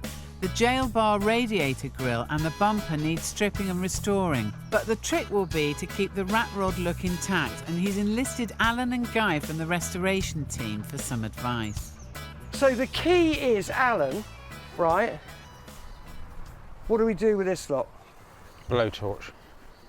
Watch this. Oh my God.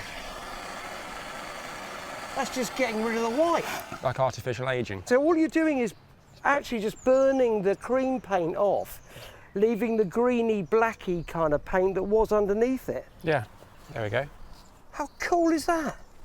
Alan also tries the blowtorch on the bumper. This time, burning the green paint and then wire brushing it away so the original chrome can be polished up. All right. So once you get the heat into it, yeah, it'll come off much quicker. Will it? It'll start off slow, but as we get round to here, it'll come off much quicker. It's a long process, but with Guy helping to polish and buff the chrome, it will start to transform the look of the classic Ford. Next, Henry gets the blowtorch burning the chipped and worn paintwork off the grille, the jail bar design which dominates the front of the pickup, and the change is immediate. I mean, look, so there's that, and then there's that. That's really looking good. Eventually, the grille and bumper are finished, and the bodywork is another step closer to its original look. That is a transformation, isn't it? I'll tell you what I love about it is there is still little bits of white on the grille, but at the same time, the overriding vibe is rusty, which is great. And what it does is it makes the cream here really zing. And that, once we bolted up this properly as well, the bumper, I think that is a transformation. And after Alan drills the bolt holes in the bumper and it's finally bolted into place, all that's left is to stand back and admire. Boys, I've got to tell you, she is something that is really coming together with her own very special character. Definitely. Do you know what I mean? She's great. With the front of the Ford now buffed up, it's time for the windows to be replaced. The truck is taken to a vintage car restorer where the new glass will be fitted. And with the Ford now beginning to look the part, the glass will really help the transformation. Without someone holding it and pushing it on the inside, you'd never be able to do this on your own. And the glass is now in. And there we go. Ready for Henry to collect. So Henry's off on his Hudson autocycle to collect the truck and see how his masterpiece is taking shape. Mate, it's just transformed it, hasn't it? Henry heads home with the new windows installed and the Hudson on the flatbed. Oh man, this is fantastic. Nick's done such a great job. New Hudson in the back, and hopefully Sammy has forgiven me for my issues with the lamp. And now he can't wait for Sam to see the transformation. Ha-ha! Mate, look. I can look at you from wind up windows. Oh, nice. They are lovely. What a great job Nick's done, hey? Yeah, Don't you good. think? Yeah. Do you still love me? Yeah, a little bit. Oh, now then. Don't you think that bronze effect's nice? It's not so functional, but, you know, on reflection, it ain't too bad. The restoration is in the final stages. Sam and Henry now get on with attaching the rebuilt lamp. Oh, Samuel, just don't say anything. Yep, that's it. Okay, that's it, look. Perfect. And then fitting the sun visor they bought in Preston.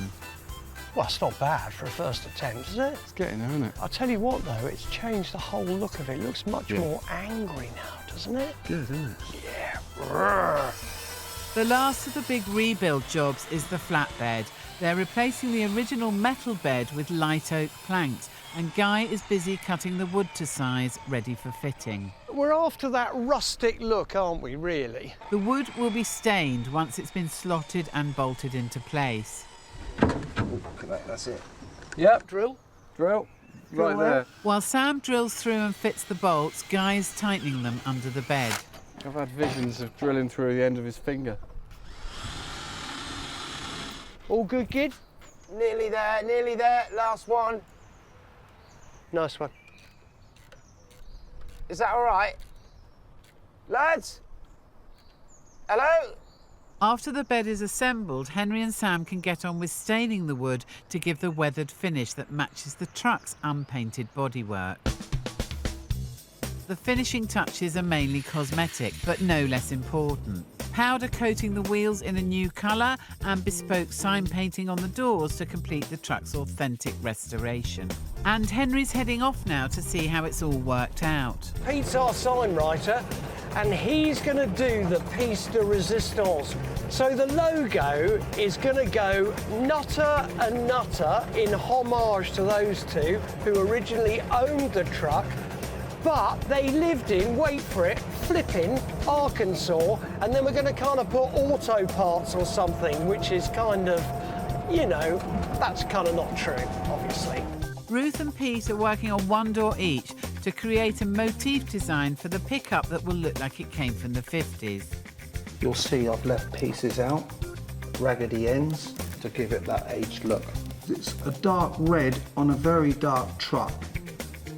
And this will just punch the logo out slightly. If it works, it will complete the classic Americana reproduction Henry wants to achieve. Are you excited or what? Why? Well, because of Pete doing his artwork. Oh, the truck, yeah. What do you reckon? Has that been there the whole time? We didn't notice it. Oh, you see, that's how it's supposed to be, Pete. That's amazing. I'm glad you're happy. But that is unbelievable, isn't it? Yeah. Seriously. Thank you very much. There's very few things that make me dance, I've got to tell you, Pete, but that is one of them. We do a bit of Argentine tango. What? Yeah. Ruth and Pete actually teach the tango. What, now what? Henry and Sam, Right, on the other hand, okay. will stick So, to restoring little step to the cars. side, turn the woman round, and then walk off. Come on, Sammy! Bring her out! Oh, yes! She is fantastic. I mean, fill your boots. Oh, nice. Hey? Hey, those wheels are a bit lairier than I thought. They're Yeah, great. they are quite leery, aren't Really they? good. I'll tell you what, there's a nice little bit of blue going on there. Yeah. If you don't like blue, you won't like this truck. But I love it! And flipping heck, it's gorgeous. Hey, Pete's done a mega job. That is amazing. Hasn't he? Yeah. Better have a test ride, what do you reckon? Yeah, all right. Yeah, okay, mate. Small one.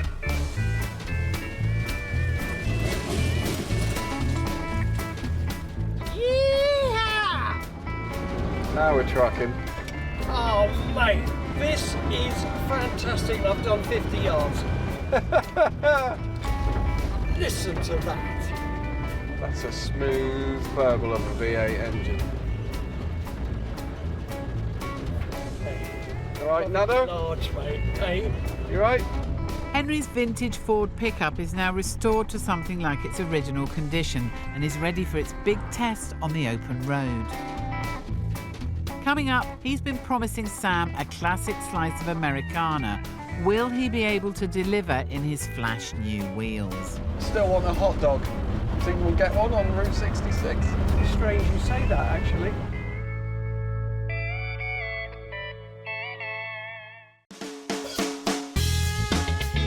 Vintage vehicle restorers Henry and Sam found their classic American pickup in Preston.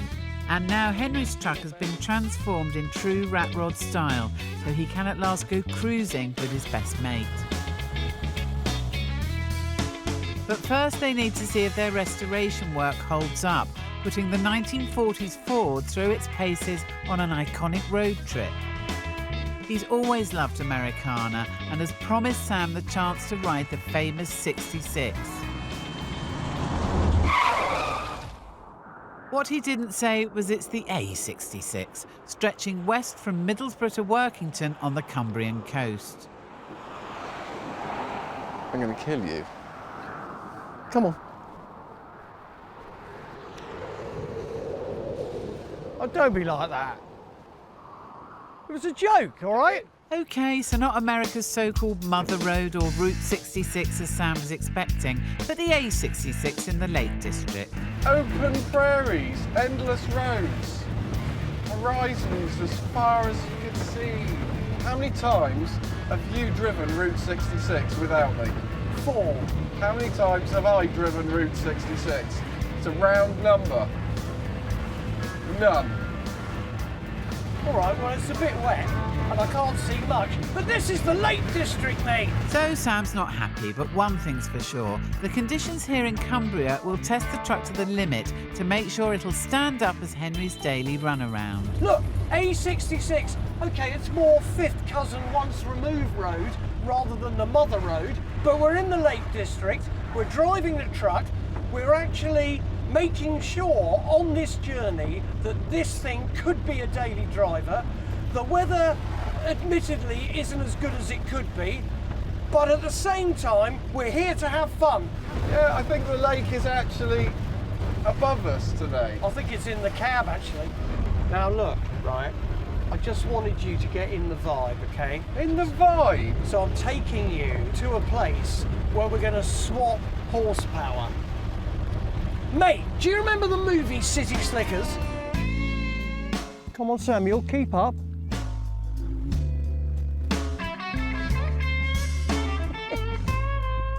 This is living the dream, mate, eh? Have you ever ridden anything with this kind of horsepower before, Samuel? Yep. And have you enjoyed that experience, Samuel? No. So, best get back on the road, lads. You really are pushing your luck. Honestly, it's the last time going on holiday with you. This is appalling. Well, I have to say, mate, this is one of my favourite places in the world, the Lake District. and to be driving in this well-cool American pickup with you, looking like a pair of prunes. I'm having a ball. The A66 in the driving rain is going to provide a true test of whether the restoration work on the Ford will actually hold up. Heading west and with stretches of the Pennines still to negotiate, there are more tests to come for Henry's new pickup. But first they have a couple more stops to make en route. 66 heralded the first ever automotive migration of a population from east to west. Really? Yeah, everything that we now take for granted on a road happened there first. First roadside diner, first petrol station. Oh, really? First roadside advertising, first motel. So it was the first sort of popular route in America? Absolutely, man. Oh. Absolutely. Still want a hot dog. Think we'll get one on Route 66? Strange you say that, actually, because I've got a little surprise for you. Uh-oh. Hey, look at that. Our very own roadside diner, mate. Fantastic, why not? All right? Yeah, cool. Sorry, chap. I'll see you there in a minute. Oh, yes. I didn't realise. Here, have a menu. Thanks. What you want? No hot dogs. It's just one of those days, isn't it?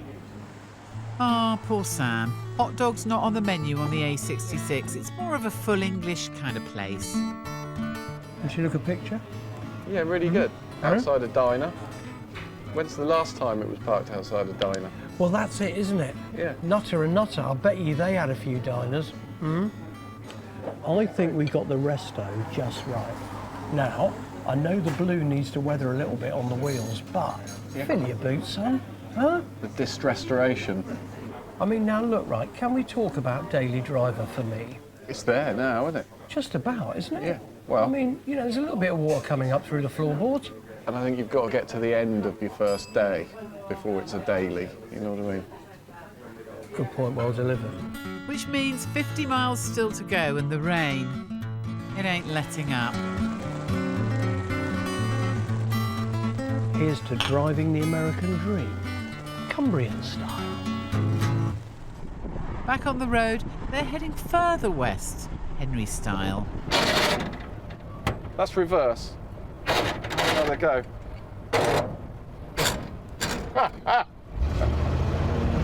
What went wrong then? I've no idea, I'm not driving. So the Ford is looking the part even if Henry's gear changing isn't, and he's still got to work out how the truck will handle at speed. Don't get too fast. This is like the sound barrier. 45 mile an hour. We haven't broken that speed yet. That really is top speed for Henry's vintage pickup, and as the rain beats down, he's having to master the limits of how fast he can actually go in this beast of a truck.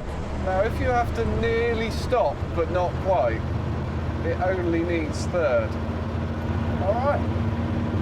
Now you tell me 80 miles in. Well, you know, you've got to learn. There's still a way to go, but first Henry has another pit stop planned, this time in Keswick. Now, mate, I'm looking for our next little attraction. Oh, yeah? What could it be? Prepare to be amazed, son, because I tell you what, you're going to thank me for this. 5, 6, 7, 8. Toe heel. Step quarter, cross shuffle, hip bumps. Switches, side and side and heel. It just wouldn't be like Route 66 without line dancing and country and western. They've joined the Keswick Crazy Kickers, average age 82. Line dancing in Keswick. Tell you what, man, there's both kinds of music here, country and western.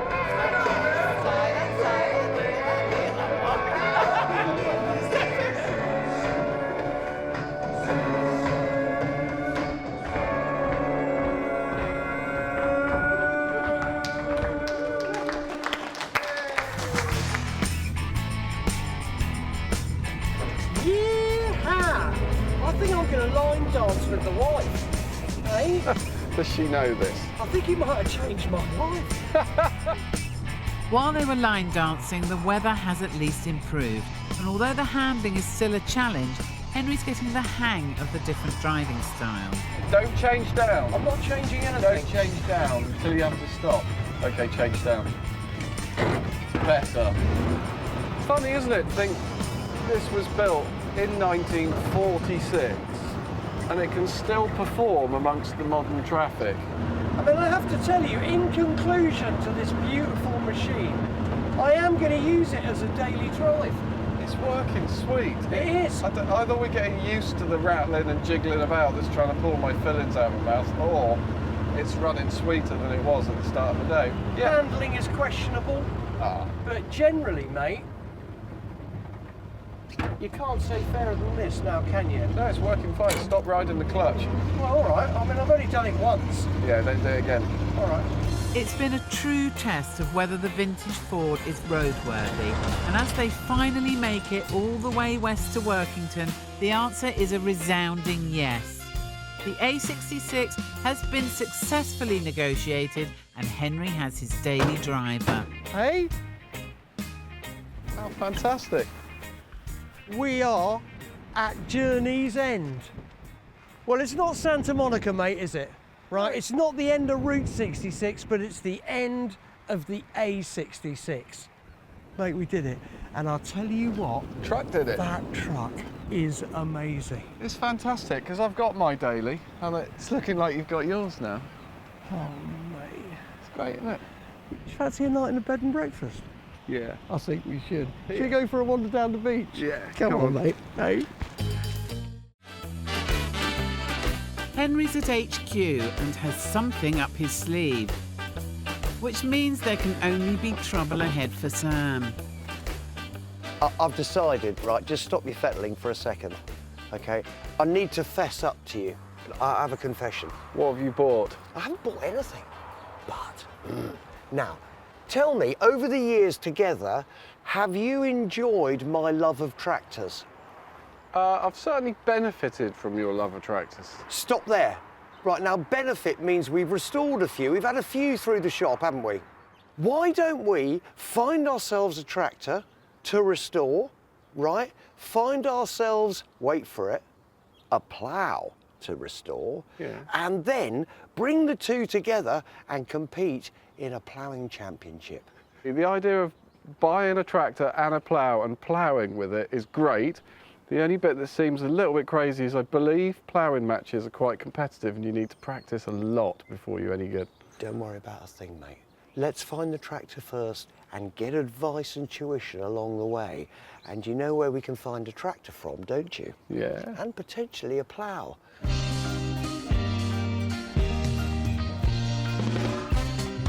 So Henry and Sam hit the road with only one destination in mind. They're off to see Patrick and his magnificent tractor emporium. So, we need a little tractor, perhaps a Ford or a Massey, to fulfill our dreams of being a ploughman.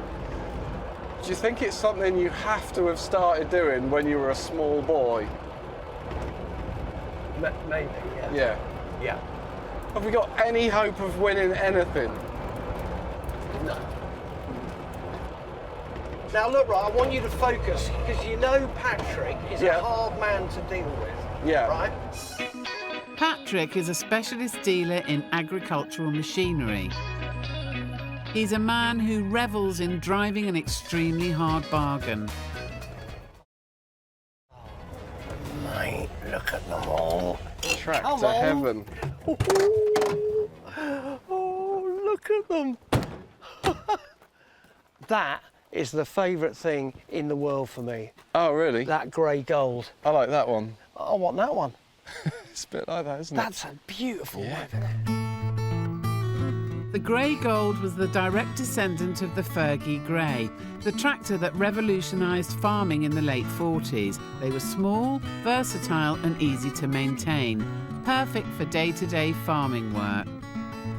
Massey Ferguson launched Henry's favourite grey gold to replace the original grey and was to change yet again to today's familiar red and grey.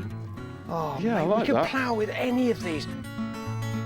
Mint condition greys can go for a cool 10,000 or upwards, but Henry's only got about £2,000 to spend. So what are the chances of getting a deal on this one? Patrick, right. I mean, look at the choice. Right, straight away we've got ourselves a grey gold, my favourite tractor of all time, right? Yeah. And we've got ourselves a 135, and if that one is just a bit too good, we've got another 135 in good working order. And then, if that one isn't quite right, we got that. How much are these? Well, this one's 6,750.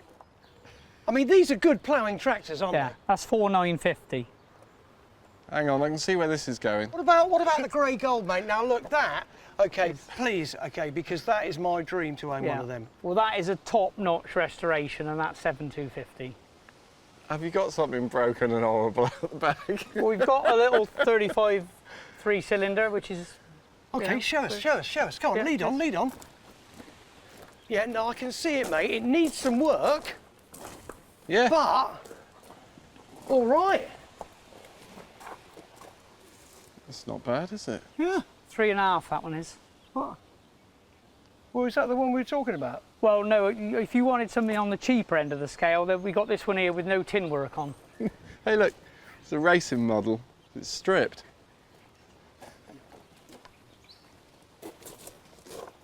It's not a tractor, is it? It's just part of a tractor. No, it's a complete tractor. It's just got no tin work on it. It's all up and running, complete. Oh, it's yeah? just got no tin, the tin work's missing, which is, It's got to be in our price range. Yeah, 3-cylinder, ideal little tractor for ploughing. It runs. It runs mechanically, it's absolutely fine. It's a Massey Ferguson 35, launched in the UK in the mid-50s. Spot wasn't in.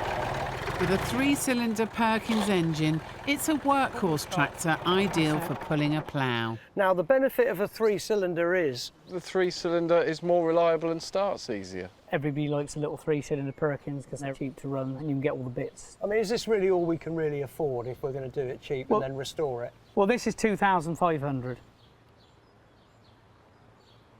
Any lower than that?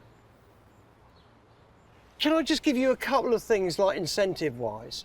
Right, Yeah. if we buy this, firstly, you're helping 2 old men go ploughing for the first time. And we are continuing the lineage, right, of great ploughmen for the future. We'll come back for the odd part probably as well. Do you know what I mean? Yeah? A tractor is a sum of its parts. This ain't got any. Yeah, well, perhaps if I'm going to sell you a bit of tin work and some tyres and... Yeah, and bits and bobs. We can perhaps have a deal on 2-3. Okay, I'll do that on one condition, right? Because I know this needs a decent clean. So if it was a steam clean and 2-3, you got yourself a deal. Yeah, I can do that. I can live with that. Thank you very much. Mate, shake his hand quickly. I can't believe I've bought a little bit of a tractor. Yeah, some of a tractor. So it's not the beloved grey and gold that Henry had dreamed of, but rather a threadbare descendant of the grey that might have a decent engine, but not much else. And they will have to see if it actually runs as well as Patrick says. But there's something else they still need. Do you have a 2-furrow Fergie plough? My neighbour John Eddles up the road, he's got one. And What, for sale? I know he wants to sell it, yes. Well, Yeah. John up there? Yeah, John. The farmer John? Farmer John, yeah. Okay, so mate, right, 2-3 and a steam clean. Yeah. Okay, we'll Deal be done. back for it. Yeah. In a couple of hours. No problem. All right? Great. Thank you very much. Yeah. See you later. Cheers, Patrick. Do you think we've been done? No. So Sam and Henry are off for another haggle. For a plough this time. Right, we're going to John's, right? Right. Now, John, I think, has this lovely farm up here. So I reckon if it's in good nick, it's going to be about 300 to 400 quid. Really? We're too far out. How much do you know about ploughs? Not a lot. The 2-furrow plough does exactly what it says on the tin, cuts 2 furrows at once. The key components on the plough are the mould board, which turns the soil over, and the ploughshare, which cuts the soil. Now then. Hey! Look at this. Yeah. Proper farming. John? Oh. Henry, how are you? Henry, Right. pleased to see you. This is Sammy. Nice to meet you. Nice to meet you. You were expecting us. Patrick did call, didn't Oh, he? yes, he did call, but you're a little bit late, but I'll forgive you for that. Sorry. Now, John, right, Patrick says, oh, I don't have a 2-furrow plough. Yeah. But he says he knows a man who has, and that's you. Yes, I have. Do you? Do you know kind of where? Sort of out there somewhere in the shed? In the shed somewhere. We'll go and have a look. Mate, there's loads of stuff. Can we have a little rummage? Go where you like. And then once we've found it, we'll give you a shout. I speak about. Thanks, mate. Cheers. Great. Come on, then. Let's Cheers. go. Let's go. See you in a Go where bit. you like.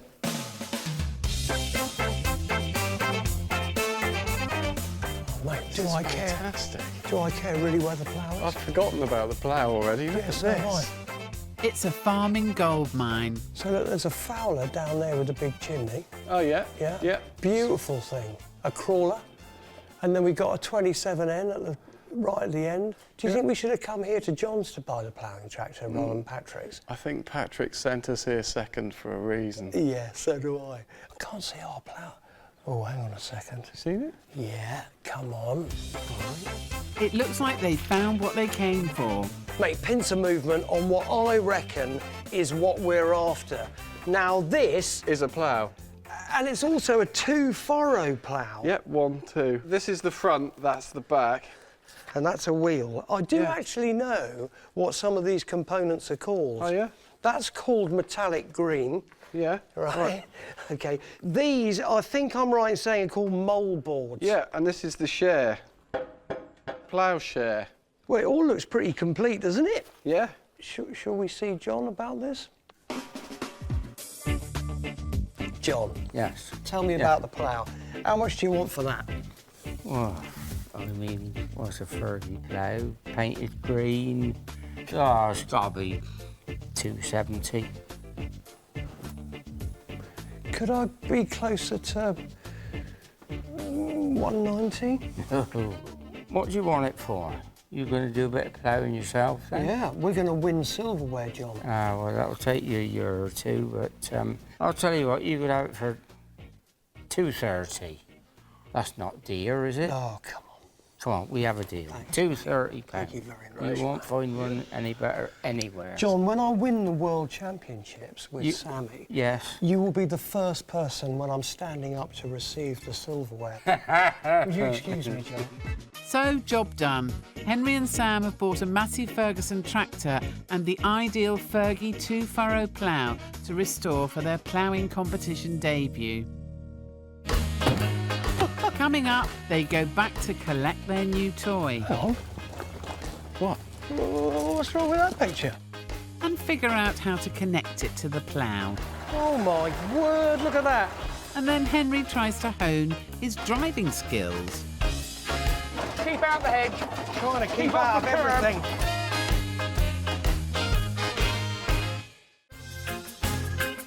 Henry and Sam have bought a plough and tractor. 190? To fix and then enter a ploughing match. Now they're back to collect their wares. Got a plough. Got a plough. Now we can turn some sod. Hang on. What? What's wrong with that picture? Ah, hasn't been steam cleaned yet. Shall we Well, address that's part the of the situation? deal. Yeah. Will it? All right. Confused. Patrick. Patrick? Yes. Now look, firstly, right, John's a legend, and we got ourselves a lovely little Farmer John. 2-furrow plough, Lovely mate, bloke. I have to tell you. Yeah. Right, so that's the good thing about life at the moment. My whole world was going exceptionally well till I returned. Steam cleaning? Yes. What? The steam cleaner? Yeah? It's round on the wash bay. What do you mean round on the wash bay? I thought Oh. the deal was... Oh, no, it's been caught out again. The deal was Yeah. steam clean. Yeah. There's the steam cleaner. Not you doing it, but us doing it. Oh no, I wasn't going to do it. I get all dirty. Come on. Well, you walked into that one, boys. That bit. That bit. Which bit? That bit. That bit there? That bit. This bit? Don't miss that bit. And that bit. And as they clean the tractor, Henry begins to realise just what he's taken on. Okay, well, look, right. We've got ourselves half a tractor, but we got it for £2.5 grand with a steam clean included.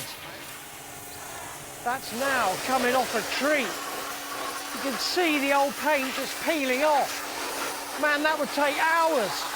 Hours and hours without something like this. So we're going to get this steam cleaned. Blimey, that's a big restoration. At least Patrick's right about the tractor running, and after the steam clean, Henry and Sam drive over to collect the plough. Hang on, do you want to go up with the draft a bit? Yeah. No, up with the linkage. It's the first time they've tried to attach it to the tractor. Left hand down, more. That's it, more. That'll do. Whoa. A little bit more. Whoa.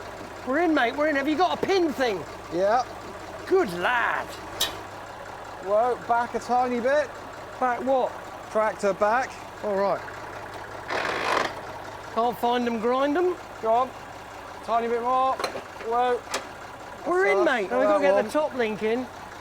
The all important. Oh, and it fits in a tree. Look at that. That's it. That's it. We're on. Right. Try picking it up. I'm going to. Is it clear?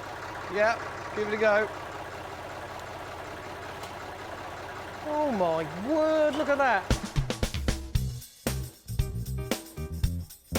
Henry and Sam set off for the workshop, hoping the tractor and plough will hold together over the 10-mile trip.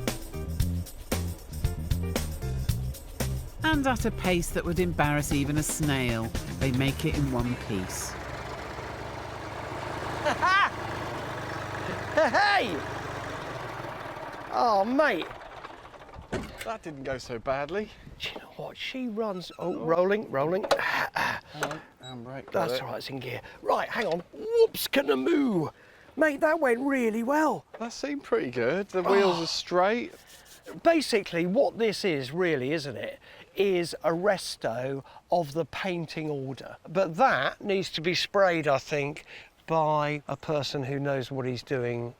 I'm glad you've said that, because there's about 1.5 acres of metal spread over a 10-foot span. And it's very three-dimensional on the painting side of things, isn't it? There's a lot of detail to get in with a brush. So the tractor needs some specialist painting and body restoration, but Henry and Sam decide they'll work on the plough themselves. The plough, now then. Yeah, it's got a few loose nuts and bolts. Yeah, the moldboards seem pretty good, don't they? And I think they just need to be given just the sharpening they require. Yeah, clean up. But actually, frame-wise of the plough, well, I think we could handle that, couldn't we? Yeah, it's all looking all right. We want to be the people who have all the gear and no idea. A bad workman can't blame these tools. No, they might blame us. Well, of course they will, mate. We're going to be absolutely hopeless. So there's only one thing for it: get brushing. And smoothing and scouring the tractor for the big paint job makeover. Look at that. It's looking all right, isn't it? Yeah. Cool, great. So look, right, we're just going to get the excess off, aren't we? Yeah. And then Wayne can take over. Yeah. Wayne is the specialist who'll be finishing the paint job for them. I mean, she's pretty mint. But before then, there's a lot of elbow grease needed to get it in shape. Look, man, that's great. I mean, old Wayne Waynetta, he'll finish it off anyway. It's a lot less flaky looking. No. We've done our bit to prep it for him. Yeah. Right? So this time, it's back to getting rid of the rust and flaky old paintwork on the plough to get it ready for Sam and Henry to hand paint. And in between the prepping, working out tactics for the ploughing match. Who's actually going to do the ploughing? Because we've got one tractor and we've got 2 operatives. What happens if I do 2 furrows, get off, and you do 2 furrows? It's kind of like a penalty shootout, right? So I could have scored and got 2 furrows bang on, and then you come and kick it over the bar. Henry and Sam will be taking part in a ploughing match like this one, and will be judged on the standard of the furrows they create. Ploughing has evolved from hand to horse-drawn rigs via steam and traction engines, and finally to tractors more like Henry's. But one thing has stayed the same: it's no place for a novice. Okay, so, right, this is the plan to do the plough. And before Henry and Sam can even get to novice stage, there's still more work to be done on their new plough. Put the plough up. Yep. Support it with the block. If it'll go high enough, yep. Is that good? Sounds easy, doesn't it? Yeah, nice. Even a dog could do it. Lifting and supporting the plough. Easier said than done. Good. I think it might be about to fall off. No, drop it, see what happens. There you go. But on the second attempt, Henry gets it wedged in place. I think that's safe as houses. Do you? Yeah, have you seen my house? And then the plough is ready for painting. I've got this tractor paint because I've done my research, and actually it just needs to be a little darker because that is the traditional darker grey for ploughs and that. Oh, nice. Slowly, but maybe not so surely, the plough is going grey. This is the typical thing to paint, where you think you've finished it, you walk away and you go, oh, I haven't done the underside of that bracket. That's the thing with restoration. Perfection is something you can strive towards and never, ever achieve. Right, so we'll just let it dry. Yeah. Slap another coat of paint on, and we're basically getting ever closer to winning the novice competition in the ploughing championship. Yeah. Yeah, we are. Loving your optimism, boys. Henry and Sam have heard from Patrick once again. He'd shown them a classic traction engine he owns when they were buying the tractor, and now has a surprise. He wants them to have a go on it as part of their prep for the ploughing match. Traction engines like these revolutionised farming when they were introduced around 150 years ago, a time when the only real alternative for hauling big loads was the draft horse.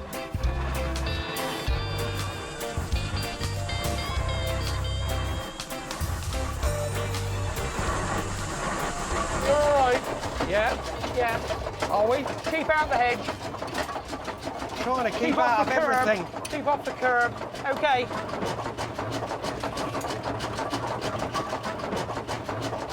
Blimey, you got me going through town here, Patrick, straight away.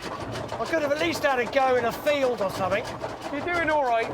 Tell you what, the concentration is absolute, isn't it? All you've got to think of is steering it. I am. But don't think about anything else. I'm not. Now we're wandering back over this way. I know. Yeah. Blimey. We've done it. Yeah, we're on it. Going straight now. Cool, that was quite stressful, Patrick. Tell you also what's amazing is people's reaction to it. Yeah. They're holding up the traffic, you know, but still everybody is waving, you know, and appreciating our heritage. Yeah. Everybody's pleased to see it on the road, you know. It's such an incredible machine. I mean, how many people get the opportunity to do something like that? Patrick, I can't thank you enough, mate. No problem at all. Absolute revelation to me. I can see why you're addicted to it. Driving lesson over, but after negotiating the busy streets in Patrick's traction engine, Henry and Sam still have a lot to learn when it comes to ploughing. Coming up, their rundown tractor is getting a complete makeover. Oh. Don't watch the paint! I didn't watch the paint. I know! But our novice farmhands still need some intensive ploughing practice. So that's all I got to do, turn up and do that? Not exactly. Will Henry and Sam ever learn to go straight? Slightly wobbly, it's my special technique.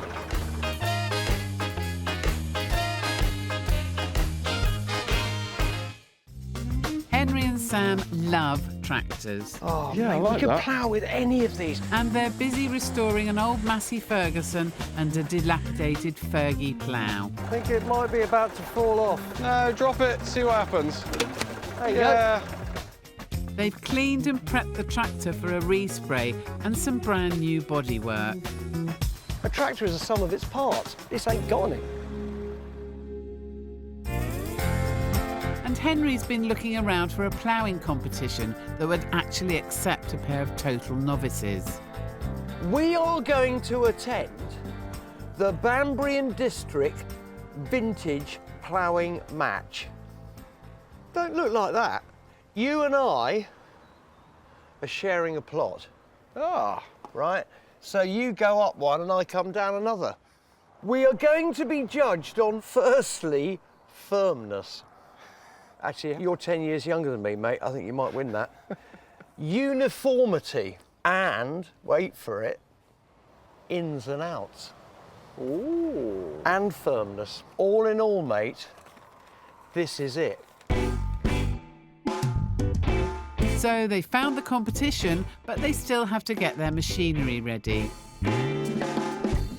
They've decided to have the tractor sprayed and reskinned professionally. The engine and chassis have been sent over to a local paint shop where Wayne is giving the grubby old farm relic a total makeover. It's all been steam cleaned off, sanded down. We're going to put a coat of red oxide primer on it, followed by a grey undercoat, and then we'll be ready for the top coat.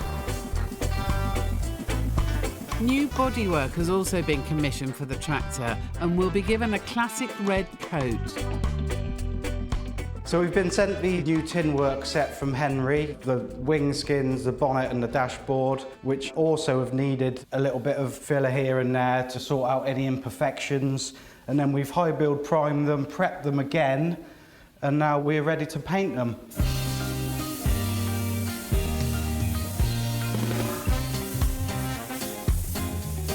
It's a highly professional, time-consuming process, but eventually all the parts are delivered back to Henry's workshop. Right then, so she's back and looking stunning. Sammy's just doing the exhaust pipe. We've put on a load of stuff. She's looking glorious. What do you reckon? A wild transformation. Okay, so look, we're in a situation where we have ourselves a mint chassis, basically, don't we? Yep. Yeah. What should we do then? Bonnet? Yeah. No? Grill? Fenders? Fenders. Fenders? Wings. Wings. I'll get them. Okay. There we go. Wow, look at that. Okay. Here we go. Time for the rebuild to begin. There they go. Okay. Right, will you hold it? I'm going under. Oh, hang on. Just don't scratch the paint with your socket. So don't tighten them up. Will you stop scratching the paint? We've got to go ploughing on this. One fender down. Okay, sweet as. Yeah. One to go. Hey, it's nearly a complete tractor. I can feel it. Your tractor feeler.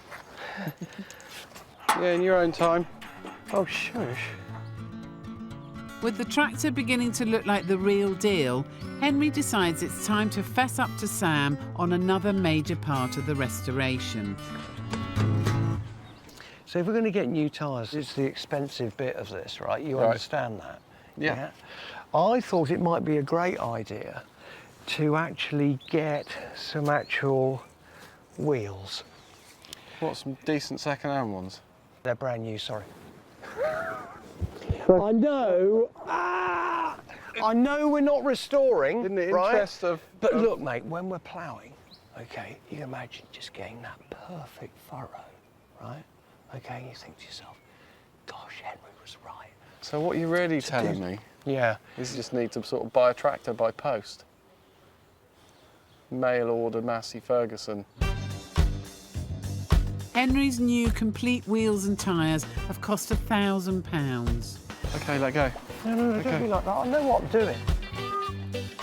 The tyres were £750 alone, so Henry thought, why not buy some new hubs as well for £250? I don't trust you. You're going to pin me to the wall. No. But save some money by restoring the front ones. Oh, you are a pro, man. Have you got a nut? No. Don't watch the paint! I didn't watch the paint. I know! This tractor's going to look mint, eh? It's definitely the way to go, man. New wheels, new nuts, new tyres. Lovely. With the replacement seat also fitted, the perfectly shod tractor is ready for its final piece of bodywork, the newly painted bonnet. Are we ready for a bonnet? Yep, ready when you are. Grab a side each. I'm siding. I got it, mate. To me. This is where we completely go from heroes to zeros. That's it. Yeah? Yeah. OK, I think we're about there. Hang on. Right, I'll tell you what, man, we need to fettle it a little bit more, yeah. Right? But, I mean, talk to me, man. Isn't that great. beautiful? Yeah. I mean, a lot of prep, yeah. But come on. This tractor is a transformation ready to plough life's furrow. The restoration project started with a bare-bones Massey Ferguson with no bodywork and has delivered this classic makeover. The tractor and plough are looking mint, but one thing's still missing from this picture. Henry and Sam have never ploughed before. So they're off to have their first lesson. No, well, I just thought we should go and try our hand at learning how to plough. What, we're going to practice before the event? Yeah, of course we've got to practice. That's a bit out of character, isn't it? We never do that. I just believe that we need to be slightly informed. Sounds great. Buzzard.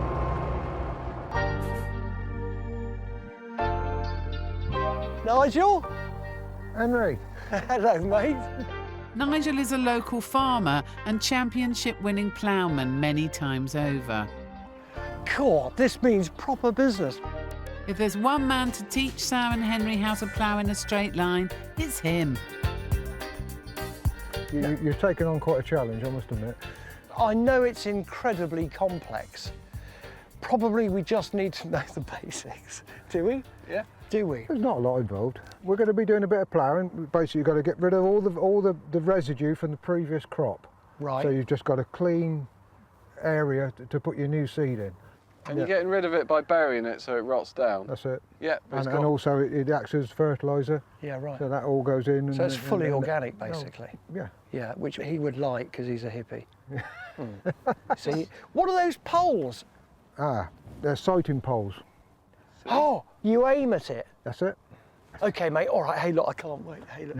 We're going to be ploughmen by the end of this. Yeah. You and me, ploughmen. We want to see the professional do it first, though. Yeah. Eh? Don't you? Yeah. Yeah. I Okay. do. Okay, that's great. All right. Rock and roll. We're All ready right. to go then. The lesson starts with Nigel giving Henry and Sam a practical demonstration of the art of ploughing.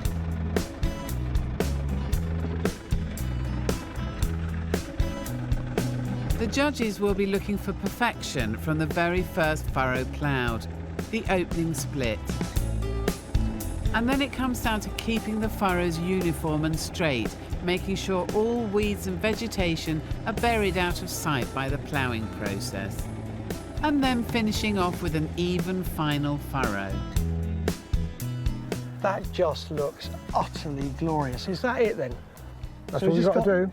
But to me, that should win some silverware, just that. I mean, look at it. It's totally symmetrical. It's beautiful. There's a bit of greenery on it, right? And it's dead straight. It's pretty neat, isn't I it? mean, I mean, that's it, is it? So that's all I got to do, turn up and do that? Not exactly. Now it's time for Henry to have his first go. Okay, here goes nothing. Right, I've got to keep the bonnet right in the middle like that. Henry is officially a ploughman. ploughing, I'm ploughing. God, look at that. And there's no denying it, he has a natural aptitude for driving in a fairly straight line. How was that? Henry, that's very good. Very good. Really? Yeah. Right, look out. Dear, You'll be dear. all right, Sam, don't worry. Now I've done the split, he's going to fill in, He's basically. going to fill in, basically, now, yeah. All right, so you get the fun part. Yeah. You better be good. So Sam gets on with filling in the rest of the plot. He's good at most things, but this is a first, even for him. Slightly wobbly. Just worries me that Nigel was always looking that way at the plough and you're just looking at your front wheel. Yep, each to their own. It's my special technique. Nigel, are we getting there? Yeah, you're getting there, yeah. Do you think we've got a chance? We're working on it. Okay, mate. Okay, so basically now what we're going to do is just get some hours in. Yeah. Oh, look at that. And that's exactly what they do, taking it in turns to practice getting their furrows as straight and accurate as they can. Nigel. Now, look, before you pass comment, right, I've got to tell you, that was such fun. Yeah? Mate, seriously. All right, we I've enjoyed learned it. so much, haven't you? Yeah, I can't remember a day where I learnt that much in one go. Now, talking about learning, have we done? It's very good. Honestly, it's for a complete novice, it's very good. Did you hear that? And I take it from a farmer, okay, because they speak their mind. No idea if I can remember all that. No, neither do I at all. If you remember half of it, you might be all right. Not a bad effort, boys, compared to the pro. Coming up. It's not started very well, has it? Henry and Sam put their new equipment and skills to the test. Honestly, this is going to be a disaster. But will they be taking home any silverware? Just learning already that the plough isn't quite set up right. You told me it was mint.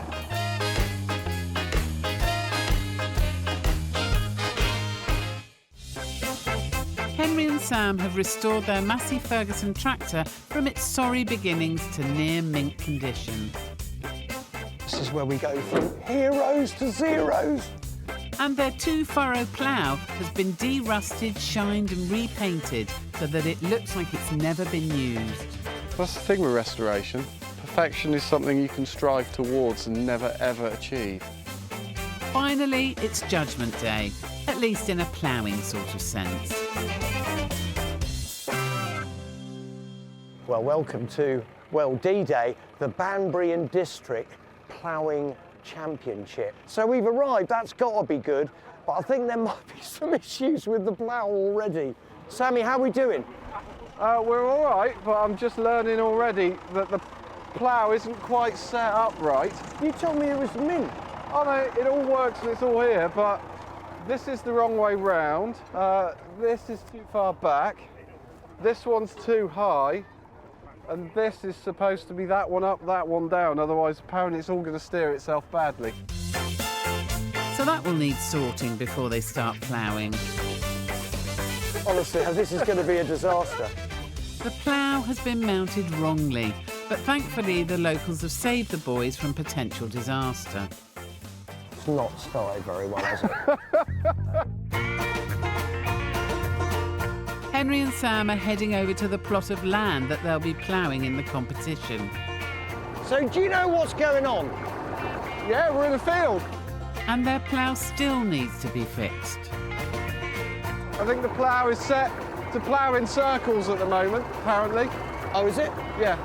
It's going to be a steep learning curve for them both.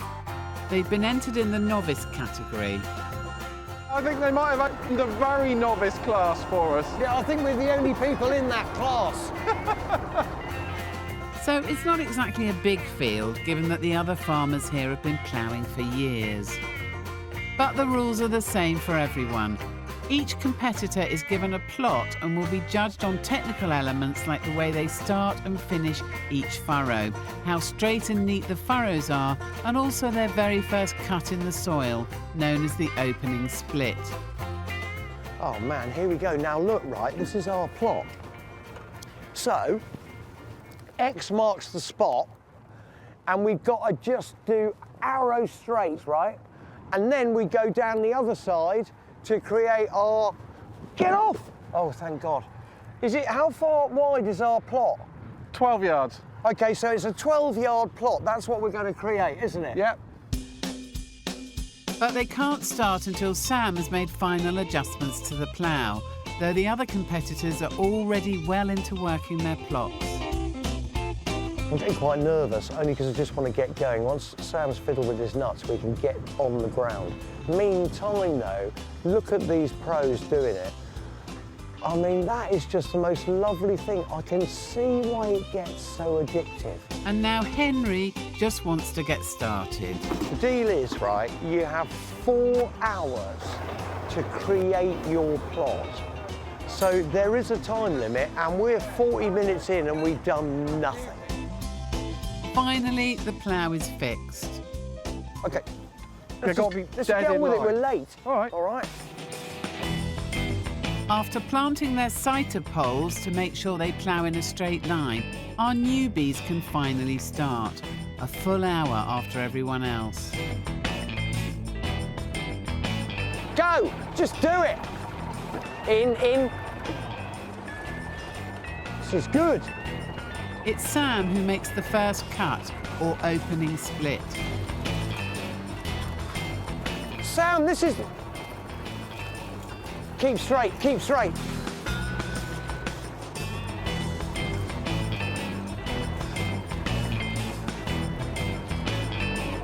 We're ploughing! We're ploughing! Hey. It's the moment of truth, and it seems to be going well. Or well-ish. Just keep your eye on the prize, son. Come on. That looks a bit awful. Yeah, I don't think that's gone particularly well. Do you? It looks terrible. I mean, I'm not a professional, but that don't seem that good. They've been helped all afternoon by local ploughing expert Bob, and now it's time to find out how they're doing. It's your first ploughing match, I suppose. Not to be ashamed. I think it looks pretty awful. I don't think you've embarrassed yourself. Did you hear that? We haven't embarrassed ourselves. It's not tidy, though. It's not tidy, but we'll plough on. Yeah.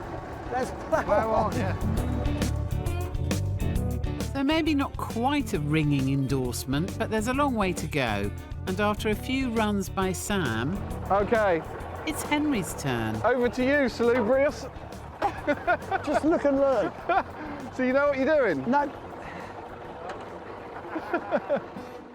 Well, we're about to find out how much Henry has remembered from the ploughing lesson.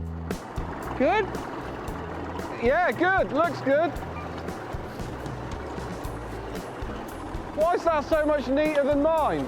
A little bit deeper. Just a smidge. I'm going deeper. Oh, maybe too much. Sorry, don't listen to me. After Sam's opening split, Henry now begins to plough the remainder of the plot, with the clock ticking after their delayed start. Good? Yeah, it's just lovely to watch it working. Such a simple thing, such an important thing. He's concentrating on setting the plough at the right depth to make sure the green stuff is completely covered up, a key point for the judges. Mate, I don't know whether we're doing anything right. All I do know is that this is fun, isn't it? Yeah, it's a steep learning curve, isn't it? There's so much going on. Yeah, it's just, you know, it's something that's so simple and so complicated. Every little detail, the ground not being straight. Here comes trouble. Oh, no. Yeah. Morning, Patrick. What are you doing? Ah! Hello, Henry. Are you checking up on us? Yes. Are you? Having a look round. Say hello to Sammy. Hello, Sam. How are you? Come to catch us at a low moment for a good price. Now look, don't have a look. Don't have a look down there. Firstly, what do you reckon on the tractor? Well, the tractor looks absolutely wonderful. What about the plough, mate? That's come up nice. The plough looks all right. Yeah. I think it needs a little bit more setting up. But, Oh, don't be like that. Now look, let's talk about furrows, can we? Let's talk about You have to understand, as you know, that is our first attempt. Yeah. Now, oh dear, what would you reckon that looks like? Will it look better from over there?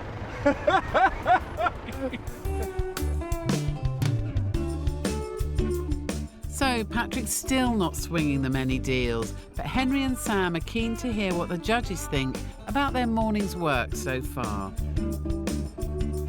Out of 10? Out of 10. 3. Room for improvement.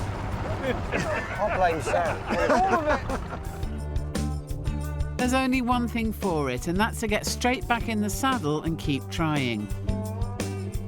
And with Sam on the closing shift, Henry has time to admire the expert's work. Now look, while Sammy's doing a bit more ploughing, got to have a look at the professionals. Will you take a look at that plot? That is dead straight. It just looks beautiful. It looks like sort of some kind of lovely quilt. But I can see why you get into something like this. To me, it is an art form. There are people here who are like Picasso. But how about Henry and Sam's work? After 4 hours, their first ploughing match is coming to an end. Come on, mate. Make the out count. Yay! We've done it. We've done it. Come and have a look.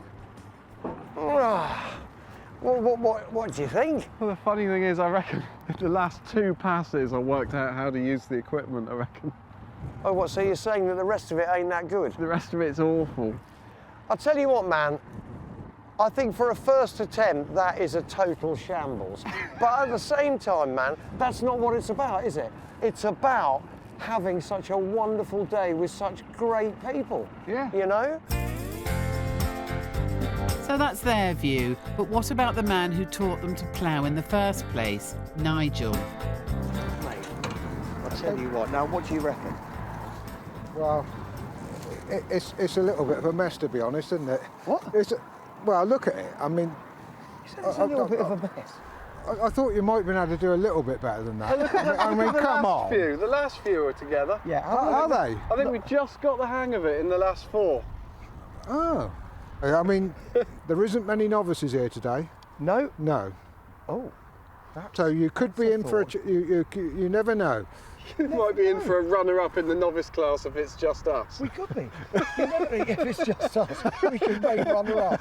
I'll tell you what, though, Nigel, really, if there's only one way to find out, let's go to prize giving, shall we? Let's go. Come on, then. Onwards. So the restored Massey Ferguson has done them proud. Henry and Sam might not have ploughed the straightest of furrows, but it's been an experience to remember. And guess what? Henry Cole and Sam Lovegrove, you get a vintage card apiece. Come and get it, gentlemen. Guys, thank you so much. Thank you so much. We will, yeah, the whole field. Yeah, great. Oh, You man. get a card, you get a badge. Look at that. Novice class with first prize out of, well, just us. Really. And we got a badge as well for... We got the beginner's badge. Okay. Oh, boys, thank you so much. See you tomorrow and finish off. No, he wants us to do that. Oh, that's great. Okay, Look. thank you very much, everybody. First prize in the novice category. Number of entrants, 1. What a great day, man, eh? Excellent day. And we've very learned much. a lot as well, haven't we? Everything. Mate, I loved it. Hey, do you fancy buying a small holding together? What are we going to grow? Spiritually we'll grow. Hey? How long have we been driving around in my stunning, immaculate Series 3 Land Rover? This old thing. Half a decade? Right. Have we ever thought that we might quite fancy off-roading, don't we? Sometimes we need to pull over onto the verge for a convenience stop, yes. That's about as far as we're ever going to get off-roading in my lovely, beautiful, immaculate, relatively dent-free Series 3 Landy.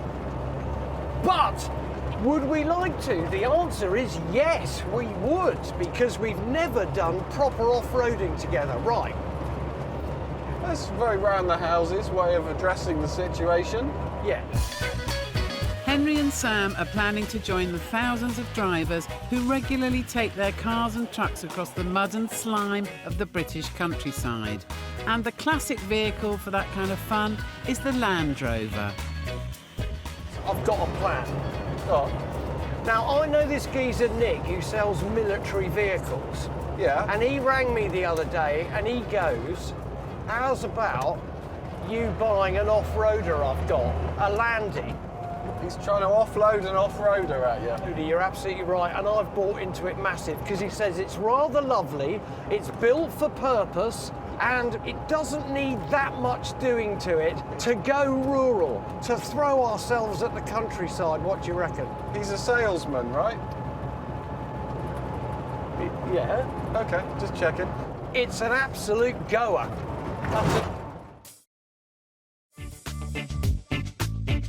This is where they're heading. Nick Mead's amazing place near Northampton called Tanks a Lot, full of military hardware. He also happens to sell other weird and wonderful vehicles.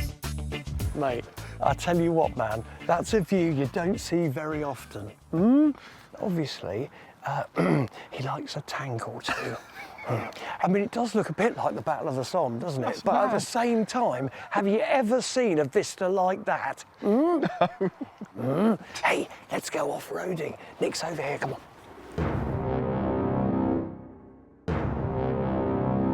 Nick. Hey up, Henry. How you doing? Good to see you, mate. Now, look, this is Sammy. Hello, mate. Good to meet you. And I've not met you before. You're the brains, aren't you? Oh, don't say that. He's been asking a few questions, though, Yeah. Nick. Just like... I want that one, but I want this one more. You can't have that one. The Bentley. I've always wanted a Bentley. Can we just stay with the programme, because I'm well excited. Okay. Okay, Off-roader. Land Rover, we've talked about it on the phone. Now, mate, that is a peach. Have you seen it? Look. Lightweight. Don't you think it's mint?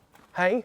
Yeah, sure. We can go off-roading. Did you think that was the one I was talking about? Isn't it? No. What? That's my girlfriend's. What? I don't mean that one. I mean this one. What? That one, the powerful one. You want brawn. We want a dustpan to take that one. No, it's just a little wipe over. Be perfect. All right. Good luck. So I think Keep I'm your going to gloves need on, it. you might get rust poisoning. You are kidding me. We've travelled here to buy a scrap, mongrel, mouldy. Normally I say... Dead. Good from far, far from good. But far from good from afar. Look at it, it's kind of melting. Now, he was going on about it being a Range Rover engine in it or something. Right. I don't know. I'm sorry. I've got quite a good eye for these things. That has not turned a wheel in 8 years or more. What do we do about this? I'm just sorry, man. Should we inspect the vehicle? Normally, he does normally come up trumps. Or just catch a bus? We'll just catch a bus. Best to have a look at it, eh? You ever forgive me? Who knows yet, this early stage. In its favour, this Land Rover is a one-off. It's built on a shortened Range Rover chassis with a 3.9 litre engine, so all power with a lightweight Land Rover skin. If it's salvageable, it could be perfect for their off-road exploits. Oh, mate, it just looks awful from close up. Normally I want to eulogise and get you enthusiastic and don't worry about the algae and everything. But I'm lost on this, really. Well, it's well cool, or it was. It was well cool. But look, come on. There's checker plates, right? There's nice little covers like that, right, on the headlights. It's sold by the peaky headlights. Yeah, peaky headlights. It's got a big winch. It's got a winch. It's got all a big right? winch. Actually, I can see from here it's Range Rover chassis and coil sprung. And it's got, you know, proper roll cage. So it was a real trials Landy. Okay, so look, that's good. It's got 6 spotlights, one of which looks decidedly ill. Oh my God. One thing I've got used to is you look at the pulleys and see how rusty they are. How rusty are they? They're bad. That hasn't turned in 10 years. Really? Yeah. What about this is in any way endearing? It's got to Yes. be. It's got to be the price. Challenge. I like a challenge. Why don't we just walk away? Yeah.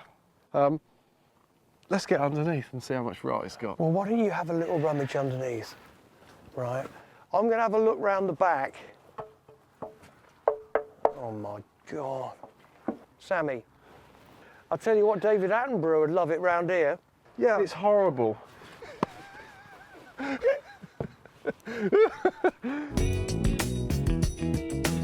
So it might look like a laughing stock of a Land Rover, but Sam finds at least one piece of good news.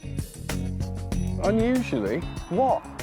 The thing that I hate about Land Rovers and Range Rovers is the chassis are always completely rotten. Yeah, right. This is absolutely mint and it's never had a plate. What? Just, there's no rot on the chassis, but it isn't going to need welding. Are the chances of us using the Oyster card diminishing? I still don't think we're going to be driving home. Okay, so first impressions is that it's awful. Second impressions is that it's really, really bad. Third impressions are that the chassis is solid. That's got to be good. I mean, it's fully done? How much do you reckon? It's a serious piece of kit, and its value is its sum of its parts, and it's made of all the right bits. Up and together and usable, it's like, I don't know, 7.5 grand. Really? I don't know. I reckon this is worth 3.5 grand as it is. I'd like to give 800 quid for it, but... Same here, shall we? Let's go see how much he wants for it. It's got to be cheap, isn't it? Nick, now look, right, tell us about that truck over It's there. beautiful. It's got you written all over it. It's quite a project. No, not for a man of your calibre. Yeah, but what about my calibre? I'm going to have to help him and it could all go horribly wrong. But look, it is a mega project. Now, but weirdly, I think we might have a go at the right price. Oh. It's got to be cheap. Do I have to start high? No. No. You have to start low and go lower. Well, it's got to be worth 5 grand. 1,200 quid. It would be hard for me to let it go less than 4.5 grand. You see, I was thinking more in the 3. 3. 4 grand. 4 grand. I could go down to 4 grand, but it is special. All that power, disc brakes. I've got the vision for it. It's just the execution that might take the time. 3.5 and I'll take my glove off. You know you're going to do it for 4 though, don't you? No, 3.5. Yes, you will. Come on, mate. 375. 3, I can't. 3.5. 3.5. Oh, God. what did we just decide on? 375, Did obviously. we? Yeah, Let's definitely. meet in the middle and call it 3.6. Go on then. All right. All right. Deal. Is that All right, good? great. If he's happy, All right, I'm mate. happy. Hey, look, man. Can we have a little rummage around, see if there's any other trinkets that we might like? Yeah, yeah. Keep rounds in your pockets, though. They could find anything in this amazing yard. And if it's tacky enough, they're bound to be interested. You've just got to have a quick look at that. I mean, really? How could anyone possibly ever have thought that was a good idea? Oh, hang on. Hello, sir. Please, welcome to the premiere. Thank you very much. Nice. Enjoy the film. Come on. The search goes on. Just like a little trinket. You know what I mean? Yeah. That's good. Yeah. What do you reckon, baby? Yeah. What's that? A little Sopwith camel? I don't know. It's a biplane. Yeah, but a remote control biplane, obviously. How cool is that? Dope canvas over balsa wood. Looks handmade. Hey, what do you think? Yeah, I like it. It's rather endearing, isn't it? Yeah. We could get that going. It's got a little petrol engine on it. I love the little person in it. Yeah. Hey? It's worth a go, isn't it? Get all the dust off. Yeah, cool. I have a mate who restores all these. Really? Yeah. What do you think? 150, couple hundred? Yeah, it'd be fine, wouldn't it? So that just means another haggle with Nick. Nick, Hey, mate, look, right, we've just been having a little rummage. OK, now, look, you got yourself a biplane in there. How much would you want for that? One of them handmade things, isn't it? Yeah. 4.5. It's got an engine in. 200. No, it's got an engine in, all the radios in it and everything. Broken. Some of the spars need redoing. And no, that's beautiful. It's only ever it should be fine. 250. It should be fine. No, it's a bit special. 275. 350. 300. 325. All right. I think we're on a proper mission, man, to go off-roading, aren't we? Yeah, definitely. Oh, with that thing, you won't believe it. Well, we won't. I don't think we will believe it. No, I think you're absolutely right. So, all in all, still less than £4,000 for the dilapidated Land Rover one-off and the World War I petrol engine remote-controlled plane.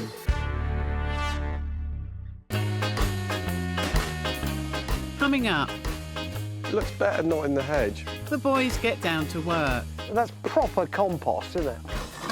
Will they ever get their off-roader on the road? Does it or doesn't it turn over? Go on.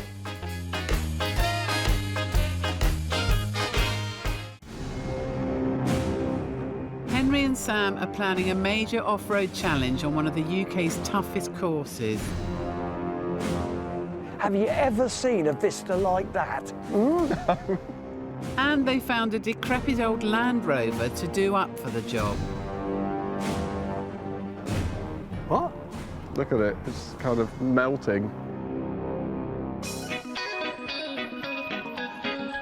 They've transported it to Henry's storage so the restoration work can begin. But first and foremost, Sam needs to check if the grungy old Land Rover actually runs. I'm just worried that in 2 days, a dream could well have become a nightmare. It looks better not in the hedge. So the Landy, despite having been dragged through a hedge backwards, is vaguely looking the part. We can go off-roading in that, can't we? It's a purposeful looking tool. All I've got is nerves about it, just that engine being a bag of bolts or being seized. It's time for Sam to get to work. Do you honestly think that could go? I mean, I have resurrected stuff out of hedges that's been there 30-odd years, but the problem with this is it's a slightly more modern piece of equipment. It's from the late 80s. It's not as robust as a pre-war car. I mean, you've got some electronic equipment, that stuff can go pop with damp. You've got rubber diaphragms in the carburettor, they always perish. Lots of it, a lot more components, a lot of alloy. Alloy against steel seizes really easily. Are you just sort of convincing yourself that it won't go now? Yeah, you've always got to err on the side of caution, say the least. This will be a big job even for Sam, and the first step is to fit a new battery and check the electrics. Do you know what? I'm well excited, mate. You know, this is a mission. I mean, forget the off-road challenge. The actual tinkering challenge is mega. Yeah, although I'm apprehensive about hearing it run well, this is my favourite bit, bringing something back from the dead. On you go, son. Shall I get the tools? Yeah, definitely. Yeah. Just on top of the winch that I'm absolutely sure is going to work. I mean, it is a beast, isn't it? We're going to call it the beast. Because I tell you what, if this goes, I think we could be quite competitive. I've noticed that this wiring area is a bit of a disaster. Someone's definitely been at it. With the battery connected, it's time to try the ignition. Contact.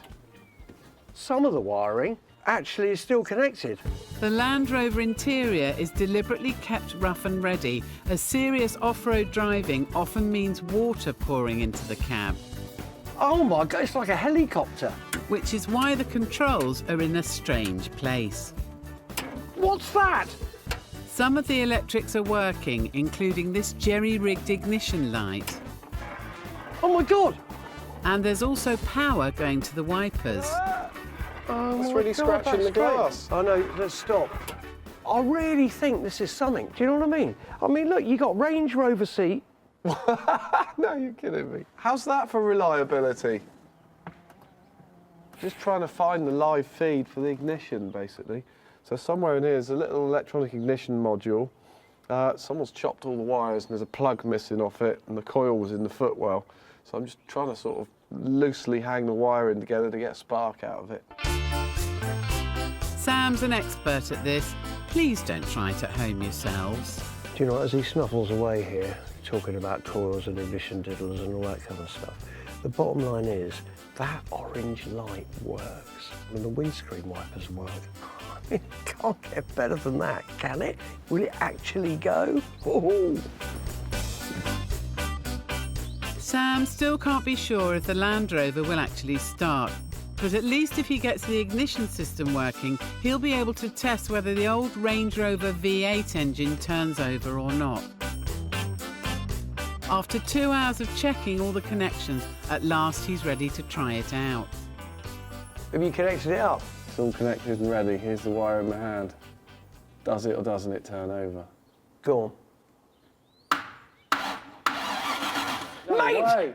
That's amazing. I told you it's a minter. It runs. Well, it turns over. That's turning over. That ain't seized, that ain't stuck. Sounds like an engine spinning. That's amazing. I mean, we passed the first hurdle.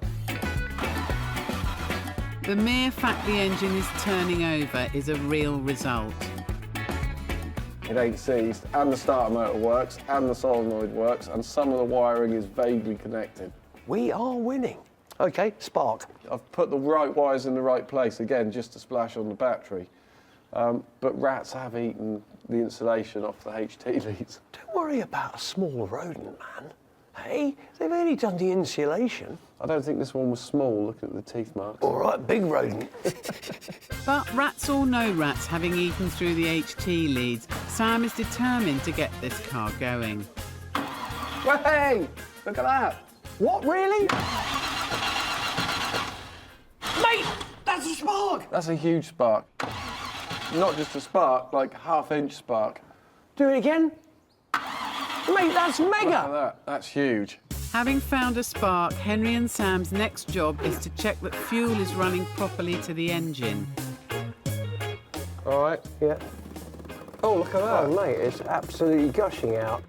The carburettors are damaged, but running well enough for Sam at this stage. And having checked the fuel, found a spark and turned the engine over, it's time for the acid test. Will the car start? This is another job you shouldn't try at home unless you know what you're doing. I'll put this on. Yeah. And then you'll have this wire. Yeah. Which has to go on this terminal to operate the starter motor. Yeah, I got that. Well, I can't...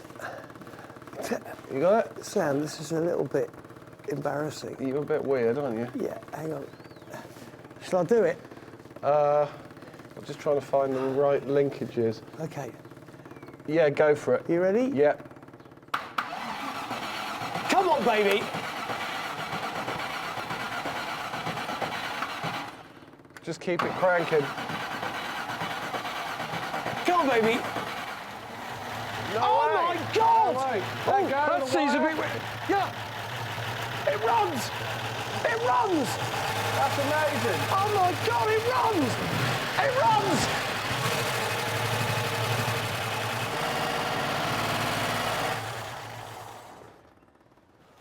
No, don't worry about any of that. Oh, mate. That's great. That runs. I mean, I can't believe that. It's died again, but I think what we actually need to do now is sort the wiring a bit tidier, stick a new coil on it. The fuel pump I've noticed is leaking. Let's get a new one of those. Right. A few other bits and pieces. So as Sam starts work on his long to-do list, Henry gets down to business with the remote-controlled model plane he brought back from Nick's yard.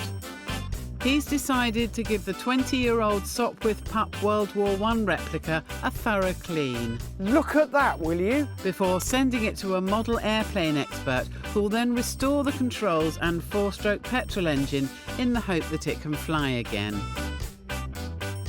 Now, I've been doing a little bit of research on this, and it's called a flare magnetilla. That's the company that makes these planes, and would you believe they're still in existence today? Now, The plan is to get rid of all the dust that's been residing here for many, many years. Now this is a material, I'm told, called Solartex, so it can withstand a little bit of nice warm soapy water, but before we do that, I'm just going to get the excess dust off with a paintbrush and also an airline. Man, look at that already. She's looking rather beige rather than dusty. And under all that dust, the model plane looks to be in pretty good nick. And that also goes for the pilot. Biggles may fly again. For how long? Well, that's left to be seen. I really don't want to crash her once we've fettled her and got her running. Look at that, will you? The difference already is astounding. I reckon she is actually, under all this, mint. Henry continues to work his way across the wings. I'll tell you what, that is so satisfying. And then to the cockpit. Biggles, can you see, dear boy? You can now, my word, you have blue eyes. Marvellous, look at him, man. He's come back. You will fly again, sir. Do you know that? After blowing and brushing away the dust, it's just a gentle once-over with some soapy water. He's very delicate, very delicate. Now wipe your brow, son. That's nearly new. How lovely is that? Just take the bird poo off there. Look at that. Beautiful. All that's left is to send it away to find out if there's any chance of getting airborne again. Coming up, the Land Rover's running, but there's still a way to go before they try it on the road. Basically, we've got no brake pedal pressure whatsoever. And Henry finds out if the Sopwith-Pup replica is ready for takeoff. Oh, mate, look at that! Biggles, best of luck, son!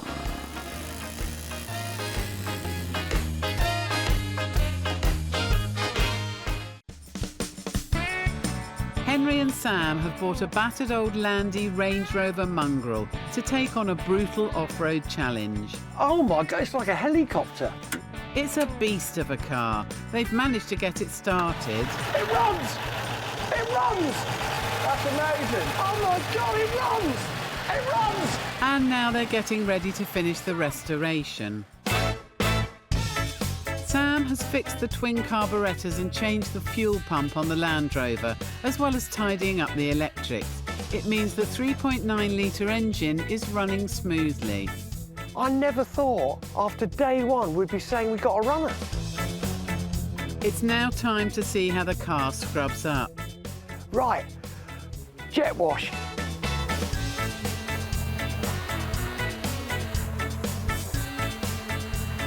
It's coming on. It's getting there. It's a slower process, but it's actually... But it's well worth it. Yeah, also I get really, really into it.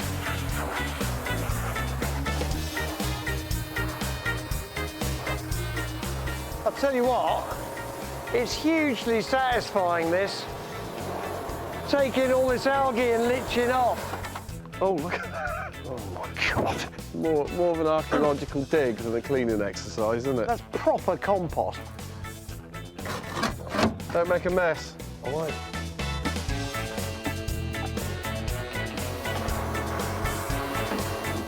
There aren't many cars you have to jet wash on the inside, but this is one of them. After a thorough going over, the Land Rover is almost unrecognisable. It's transforming before my very eyes. There's quite a lot more to do, but we're getting there, aren't we? Well done, mate. What a great day. It's all right, it's good. What a great truck.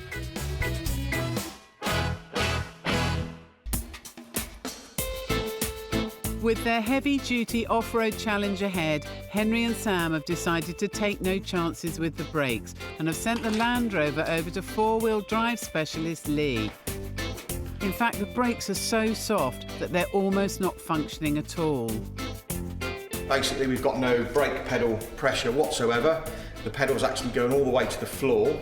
And so Lee is bleeding air out of the system to bring them back to life. That's just building up pressure. And we can see the clean brake fluid coming through the system already. Nice clear fluid, no air bubbles. So that is now air-free and bled off. Now the moment of truth to see if we've got a nice solid brake pedal. Excellent. I hope you chuff with that, Henry. With the brakes now working properly, Sam has been back under the bonnet to finish bringing the V8 back to full working order. Good. And has also made sure the wiring is fit for purpose. New set of HT leads. Meanwhile, Henry is on a mission to smarten up the Land Rover's rusty wheel rims. So while Sam's working on the Landy, I thought I'd come here to Bobby Dazzler's. With me new tyres, Daz. Nice, isn't they? And that's the last rim. Okay. Right, so powder coat, please, Gov. No problem at all. Shall we, what do you think, satin or gloss black? Satin is a really nice finish, mate. Then satin black is what it is. Otherwise gloss is going to be scratchy and all the rest of it. You don't need that. Should we take it into Sean? Let's go and see what he says. Sean togs up and gets ready to sandblast the old paint from the rims. Do a good job, Sean. I'll tell you what, this is going to be mint. Come on then, Darren. Bit dusty in here. Ah, Sean. Wow. Oh, that's proper mint. Look at that. Brand new again, isn't it? Sean, you're a legend. Oh my God, that's great. Next stop in the process is the primer, and then Lee starts powder coating in black, which he then bakes on. Lee, how long? 15 minutes, mate. Is that it? Yeah. And so a quarter of an hour later... That is the satin black. I have to tell you, man, that is beautiful and lovely and warm. The final step in the process is protective lacquer. So instead of going gloss powder coat, we've gone satin powder coat with a little bit of lacquer, and that does look gloss, but it's much more hard wearing. Oh, Lee, you've done a great job, son. So it's back to the workshop where the new wheels are fitted onto the truck, and Henry and Sam get ready to attack the bodywork. Okay, so right now then, we are going to mask this off once we've finished a bit of brushing, yeah? And we are then going to apply paint in a controlled environment, by which I mean the wind is less than 5 knots. Funny you say knots, but this is more like painting a trawler than a car, isn't it? I think it is, man, but that's the kind of vibe we want. We're going to rattle can it with a little bit of satin black, only because it's got to have that rough and ready vibe to it. We'll mask it off and we'll make it lovely, hopefully, but we're not exactly going for a Rolls-Royce Bentley crossover finish, are we? So that's what they do, wire brushing away the rust and flaky old paint. The checker plate's coming up nice with a wire brush. Oh man, that's great. And then the truck is masked off so that the spraying can begin. Should we do like the Rolling Stones say? Paint it black. You know it! I might run out of finger power though before we're done. Yeah. I just wonder whether we've got enough paint. Yeah, we'll be all right. Are you sure? Yeah. Henry and Sam are spray painting the truck as they want a rough and ready look, and it will only need a single coat. Just a couple of hours' work. That looks quite hardcore, doesn't it? That's amazing. So for just 90 quid in spray paint, they managed to completely transform the Land Rover. Now look, I think that's well cool. That was in the hedge a week ago. That is cracking. The Land Rover was a moss-covered monstrosity when the restoration started, and now the makeover is complete inside and out. And after a unique test, it's clear the winch works as well. But what really matters is that the Landy runs well on the road. Okay, initial thoughts. It's great. It's got loads of power. Gearbox works nicely. Yeah. We've even got a touch of power steering. So what's the summation? Well, the cobwebs are blowing out of it. The tick-over's climbing. Yeah. It drives really well. The engine's really sharp. Are we ready to go off-roading? We are ready. And this is what they plan to do. The boys will be going off-road. Their Land Rover shell on the shortened Range Rover chassis and with the 3.9 V8 engine is ready for action. But before then, Henry needs to make sure his remote control plane has been brought back to life. Now for the moment of truth. Fantastic. Model plane expert Martin has been working on the 20-year-old Sopwith-Pup replica, fine-tuning the petrol engine and refitting the remote control device. Martin, mate. How's it going? And now he wants to see if it will fly for the first time in a decade. Is she ready for it? Yes, yeah, this is the day. Now look, right, so you put new, they call them servos? Yep, servos, receiver, battery, engine. Now look, have you flown her before or not? No, this is the first time. This is what they call in the trade a proper maiden flight. Yeah, definitely, yep. Now Biggles, I bet you thought you never were going to fly again. It's going to be all right, isn't it, for him, Martin? Yeah. He's not going to come back in a box. Anything can happen, but... Do the thingies work? Martin, the ailerons. Ailerons are working. Oh, mate, look at that! Elevator's working. That's fantastic. And the rudder's working. If you'd like to hold the back of it for me. Oh, right, okay, okay. What, literally the back? Yep. Just hold it. That's it. Okay, I got it, I got it.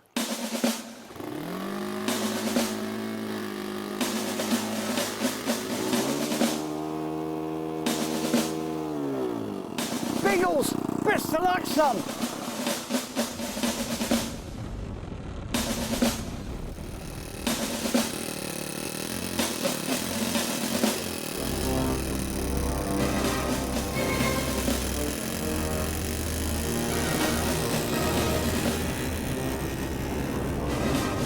Here we go.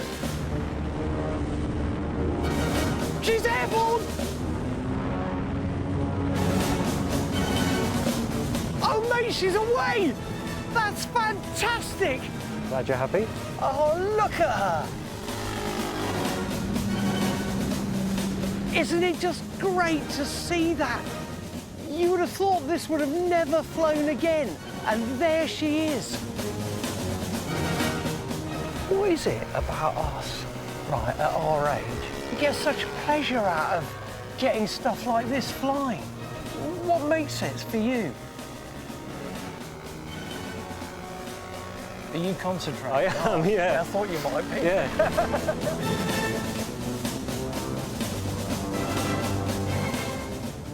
Do you know what, Martin? I've got to tell you, this is one very special day for me. You find something in a shed, you give it to a pro like you, and now she's flying again. The controls are working perfectly, and Martin is able to land the plane safely. Mate, down. You're a legend.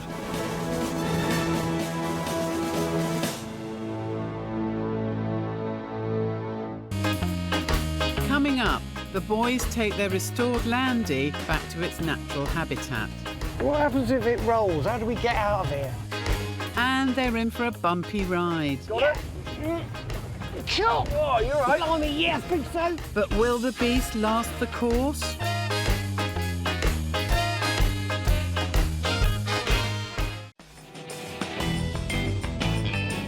Henry and Sam have restored their Land Rover from a rusting, moss-covered wreck to a cool black V8 engined beast.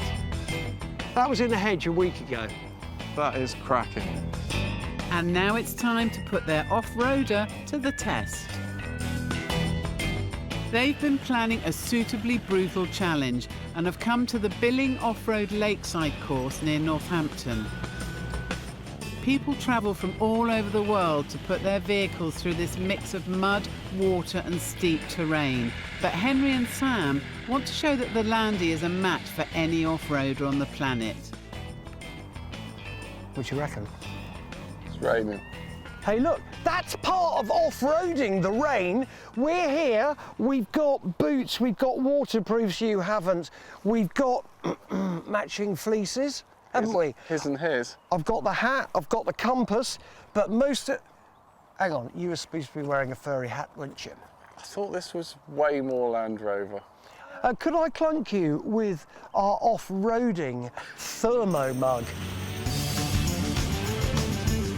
They've enlisted as course guides Land Rover specialist Steve Miller and his all-terrain wingman Mark, who turn up in a Landy of their own. I mean, that is a quality 110, isn't it? It's great. I like the water in the lamp.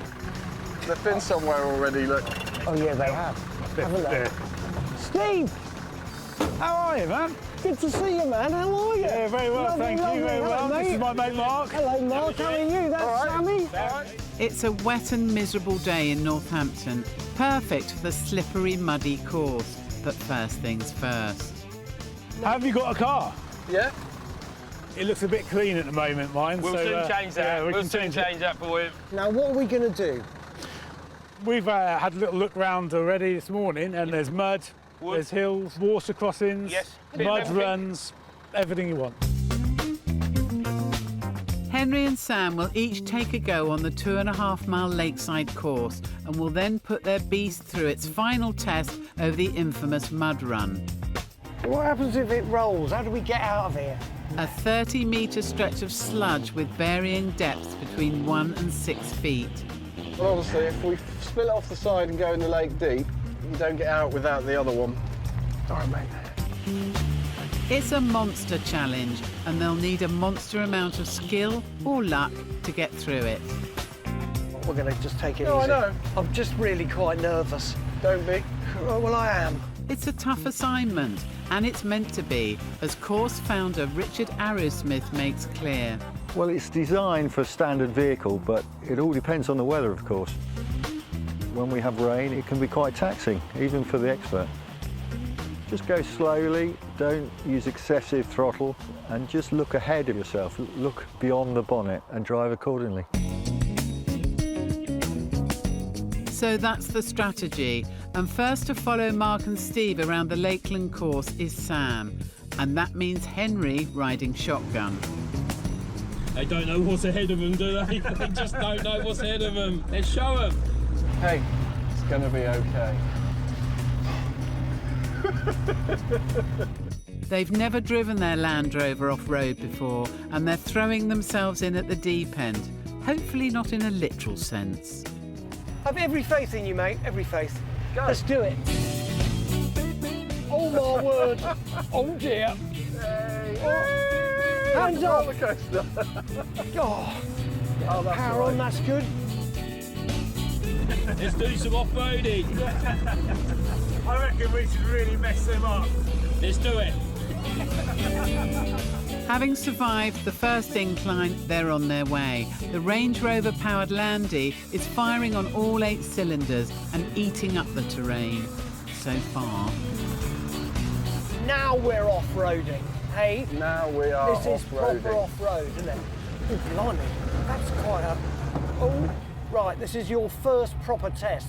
All right, I was going to go a little faster than that. Oh, really, are you? Well, I really wouldn't advise it. Oh, my God. Hurry up! Woohoo! Bump inch, bump inch. Power on, power on. Yes, yes, me T's going everywhere. Woohoo! We're off-roading now, son, aren't we? Properly. We're throwing ourselves at the countryside. Oh, yeah. Oh. Right, got it. Oh, you're right. Blimey, yeah, I think so. Keep power on. I saw you head to the windscreen quite sharpish there. Yes, yes, we're out. Well done, Samuel.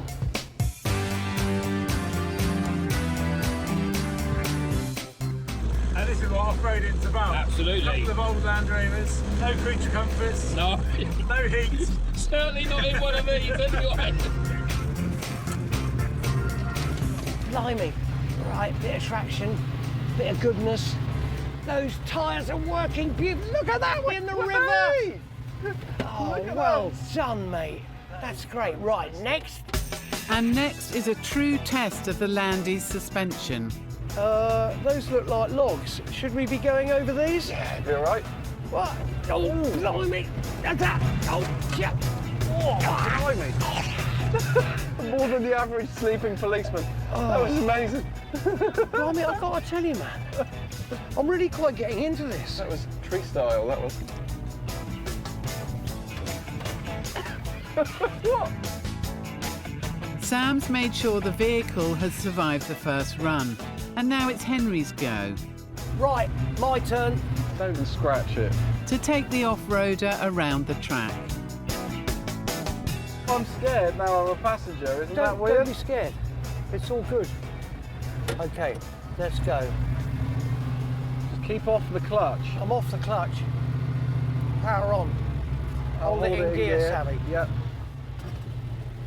Engine braking. Oh my God. Okay. Actually, this I'm is on it, quite I'm on fun. it. It's very All right, different. I can't being see anything. I'm coming down, engine braking. Yep. It's different Thanks. being a passenger, actually. Yeah, it is, isn't it? Yeah. But It's we're quite rocking. nice. I quite like it. Do you? Yeah. My heart's going. I think it might be slightly out of rhythm. So far, so good. But on this course, there's always another hazard around the bend. Okay, this one looks like a bomb crater. Yeah, okay, here we go. Okay. Oh Lord. Right. Oh my God! Blimey. Okay, power on, Henry, power on. Oh, my foot's come off the throttle. That's it, that's it, that's it. Mud plugging, that's what we're doing. Oh my God! Yes! Keep it moving. Power on. Oh. You've got to keep momentum, Henry. Yep. Hey! Hey, this is good.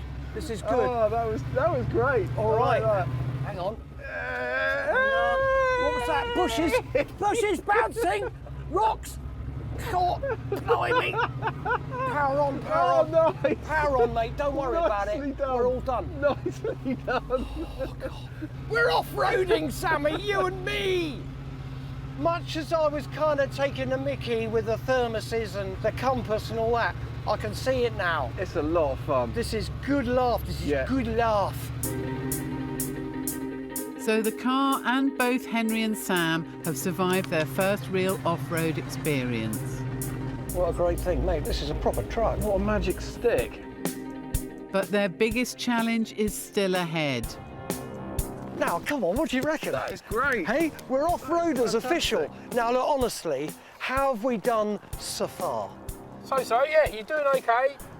And there's no damage to the vehicle, so... Well, that's always thumbs up. Yet. That's the good news. Here comes the bad. It's time for the mud run. It's not going to get too extreme, is it, or is it? Oh, it's dirty. Very, very smelly. And you two are going in it. Hey, look, but it's pretty easy, though, man, right? All we got to do is follow them. No. No, we're not going in it. No chance. What? But who's going to be in the hot seat? You can choose if you call it right. Tails. It's heads, alas. You're driving. Great. So it's Sam behind the wheel. Here they go. Trying to dodge the 6 feet deep stretches of this stinking sludgy pit. Will the Land Rover get them to the other side? Failure, and it's an early filthy bath. What do they mean about them not coming in? Ah, don't worry your pretty little head about it. I'm worrying. Oh my God, here we go. Power on. Power on, power on. That's it. Oh God. So through the mud they go. Oh my God, Samuel. All right. Changing gear. What? You're changing gear now? Don't do that. The secret is to keep the power on smoothly and never lose momentum. Just ease up. Sammy, what are you doing? Sam! Yes, we've done it!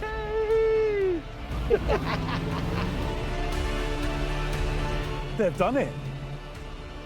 They've done it! I can't believe it! They've done it! The boys and the Land Rover have survived. Ah, yes, we did it! Well done, mate.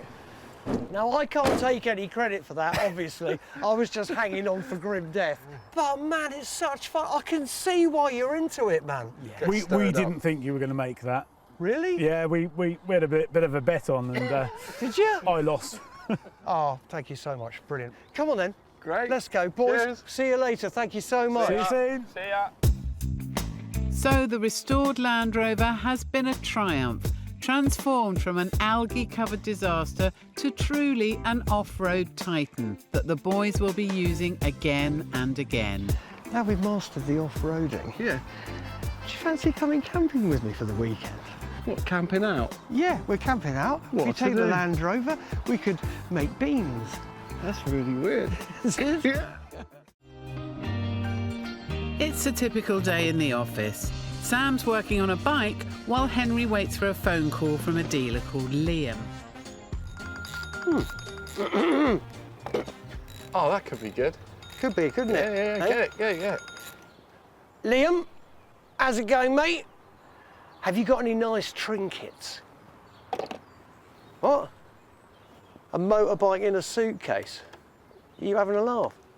He's got a motorbike in a suitcase. What, in bits? Is it in bits? No, complete. What kind of bike? What kind of bike? What, it's got our name on it? yeah, of course it is. That's why you're phoning. Genuinely, mate, what does it say on the side of it? A Centaur. Never heard of it. It's a motorbike that, from a suitcase, turns into a motorbike. OK, well, look, you know, what are we doing? Tomorrow? Liverpool? Yeah, OK. All right, mate. Well, look, I'll call to confirm, but I reckon we should do it. Yeah, thanks for calling us first.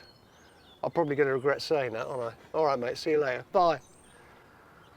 Ferry cross the Mersey? Yeah, why come not? on, then. Let's go see it, mate. What else are we going to do? Try and fix this Norton Commando?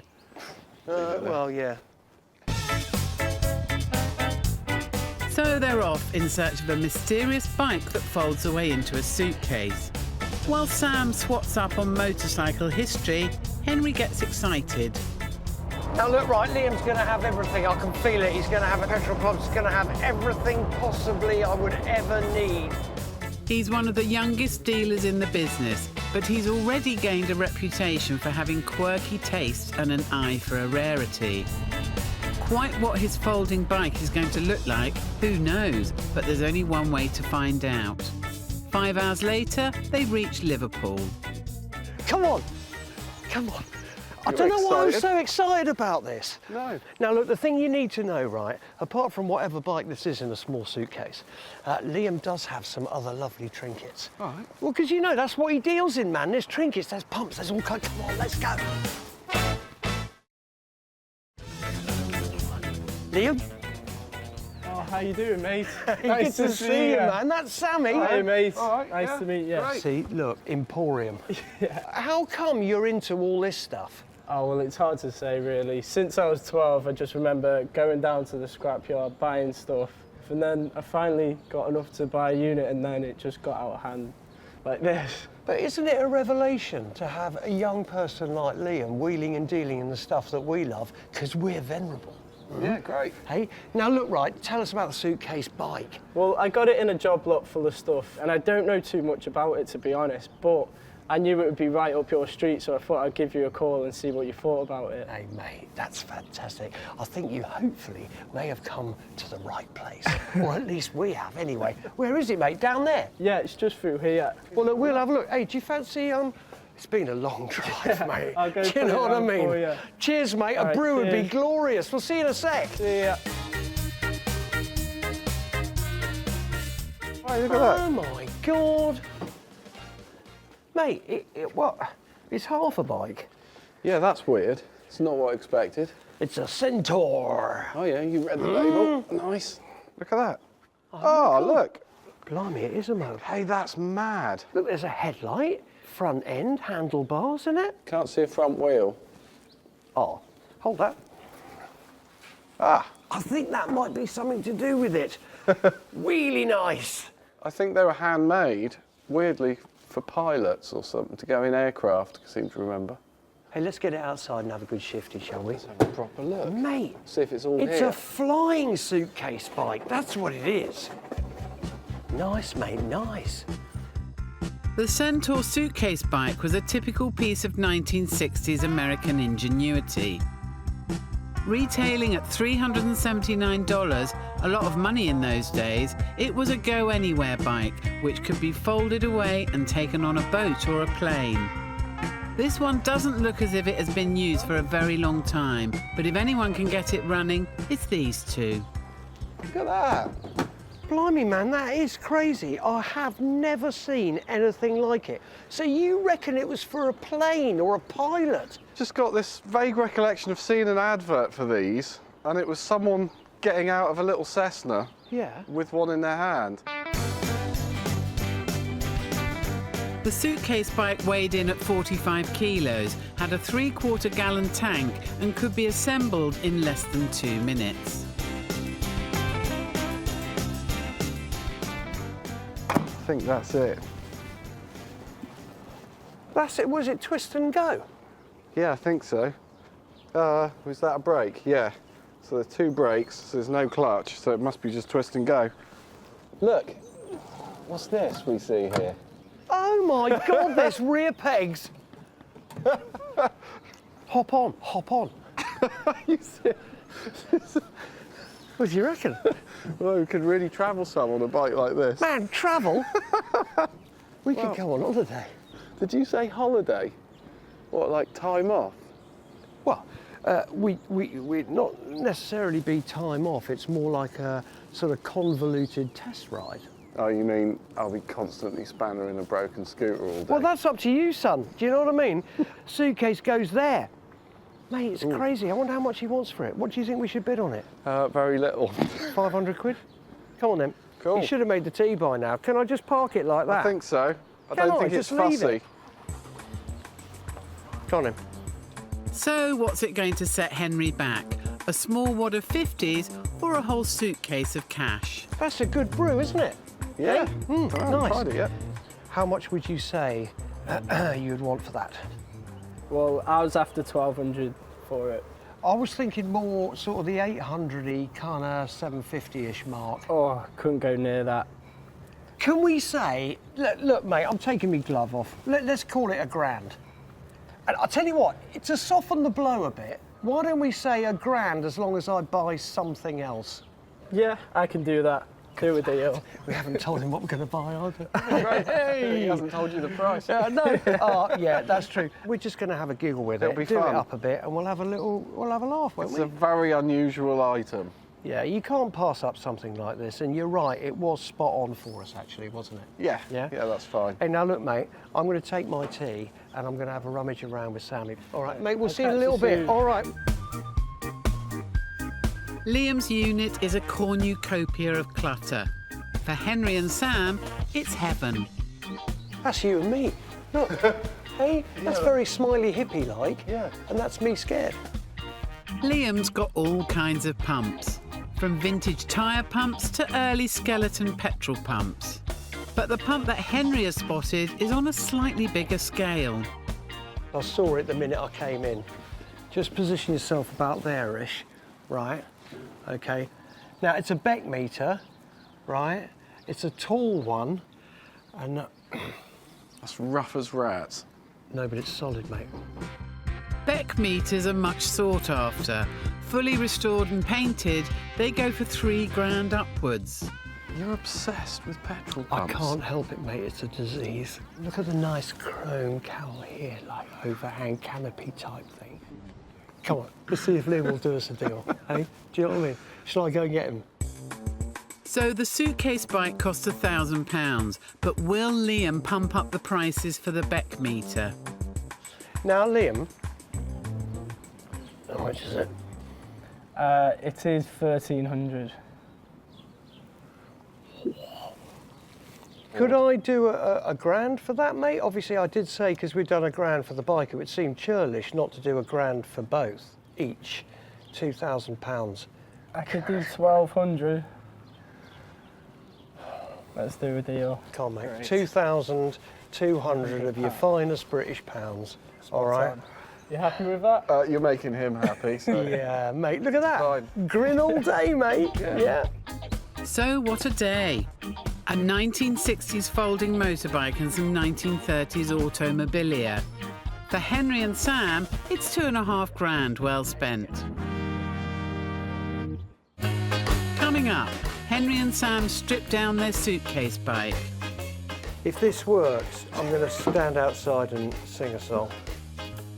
And devise a cunning plan to repurpose their petrol pump in a totally unexpected way. This is going to be good.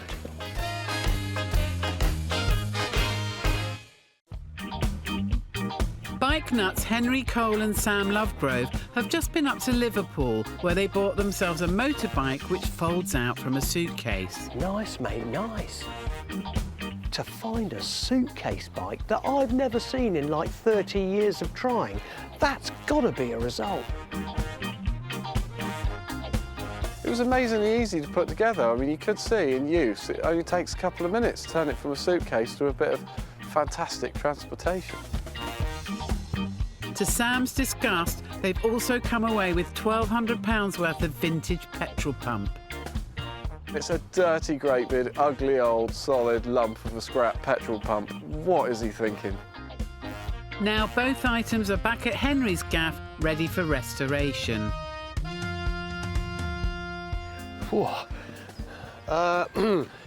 Do you think that's bigger than we thought it was? More like a phone box than a petrol pump, isn't it? Yeah, do you think you can get in it? It's a small TARDIS. You could rent it out around here. I've got a plan for that. We'll deal with that later. All right. Suitcase bike. Thank you. Suitcase!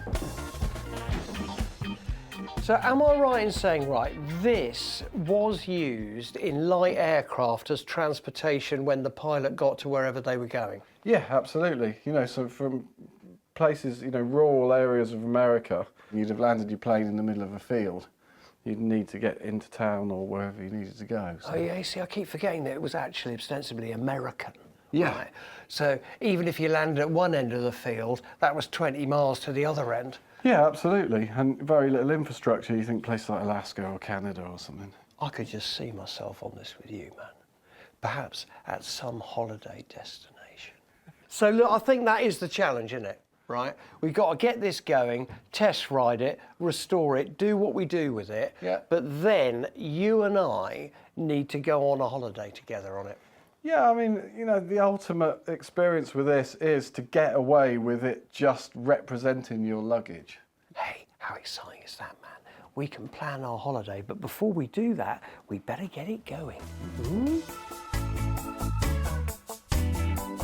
Task number 1 is to check the ignition. If it's working properly, when they pull the starter cord, the spark plug should spark.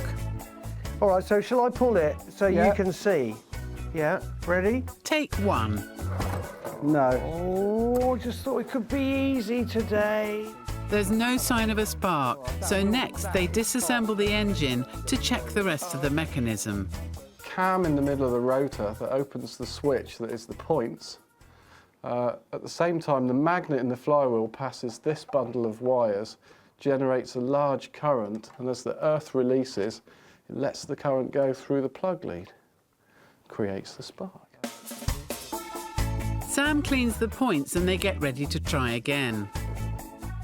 Take 2. Nothing. Take 3. Even less. All right, let's take it apart again. Sam gets all technical, testing the ignition circuit with a multimeter, but then Henry has an even brighter idea. Can I suggest something? And forgive me, right? And I know it's against our principles. Yeah. Shall I read the instructions out? Yeah. To start engine, fully open gas tap and gas tap breather valve. Remove scooter from centre stand, where we kind of done all that. Place choke handle in start position. Yeah. What? Switch ignition located headlamp to on position. What? Seriously, man, I can't believe... What? There's no switches on there. Oh, yes, there are, Sam. Oh, they're tiny. Oh, you're kidding. Would you believe there's an ignition switch? Thank God I read the instructions. As soon as we found that tiny switch, I knew we'd get it running. Is that it? Well, it's on now. Hang on, let me just test this for continuity. Yeah, that's better. Mate, after all that chat. Sam puts the casing back on and they get ready for the fourth and hopefully final test. Fingers crossed.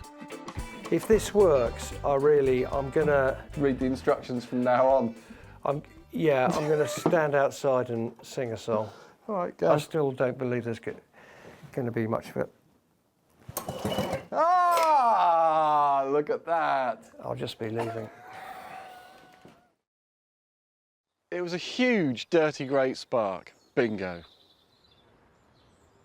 Oh, I love to love, but my baby just loves to dance. Now they know the ignition works, they should be able to get the engine up and running. But first they have to take off the fuel tank. Give it a thorough clean out, fill it up with fresh fuel, and learn the value of patience, perseverance, and sheer persistence.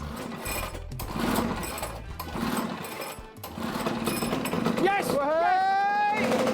I'll open the door! Ninth time lucky, the Centaur is up and kicking. Okay. What happened there? I just tried to take off. We did a bit of a burnout. Oh, did we? But it works. I don't know if that's exhaust smoke or tyre smoke. Look at that skid mark there. Did it try and traverse off into oblivion? It's got some power. Has it? I bet it has. It needs it to up. All right, so basically it's running. Yeah. Why don't we get some fresh air and do a bit of petrol pumpage? All right. We'll just leave it to clear. Yeah.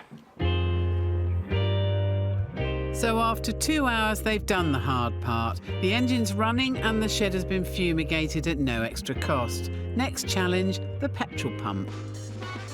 Now look, right, this is going to be good. Why don't we strip out all the gubbins inside, and then instead of having a pipe here, there's a wire. And that wire goes like this to one of those Carlos Van Dange electric hybrid vehicles. Oh, nice. So an EV charging station. I beg your pardon, what? Electric vehicle charging station. Oh, OK, electric vehicle charging station. Bang on, mate, what do you reckon? I'm really surprised. I think that's great. Really good idea, cunning plan. Because I think this could be the prototype to make us multi-millionaires. I think we'll just make the one and be happy with it. Yeah, right, mate. Perhaps I'm just sort of about 15 steps ahead there of imagining us on a Caribbean beach going, how many pumps have you done, Derek? OK, so look, the first thing to do surely is take the sides off and strip out all the umpscrew we don't need. Yeah, fine. Don't call me Shirley. Nicely. Yeah, we're away. To convert the petrol pump, they're going to have to make plenty of room for an electric charging unit. So first they take off the main panels and then piece by piece gut the interior. Oh, yeah. Apart from a mini Exxon Valdez moment, A little bit of an environmental disaster. I think we better get some mopping up kit. it all comes off relatively easily. The exterior needs to be resprayed, but before it goes to Daz's paint shop, Sam gets out his hammer and dolly to do a quick bit of panel beating. But with the skies clouding over and a spring wind blowing... That's my hat! The challenge is to get the work done before it chucks down. Take it in. Yeah. We'll go the whole way, shall we? Yeah. So rain has stopped play, but for Henry and Sam, it's a good first day's restoration. Next morning, it's D-Day for the suitcase bike. It kind of looks like a roadkill, doesn't it, from this angle? It's the antlers. Do you think we should have a practice holiday for about half a mile? Yeah, definitely. Are you sure about this? Got to start somewhere.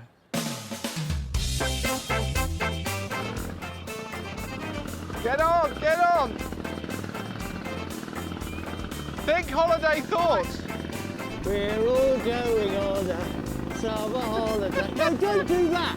I'm scared. Breathe. I'm just warming the tyres up. No, don't do that. That's scary on the back here. I'm warming the tyres up. No, Sam, just behave yourself.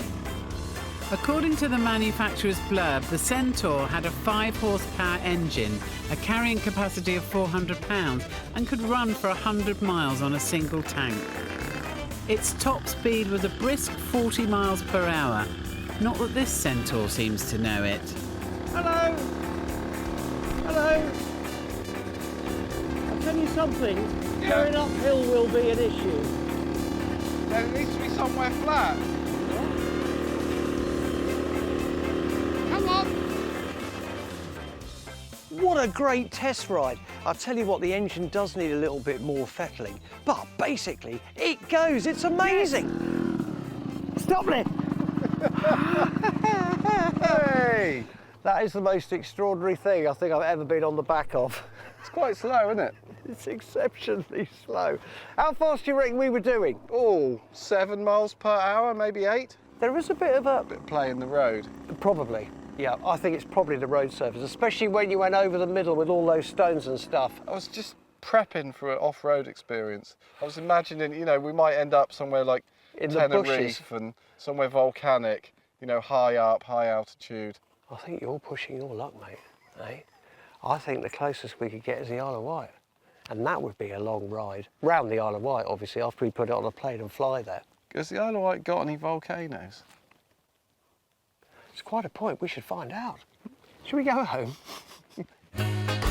Coming up, while Henry blings up the suitcase bike, Sam discovers the secret of its automatic transmission. This is the cleverest bit of engineering I think I've seen in 10 years. And the transformation of the petrol pump reaches a glorious climax. Do you know, this is one of your best ideas ever. I'm quite chuffed with myself.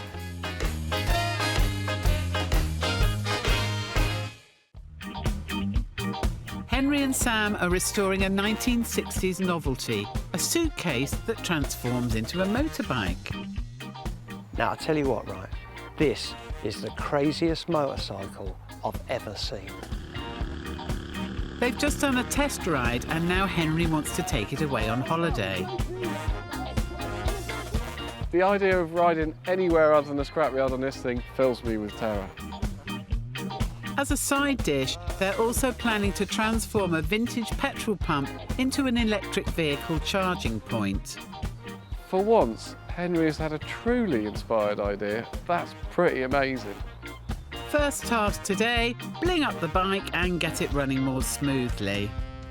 Come on then, tea's on, the sun is shining, and I'm feeling in the mood, the holiday mood. Hey, but we've got a little bit of work to do, haven't we, mate? Yeah, it's pretty grotty looking still. Yeah, OK, so look, full resto today, right?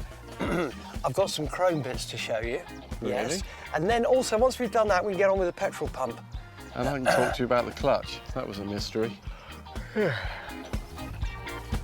How many clutch plates has it got? None.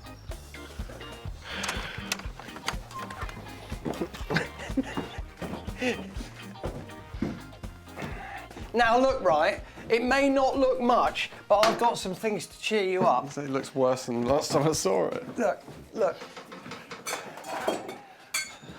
Oh! I mean, they're quality, aren't they? They're lovely. Hey, they're gonna...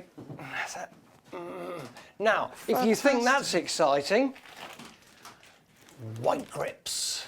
Hey, they're great. What do you think? Yeah, really nice. Now, once I've got to work with a little bit of Baco foil on the yoke and the headlamp, and we've cleaned it all up, you've got some issues. So you get on with the clutch and all those kind of bits. Carburetor, little. Oh yeah, quick carb rebuild. Managed to find a rebuild kit. Have you? Go through that. Yeah. Okay, cool. Well, look, mate. I mean, we're moments away from going on holiday, in my view.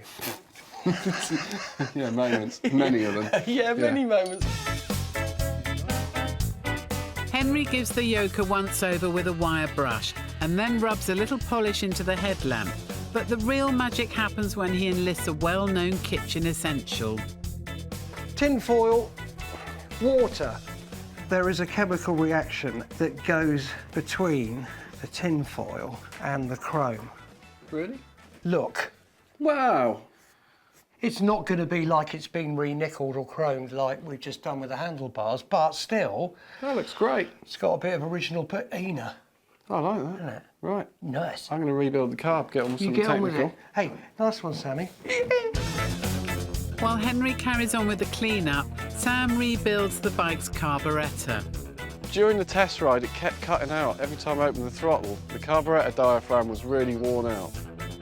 He has also done a lot of work on the Centaur's automatic transmission. During the test ride, it was so rusted up it wouldn't change gear, but now Sam has freed the mechanism and discovered its secret. You know it wouldn't go faster than 10 mile an hour? Yeah. There's a belt drive to the wheel. Yeah. This is the pulley for the belt. It was seized outwards like this, so the belt was running in the bottom of the pulley. Right. To change gear, the pulley's supposed to close, so the belt comes up to the outside. I took it off, and when I shook it, it didn't sound very good. And then it really surprised me when the only screw I could find was this little one on the side. This is the cleverest bit of engineering I think I've seen in 10 years. Do you know, can I just stop you for a sec? I'm actually becoming interested. Yeah? Yeah, go on. No, I am. I'm glad you told me. So I took the little screw off and thought that doesn't hold anything on. And I tipped it upside down. And it's full of lead shot. Oh my God. When it's running slowly, the belt falls to the middle because the belt's pulling tightly, pushes the pulley back. As it starts to rotate at speed, the shot flings out. And there's a little funnel shape here. So as it flings out, it runs out of space, pushes the pulley together.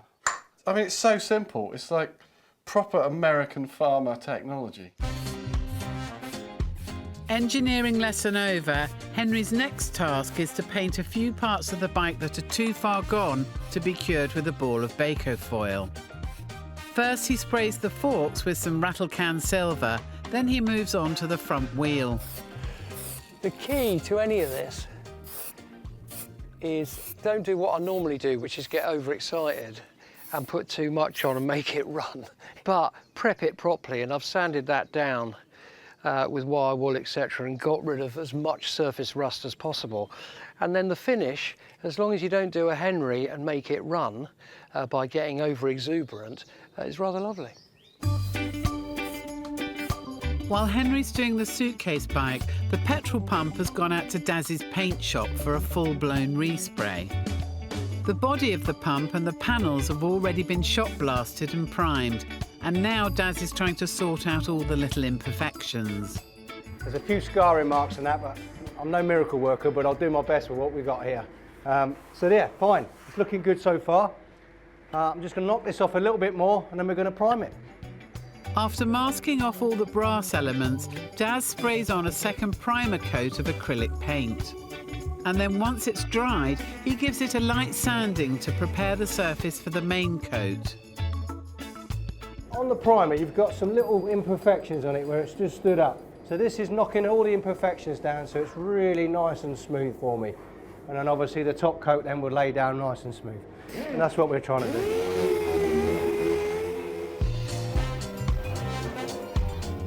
Henry, meanwhile, tries a top tip for restoring plastic panels. Use kitchen cleaner. The trick is with plastic, supposedly, and that one's come up beautiful. Really Look nice. at that languishing there, is to do this. And then Sammy abrasively brushes it with a tough brush. And amazingly, it is actually getting rid of the ground-in dirt. What does it call it? I think Self. it's sink cleaner. Hard surfaces cleaner, do not swallow. Back at the paint shop, Daz is now mixing up the colour for the top coats. Cream and red, strawberries and cream. Goes well, I think. First, he sprays the body cream, again using acrylic paint. Then he moves on to the front and rear panels. That's nice. I do like that. For this colour, he has added a little paint thinners to the pot to give the red a glossier sheen. He does a double coat for each colour and then signs off for the day. Well, I think I've done all right there, lads. That's it. Got to let them dry off, and then I can do the black tomorrow. Next morning, the pump rebuild begins. First, they mount a brand new pair of dials that Henry's had fabricated and screen printed. Sam, bless his tie-dyed socks, has brought up some vintage screwdrivers for their vintage screws. Back in the shed, they unpack the front and rear panels from their bubble-wrap cocoons. Oh, yes, please. Nothing phases Sam. When he notices some kinks in the chrome trim, he panel beats them flat with 2 cast-off pieces of wood. It's like an operating theatre, isn't it? It is, mate, Scalpel. If you were unconscious, yeah, and someone had to sew you up after sorting something out, and I had an instruction manual and you were half conscious lying there, would you open your eyes and think, I'm in safe hands, Henry's here? Careful, Sam. If that was the only option we had, I think I'd be all right with it, yeah. Oh, mate, thank you. I think if you were doing it, I'd think, oh, great, just make the stitch just a nice bit smoother there like that, be lovely.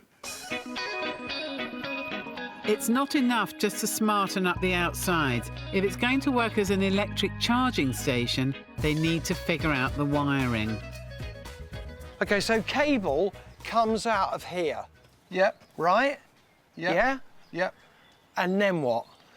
Well, I reckon, immediately, yeah, this looks quite a lot like a filling nozzle. I reckon I can make a nice bracket that bolts on here, and it could sit like the original hose.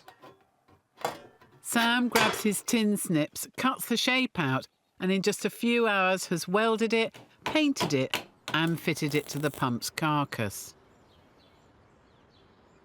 Mate, it just looks so pro. And you can call the cables on the little bit where the hose would go. Not bad, eh? Mate, that's fantastic. For a skeleton, that's got quite a lot of flesh on it.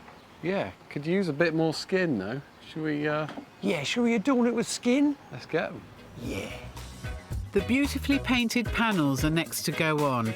Henry forgets to wear gloves and pays the price. Seriously? You got it? The work continues, though, and 10 minutes later, they step back to admire. Oh, that's really nice. Great, isn't it? That's fantastic. Really good. Hasn't even got the orb on it yet. Do you like it? Yeah. Hurry up, it's about to rain. Knowing me, knowing you, it could just fall off. Or I could. Quick! Now, I admit it needs a bit of securing. This way. There? Yeah. What do you think? I think that's pretty amazing. Come and have a look. Yeah? I'm coming. That is really, really something, isn't That it? is something else, you're right, mate. Hey? I like it. And when the top light is finally switched on, it's big grins all round. Do you know, this is one of your best ideas ever. It's the fact it's a petrol pump for electric vehicles. I love it. Do you know what? Yeah. I'm quite chuffed with myself. But, as always, mate, it would have only been a pipe dream if you hadn't been around. Back panel. As the last panel goes on, hustler Henry starts to think how he might recoup his cash. Now, you and I know someone who's got an electric Range Rover thing. Oh, yeah.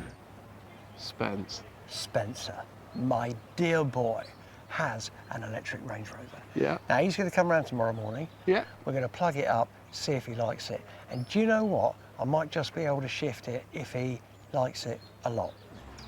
We should be able to charge him enough. Ah, tea on you. Coming up, Henry and Sam get their folding bike airborne. Sir, would you like, what? Small aperitif? But their day in the sun turns out to be not what it seems. It's never quite as straightforward as it's meant to be with you, is it? It's always a deal. Henry and Sam have been restoring a 1960s suitcase bike and converting a vintage petrol pump into an electric vehicle charging station. That's fantastic. Really good. They've got the bike up and running, but Henry wants to sell the pump to recoup their costs and make a little pocket money for their holiday. So everything depends on what Henry's friend Spence makes of it. Oh, Spence is here, mate. He's just come so I could just plug it in and see if it works in his Range Rover. Oh, yeah, don't forget to charge him. Spence! Spence is a regular client and a big spender. If he likes it, Henry might get lucky. What do you reckon? My word, lad, you've been busy. This is amazing. Extraordinary.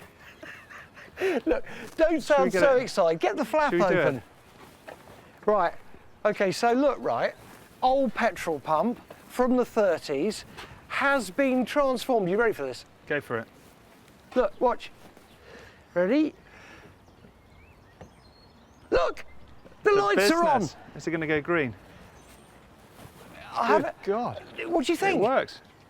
I love it. Do you think it's really cool? Did you sell it? What? Did you sell it? So I could do with one of these at home. Spence, It looked can I nice. just say, you don't have to come here all the time to buy things. I've got a few of your bits and pieces. But this would look special, I have to say. It's great. How much? Well, I don't know. I'll just find out from Samuel. OK, hang on. Oh. He wants to buy it. What? Yeah, exactly. Now then, hang on. How much did it cost us? 1,200 quid for the petrol pump, wasn't it? 250, 200 for the globe? Call it 1,800. Yeah, we got the charger, the glass, the chrome plate, the faces.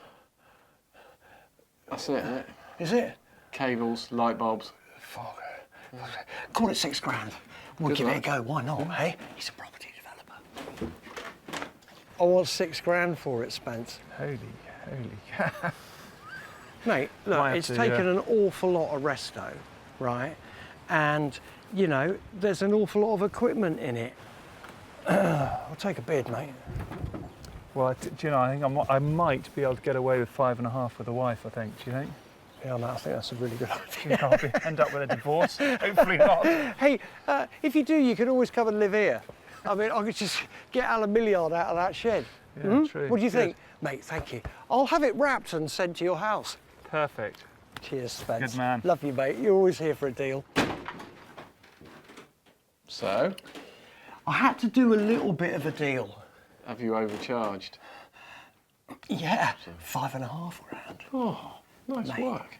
We are wedged up. Do you know what that means? We're going to the Mediterranean. In a roundabout way, but wherever we're going, we're holding the folding. Watch your fingers. Nice.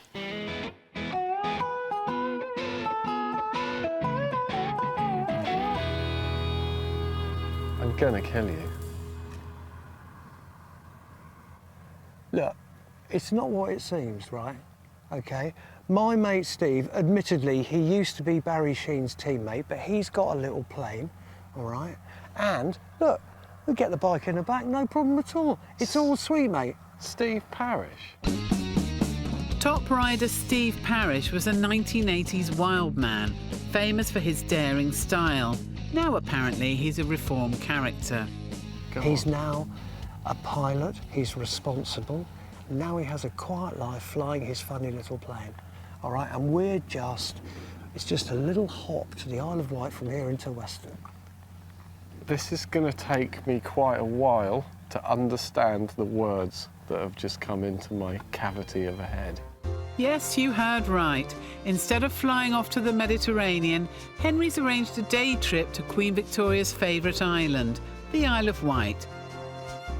Courtesy of Steve Parish. All right, mate. Steve, Sammy. But more about that later.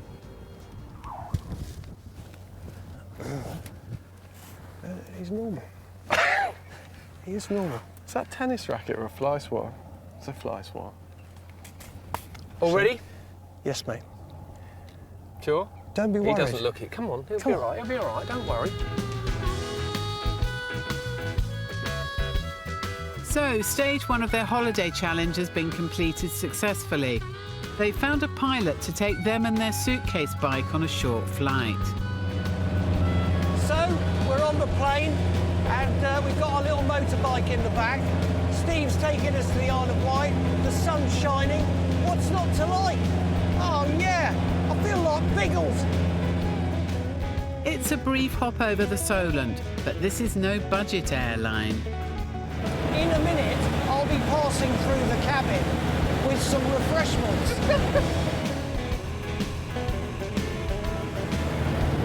Sir, would you like, small aperitif? Just keep your eyes on the road. Oh, red one.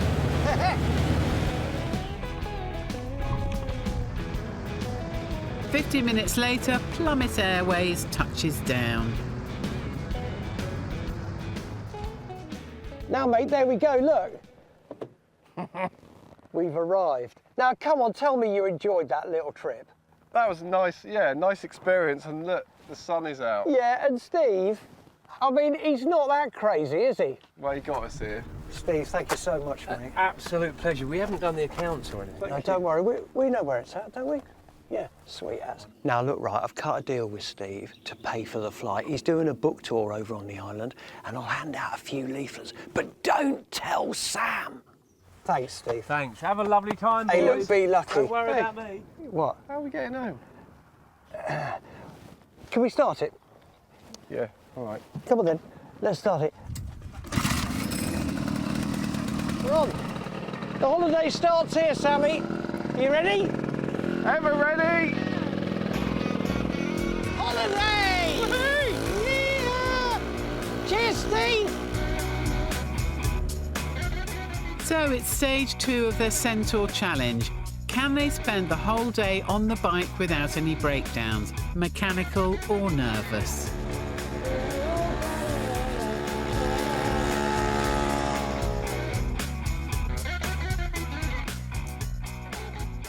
Apparently the Isle of Wight is the sunniest county in Britain. Is it really? Yeah, it is today, isn't it? Oh, mate, it's just fantastic. You and me on our little suitcase bike that fits in a light aircraft. What more do you want, son? And the answer to that is a third test for the Centaur. They've proved it can get on and off a plane, but can it survive being shaken and stirred in the goods van of a vintage railway? So look, right, planes, yeah? Yeah. Trains, Yeah. and, well, automobiles. Kinda. Should we load it then? Yeah, all right. Come on then. Are you all right, mate? There we go. Oh, there we go. Wait a sec. Oh, look at that. Sammy, you've got the sharp end. Or we could just lean it against here. The Isle of Wight Steam Railway is a local institution, carrying 115,000 passengers a year. It's also a great place for Henry to do his first bit of payback for Steve. Oh, look, there's some sheep coming in a minute and a tunnel. Watch out for that. All right. It's lovely. There's bluebells. Yeah, no, it's good. Boys, just wonder whether I could... It's just coming in November, Steve Parish tour. Yeah? Good. Just keep those to yourselves, all right? Okay. We should restore a steam engine one day. What do you think? Yeah? Sounds good. And then live on it. Put those away, lads.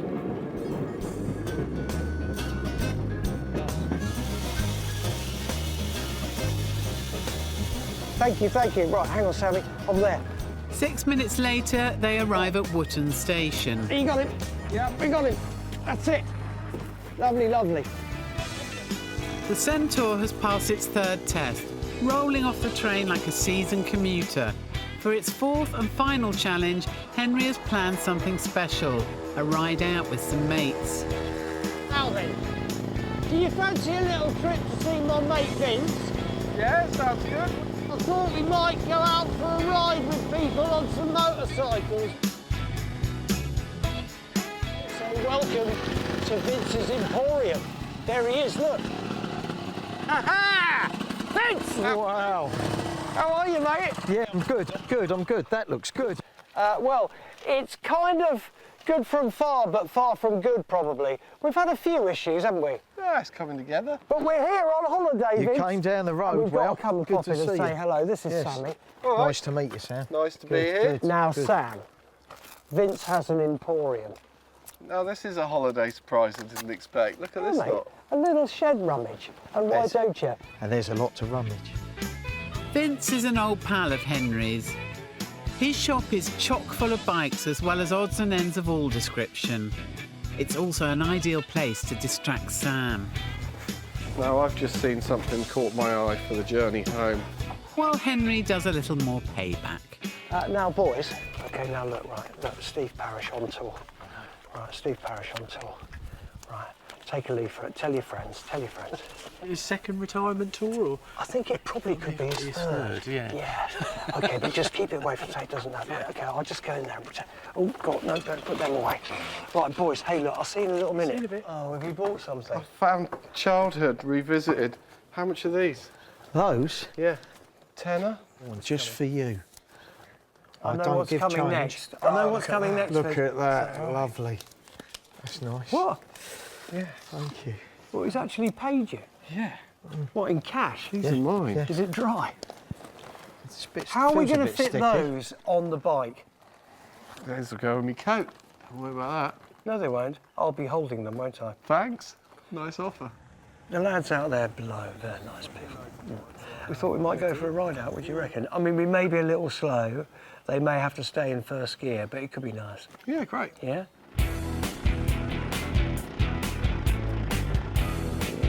And we're off! So what a glorious end to a glorious day. Not only have Sam and Henry managed to keep their folding bike running, but for the first time in its history, a Centaur is leading out a pack of wild, crazy bikers. Or at least a few old geezers from the Isle of Wight. Oh, mate, this is it. After 3 miles in the saddle, Sam and Henry reach the top of Brading Downs and say goodbye to the wild bunch. Cheers, lads. What lovely people. Oh, yes. Check out the views.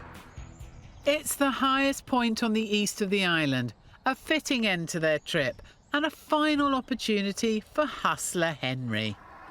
Hey, that's a weird coincidence. Hang on a minute.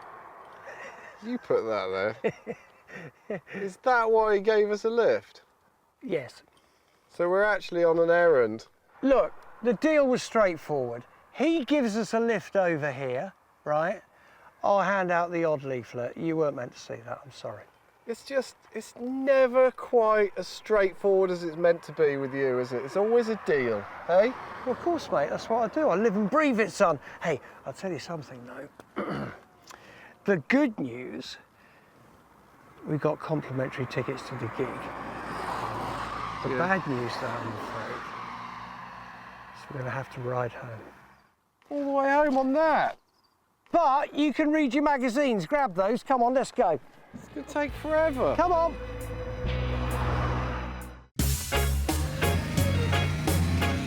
Henry and Sam are out doing what they most enjoy, tooling along the country lanes in Henry's beloved vintage Heeley. But Sam's always wanted to take it further. Mate, if there's one thing I love, it's an Austin Heeley 104 that's mine. I want to drive it. No, look. It feels so good. I want to just experience the power at full chat. I know we've always had a hankering to do a bit of rallying or something. Yeah, reliability, trial hill climb. You know, just laying on the power, getting it into a bend, and then getting the rear wheels unlocked and some opposite lock, and that sideways look. Just the anger in it, be great. You've basically summed up there in 20 seconds why you're not going to drive this in anger, OK? So, no luck for Sam in Henry's Heeley, but can Henry be tempted in a different set of wheels? Yeah, I'm up for it, mate. I would love to do that. Something British, something cheap, and something that goes as well as this. We could go hill climbing, trialing, rallying. Yeah, any of that, yeah. All I know right. about the price of a good gearbox rebuild on one of these, you know? Love it. In fact, they're going to go hill climbing. So the plan is to find a car that is fast and light enough for the challenge, and Sam knows just where to start. I go on, mate. Who builds small Heelys? Yeah. You know, Midgets? Yeah. Cheaper ones? Yeah. My mate Will in Northern Ireland. In Northern Ireland? Northern Ireland, yeah, he's got a shed full of them. Has he? He'll sort us something out. All right. Sam's mate Will has a pristine garage full of low-cost British rally cars and a few other gems besides. It's way up in the hills, half an hour from Belfast, so that's where the boys are going, and it's blowing a gale.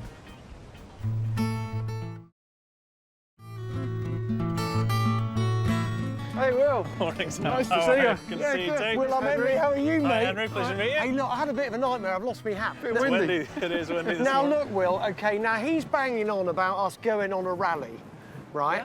And you're going to sort us out with the conveyance to do just that. That's what I'm told, anyway. Will, thank you so much. Hopefully, we'll have a haggle, mate. Yeah, I look forward to it. Great, Great. great. In a minute. Thanks, Sam. Come on No then, worries. Sammy. We'll I'm go holding find on it. to my hat. All right. Absolutely. See you in a Enjoy. bit.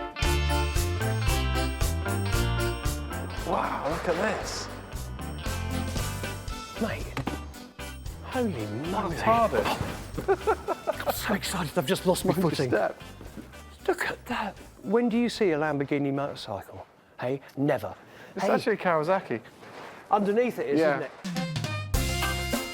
The boys aren't here for bikes, though. What they want is under this cover. Don't get me wrong, right? I am quite excited. Really? It's just that I got even more excited about the Lamborghini. Why? It's already got a midget front end, has it? Oh, mate. It's got a hard top. Here, let me discard this while you rummage. Yeah. Well, it's a car. It's shiny. Mate, Could be ours. that's well cool. So now look, tell me about it. It's an MG midget, Yeah. but it's got a different front end than normal MG midgets. I think this is the sort of Healy version. It's the earlier version. Hang on, stop, what, Healy? Yeah. Austin Healy and MG midget? I thought they were two separate things. It was a bit of a hodgepodge. It was all BMC, wasn't it? British Motor Corporation. Oh, OK. So this 1962 Healy Midget is basically a more expensive version of the Austin Healy Sprite and powered by a mini engine. The smallest of the low-cost entry-level rally cars so popular in the 60s. It's a hard top. It's got a hard top. It's Oh, already... it's a removable, obviously. Yeah, it's already been modified quite a bit by the look of it. I mean, there's no bumpers. You can see smaller steering wheel. Looks like it's got a cut-off switch in it already, which is helpful. Somebody's made a start, haven't they? It looks great. So having been impressed with their first sighting... Oh, yes. Henry and Sam squeeze inside this racing miniature. Cool, blimey, that's a little tight. And fire the ignition. Should we try it? Yeah. Go on. Blimey. And again. But, I mean... Well, it works. So we need to find the choke lever amongst Yeah, other things. OK, well, look, as long as it works. Do you want to have a look under the bonnet? I think so. It's Mate, crucial- I quite like it. crucial I have to department. say, I quite like it. I'm kind of getting into this whole old man rallying because Well- I am an old man and I want to rally. You know, what's nice is it's not like we're getting seriously competitive. You know, and this is kind of entry-level car. That's what I want to do. And I just think it's the kind of event that you can have a lot of fun with. You know, it's just about smiles per pound, isn't it? But before Henry gets the checkbook out, they're going to have to make a more thorough inspection and extricate themselves from the tiny car. Getting out of this if it's on fire might be an issue. Yeah. Oh, that's me in a puddle. Should we have a look in under the bonnet? Let's do it. Yeah. A quick look reveals that the mini engine has been partially modified for rally driving. It's had the sort of Mini Cooper treatment, so it's 1380cc and a lumpy cam in it, and nice inlet manifold. Looks pretty clean, man. Yeah, someone's made a bit of effort to try and make this thing go a bit quicker. As Sam goes under the chassis, he's pleasantly surprised. I love you doing that. Is it strong enough? It's strong enough for the job, yeah. But while Sam's busy... Ooh, I say. Another hidden classic has caught Henry's eye. I've just seen something else. Have you? What are you Yeah. saying? Oh, what's that? Oh, an old bicycle. Got it? Coming. Wow, look at that. Mate, A bicycle made for two. Not just any bicycle made for... That's quite old as well, look at that. It's BSA. That's 40s at least, possibly 30s. That's a beaut. Should we try it for size? Yeah. I'm not saying I'm going to be the dominant person in this relationship, but because I'm near the front, I'll try it. Right, get on. There you go. Get off me bell. Hey, what do you reckon? I've never ridden a tandem. Oh, hang on, it's turning. Yeah, What's sorry. happened to my seat? I straightened the bars at the expense of the seat. It needs a bit of work. These bars are a bit bent. Are you on? Yeah. These bars are especially bent. Yeah. I think they're meant to be, though. Oh, this is great. Mate, hey, look. It bears... Yeah, that could be a problem. Yeah. You all right there, Grandpa? It kind of bears no relationship whatsoever to the car apart from it's British. Let's buy it. So the bike has them hooked, and the midget looks in decent nick, with some more tuning and some cosmetic work to do. But how much are these British gems likely to cost? How much are we going to bid on that?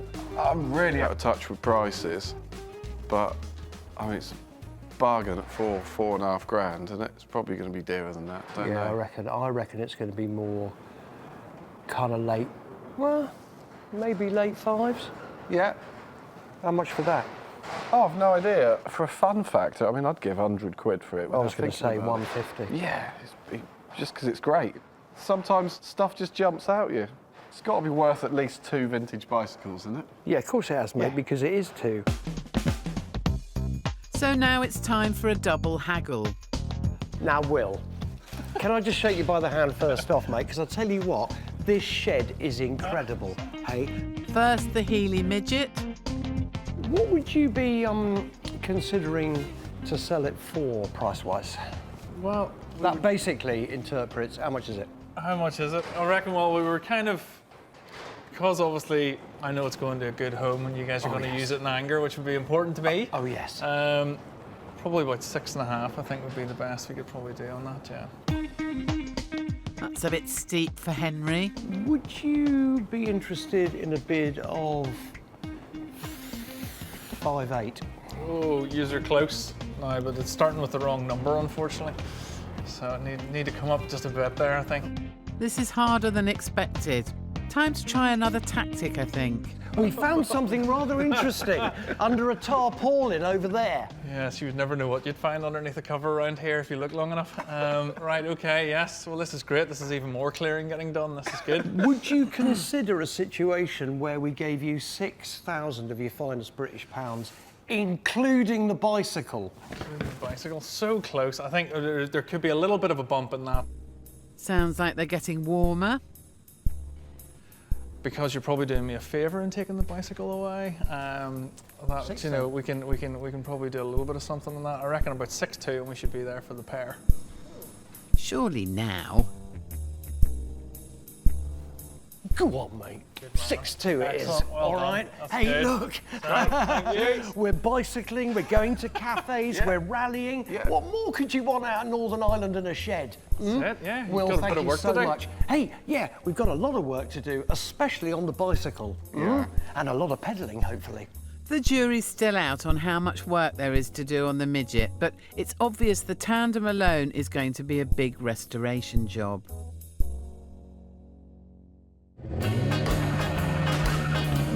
Coming up, Henry and Sam fire up the midget to see how it runs. It's got all the bumps, rattles and squeaks that a British sports car should have. And find ways to make it faster and lighter. We could shave tenths of a second off our time. As they get ready for their hill climb challenge.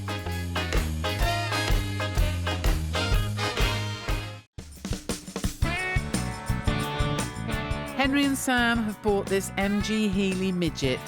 Somebody's made a start, haven't they? It looks great. To take on a classic hill climb challenge. Cool, blimey, that's a little tight.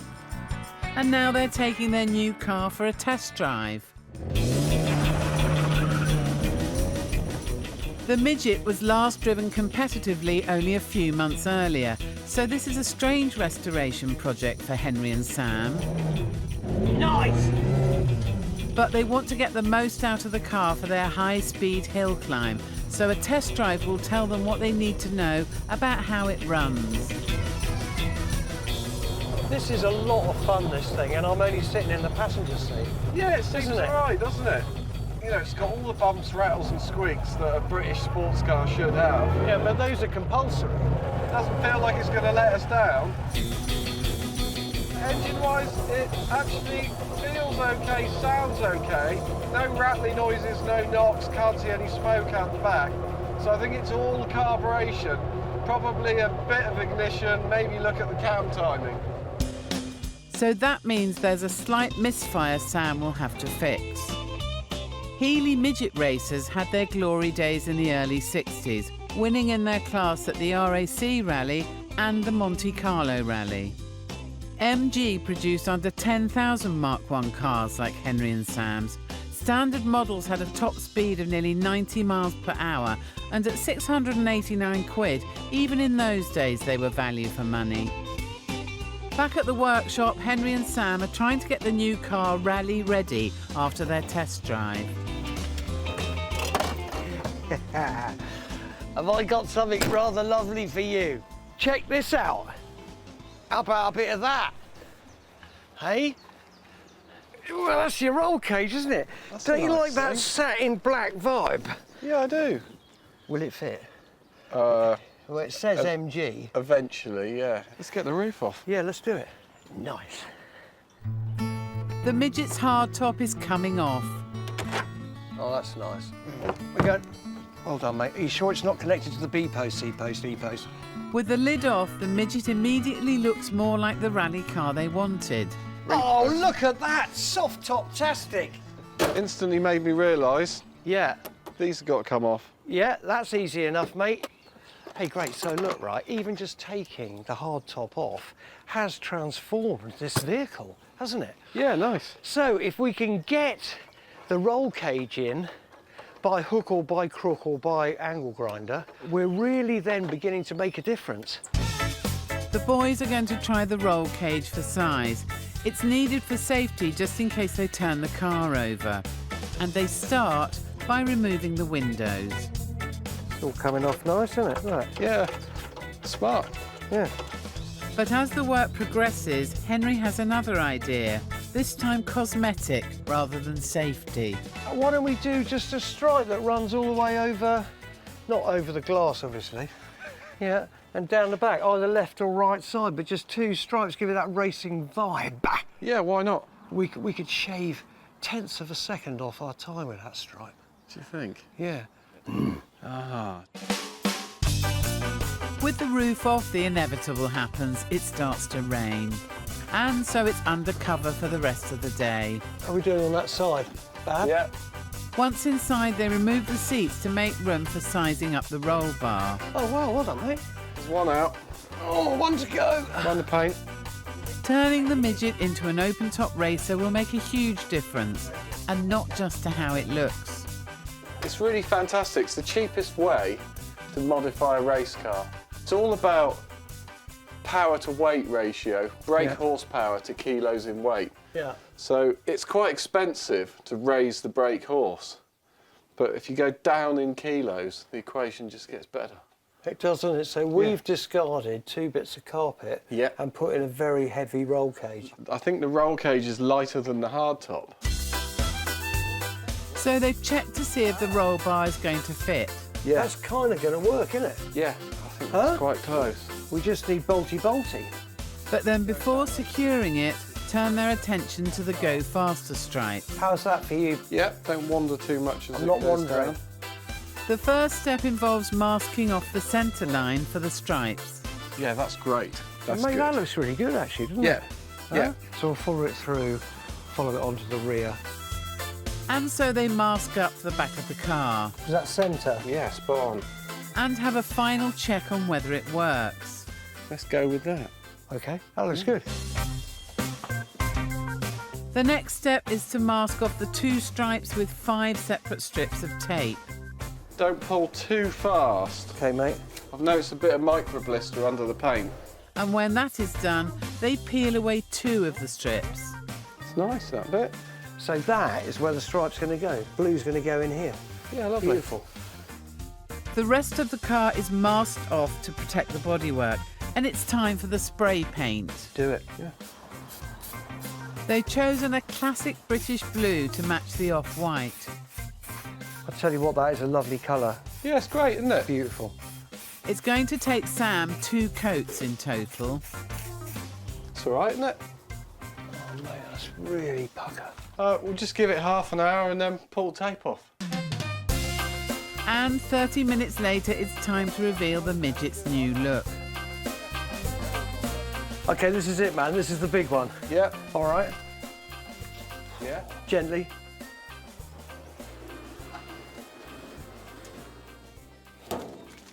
Oh, governor.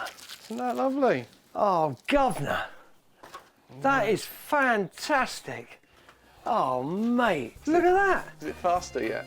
It has, mate. That's 20 miles an hour quicker. I can feel it. Yeah, great. Honestly, that is so cool. It might look great, but they'll still have to tune the engine. Before then, Henry and Sam start work on their BSA Tandem restoration. First, they need to assess what needs doing on the bike as they dismantle it, but Sam already has a few ideas. Okay. I mean, these cables and these tyres and everything are awful. Yep. I think it'd be quite nice to get the wheels done. Okay. And actually clean everything up. Yes. Possibly, I don't mean repaint the frame, but maybe paint it a bit, retaining some patina. Sam's also keen to keep the handlebars and rusty old bell.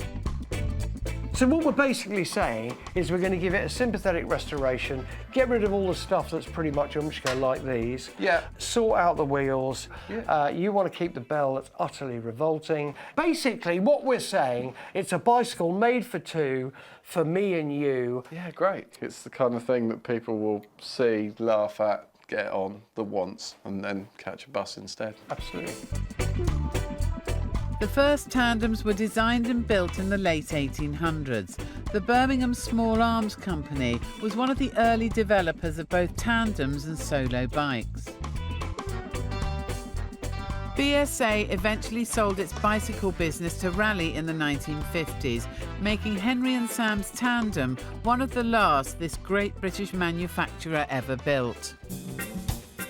So the dismantling and cleaning up starts, and almost straight away, Henry and Sam make an accidental breakthrough, using a can of penetrating oil to free the rusted nuts and bolts. We've spilt a bit of oil down here. Coming up lovely, isn't it? Isn't it? Yeah, just. So, should we clag it all in oil and see how it cleans up?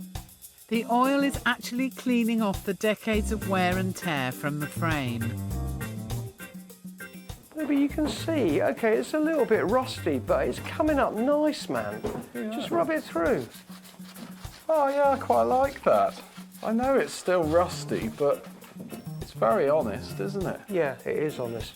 So that's a bonus. They've found a way to clean the frame and keep the original paint job. And as they start to remove the parts they can't salvage, the stripped-down bike is beginning to grow on them. Look at that, minimalist. I know, it looks Hey? lovely, lovely without mudguards. No mudguards, it's cool, man. Sam gets on with tidying up the derailleur gear cables and making sure the pedal mechanism is working. But I don't think the frame's bent. Yeah, I think it's the pedal. While Henry continues to clean and de-rust the old paintwork. Hey, look at that. Do you think the pedals are supposed to be timed with each other? Yes, yes. What, so that you don't bump into each other's feet? Well, we'll find out, won't we? Yeah, I think I've just lost its timing. Oh, I don't know whether it matters, mate. Sam's right, and we'll have to fix the sink. In the meantime, Henry also manages to clean up the old BSA logo, this time with metal polish. It's just nice, you know, it's only original the once, isn't it? Mate, that's exactly it. It's only original once. And so they straighten the handlebars and put some air in the scruffy old tyres, which they'll have to replace. And the tandem looks ready for a first test ride. Oh, Sammy, that's Beauty. great, man. Perfect. Hey, look, we are just about ready to become Bradley Wiggins and Victoria Pemberton. That's weird. This should be fun. Are you sure this is a good idea? That's cleaned up so well. It's not finished yet. No, but we're on the way. With Sam on the front and Henry doing the grunt work at the back, they discover their first complication. You've got yourself in a position which means that my pedal is So top they do dead need to be centre. synchronised. Yeah, about there-ish. But that will have to wait. For now, the boys just want to get cycling. We're off. We're off. We're off. We've got to get speed up. It's working. No way. The old bike is turning a wheel nicely for the first time in decades, and with only some very basic maintenance. It means Henry and Sam will be able to get on with the rest of their work on the Tandem. Stopping. Hey, mate, it works. That wasn't half bad. That seat's too tall. The pedals definitely need synchronising. Yeah, they do. I think we're okay. Coming up, sign writer Pete pays a visit to finish the MG's paint job. Pete, that is just wonderful. And Sam gets engine tuning. Smiling and smiling. That's how I love to see you, mate. As they prepare for their hill climb challenge.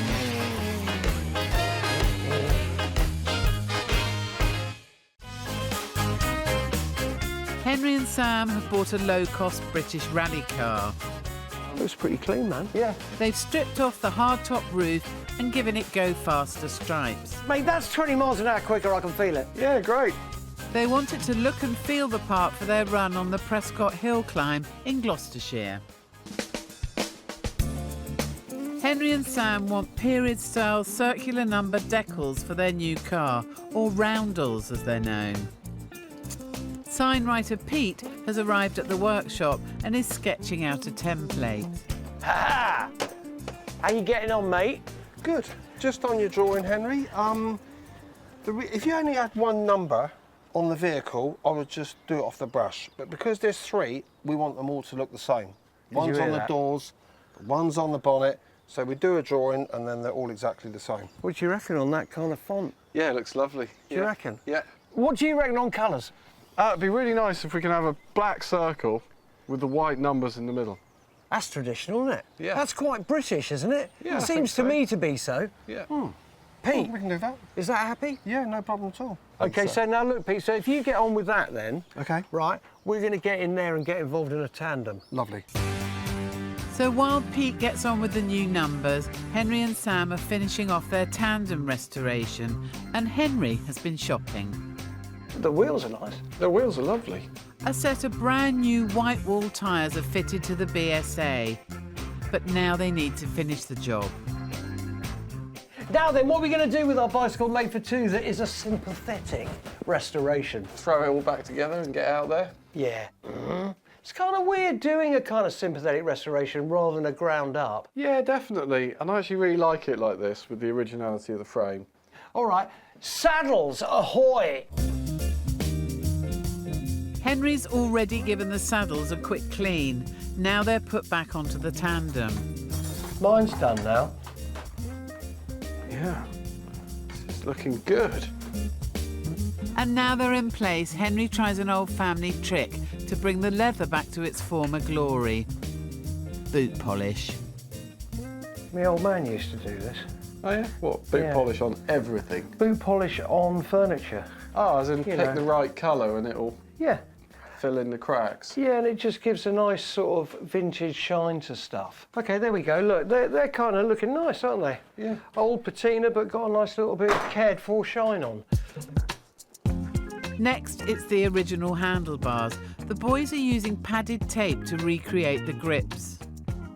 We've got these nice bungs for the end. Finally, Sam fits a newly bought pair of chains to the bike, making sure both sets of pedals are properly synchronised this time. Is that it? Yeah, chains are done. Now then. Little satchel on the back, I thought. That's great. For our sandwiches and thermos. Yeah, ready to go, ready to catch some sunshine. Nice job, son. The tandem's now ready to ride, and meanwhile Pete is making real progress on the midget's new number decals. Having finished the drawing, Pete covers the back of the template in charcoal. Just going to now trace on the drawing. He then traces over the design exactly as he wants it to sit on the car, leaving a faint charcoal trace. So, what I'm going to do is I'm going to remove this drawing now, and then what you'll have is the outline. Using the outline as a guide, he then paints in the full design, and as he's working from one template, each of the roundels will be identical. There you go, done. Just got a little bit of an edge there. That's it, done. Oh, Peter. Oh my God, that looks just fantastic, man. Are you happy, Henry? It was 27, not 72, wasn't it? Was it 72? No. No? Of course it's 27. OK, now I can relax. Pete, that is just wonderful. It looks so British and purposeful, doesn't it? Yeah. Hey? Are you happy? Yeah, and it's so nice to see them painted on. Yeah. That is quality, hand-painted, numeric numbers. Mate, top job. Love it. Love it, love it. The paintwork on the Healy midget is now complete, so Henry and Sam will be able to concentrate on getting the car running properly. If you grab the other side. Yeah, obviously. But first they need to fit the roll cage. So we've just got to have an eye for symmetry. Yeah. Make sure this is straight, make sure it's flat, you know, aligned in every direction.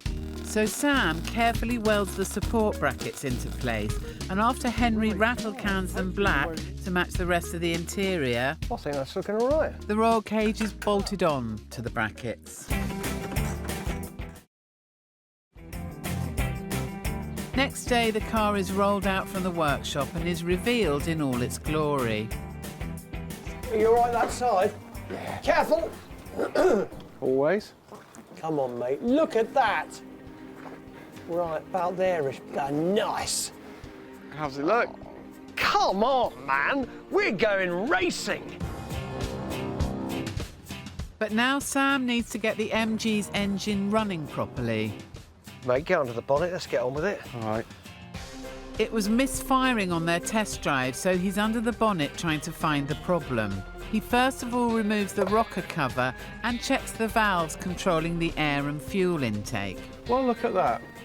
That is very non-standard looking. Oh, is it really? Absolutely. It's got a sort of uprated set.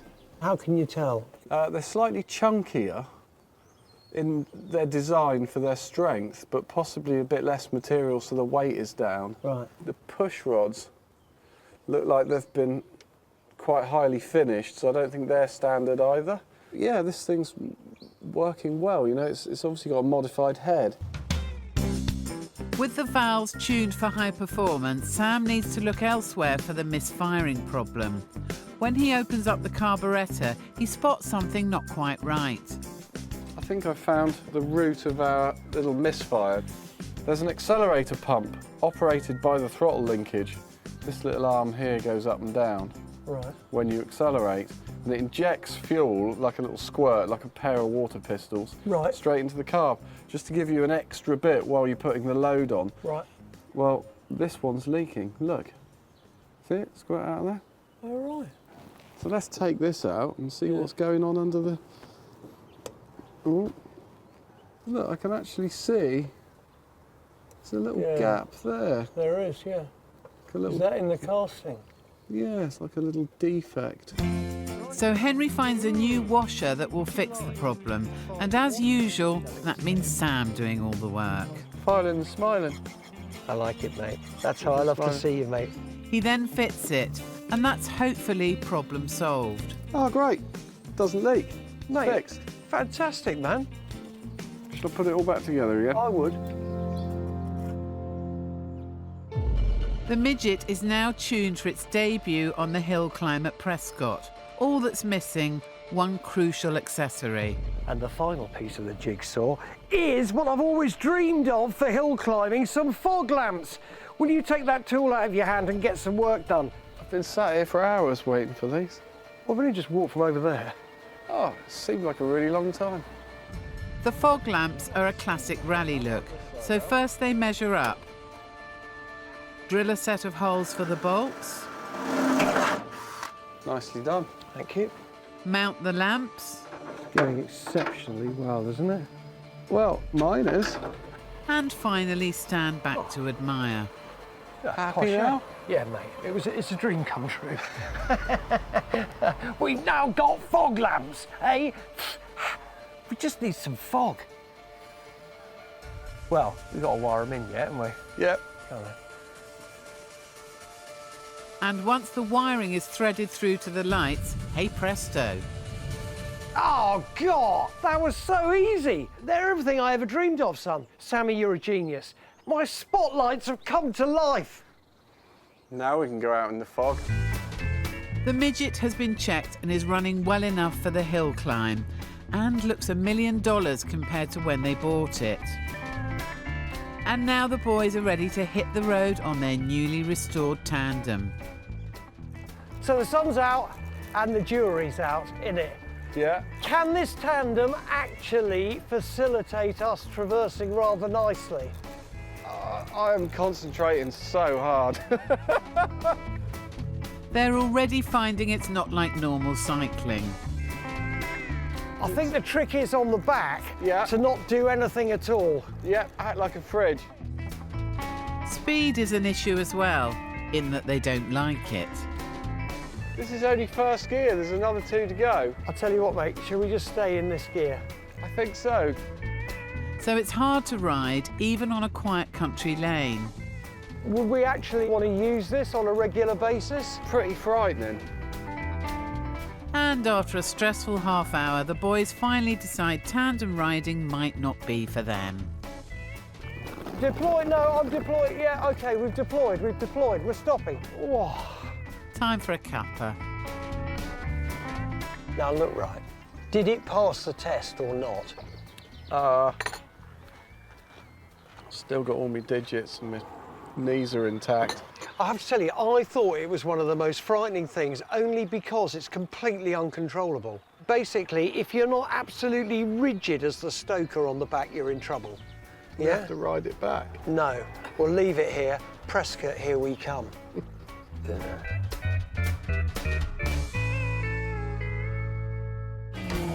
Coming up, Henry and Sam get ready for the high-speed hill climb. 4.2 E-Type's got to be a Series just 1.5. concentrate, will you? But will the MG come good? So we're basically OK, mate? Yeah, we're good. And will they make it to the top?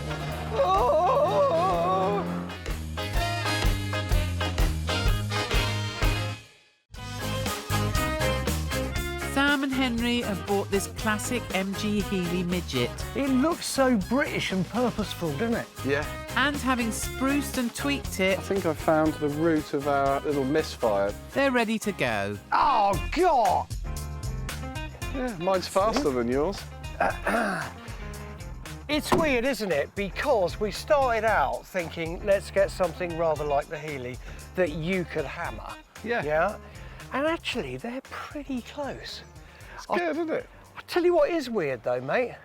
75 grand. Yeah. Probably with the work we've done in it, 7.5 grand. Right. But I reckon we'd have just as much fun in either. And actually, seriously, this will be quicker. Oh, yeah. Because it can be. Especially in your hands, mate. Hey, Prescott, anyone? Let's do it. This is the Prescott Hill Climb, where since the 1930s, drivers have raced the twisting course from bottom to top as fast as they can. And as always, the paddock is full of classic cars. 4.2 E-Type's got to be a Series just 1.5. concentrate, will you? I am, all these beautiful cars. Bristol. I love a Bristol. I just want to find where we're supposed to be going. In here, look. OK, in here. All right, here we go. Henry and Sam are off to their pre-race briefing. It's the first time either of them have raced here, and the race marshals aren't pulling any punches. First question, who's been here before? Fantastic. Ah, so everybody else then. We do ask you that if you cut under red flag, you're at controlled stop, you wait in the car. If you don't get out of the car, but you can if it's on fire. So, will the Healy midgets survive the challenge? With their briefing ticket in hand, the boys are getting excited. I've got to tell you, man, what a show. Even just in the paddock here, it's just fantastic. The course itself is precisely 1,127 yards from bottom to top, with 2 severe hairpin bends on the first half of the run, a technical stretch called the S's, and then a fearsome right-hander called the semicircle, as Prescott's general manager Chris Rogers explains. Semicircle doesn't have any protection on the outside, so if you go over the top of that, you actually end up going over a steep banking, and then we have to send a machine down to pull you out. From the semicircle, it's a short sprint to the finish. I'm really nervous. What do we have to do to prep? Turn the key. You are joking. No, we're good. We're ready to go. So we're basically okay, mate? Yeah, we're good. The course record is 35.51 seconds. Henry and Sam's progress will be a little more sedate. Under a minute would be a reasonable time. It's going to be full-on concentration. They won't be the only people on the hill today. It's a charity event with drivers taking it easy on the climb. But Henry and Sam have been given special dispensation to put the pedal to the metal after an initial sighting run. Normally, it's not competitive, but they've allowed Sam and I just to have a little bit of a shootout. Now, in a straight line, I'm quicker than Sammy, right? But when it comes to bends, I run out of talent relatively quickly.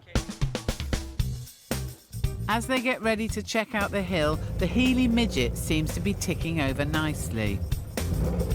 I'm really happy with the MG. I mean, it's running quite well.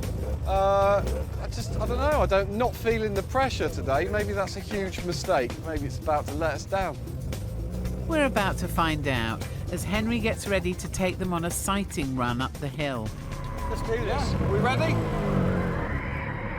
This sighting run is a chance for Henry and Sam to get to know not just the course, Hey, it's good to get used to it, isn't it? Yeah. but also how the car handles on the twists and turns.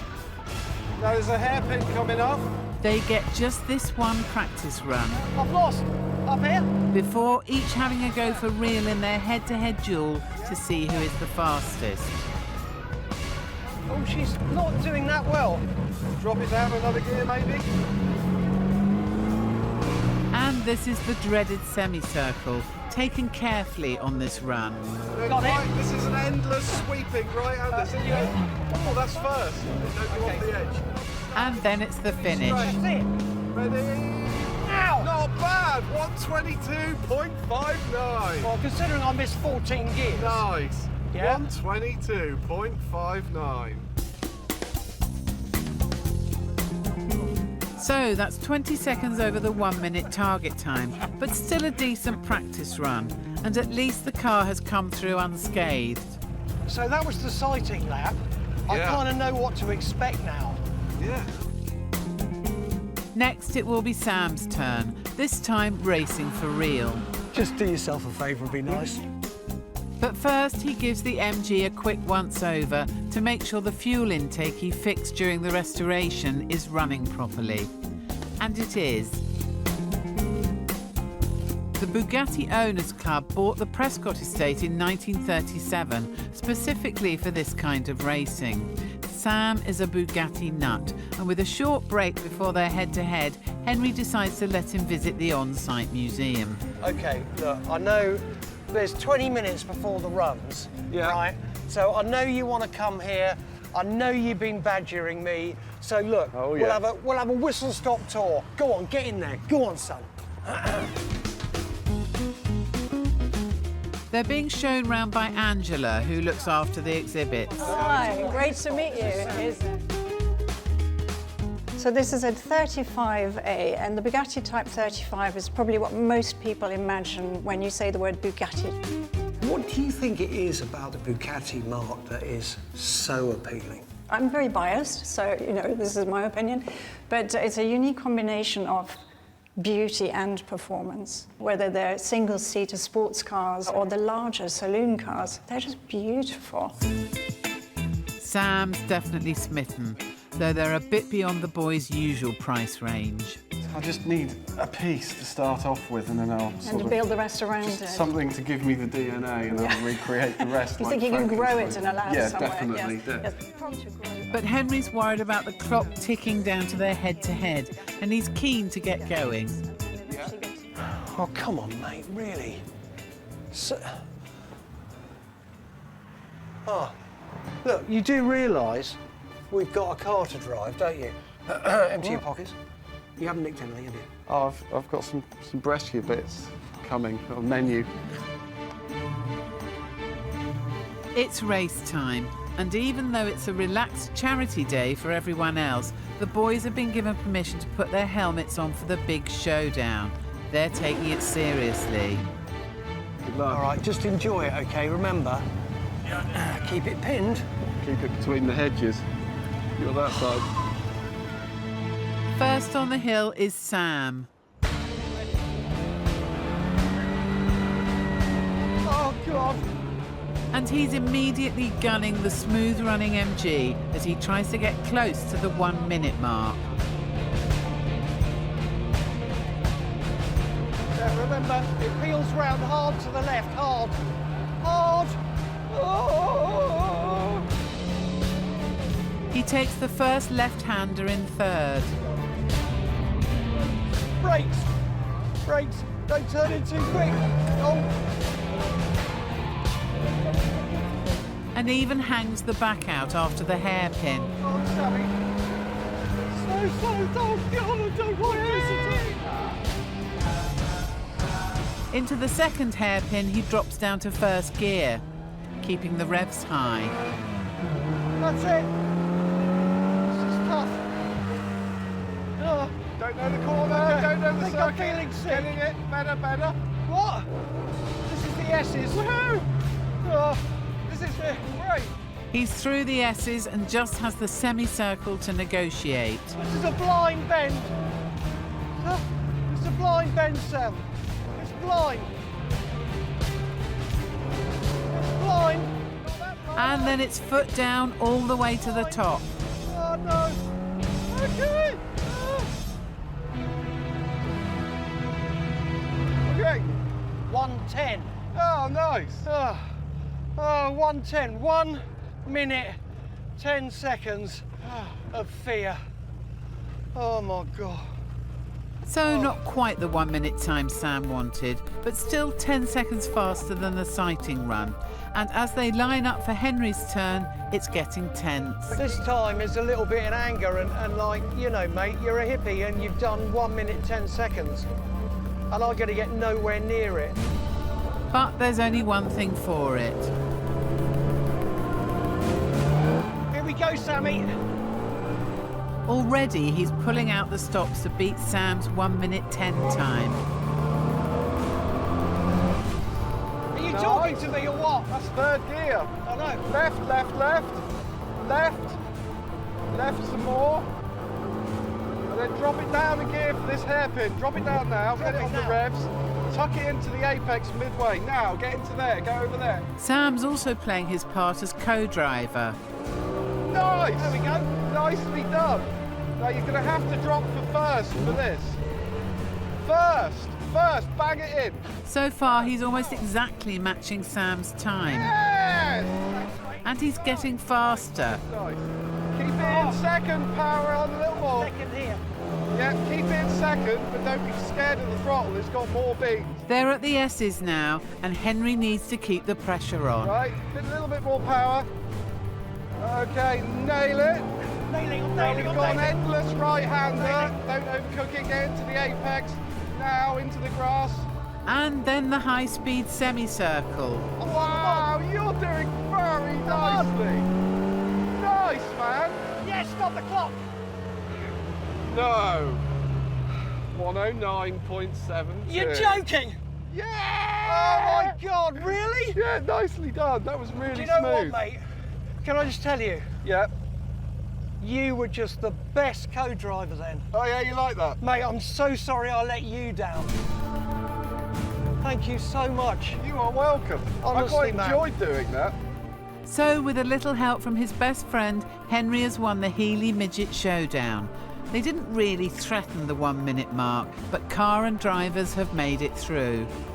Mate, I'll tell you what, relationships are built on experiences like this. Yep. And I have to tell you, man, seriously, it's just gone a little bit deeper. The Midget was bought as a used rally car and has now been turned into a hill climbing star, and the boys couldn't be happier.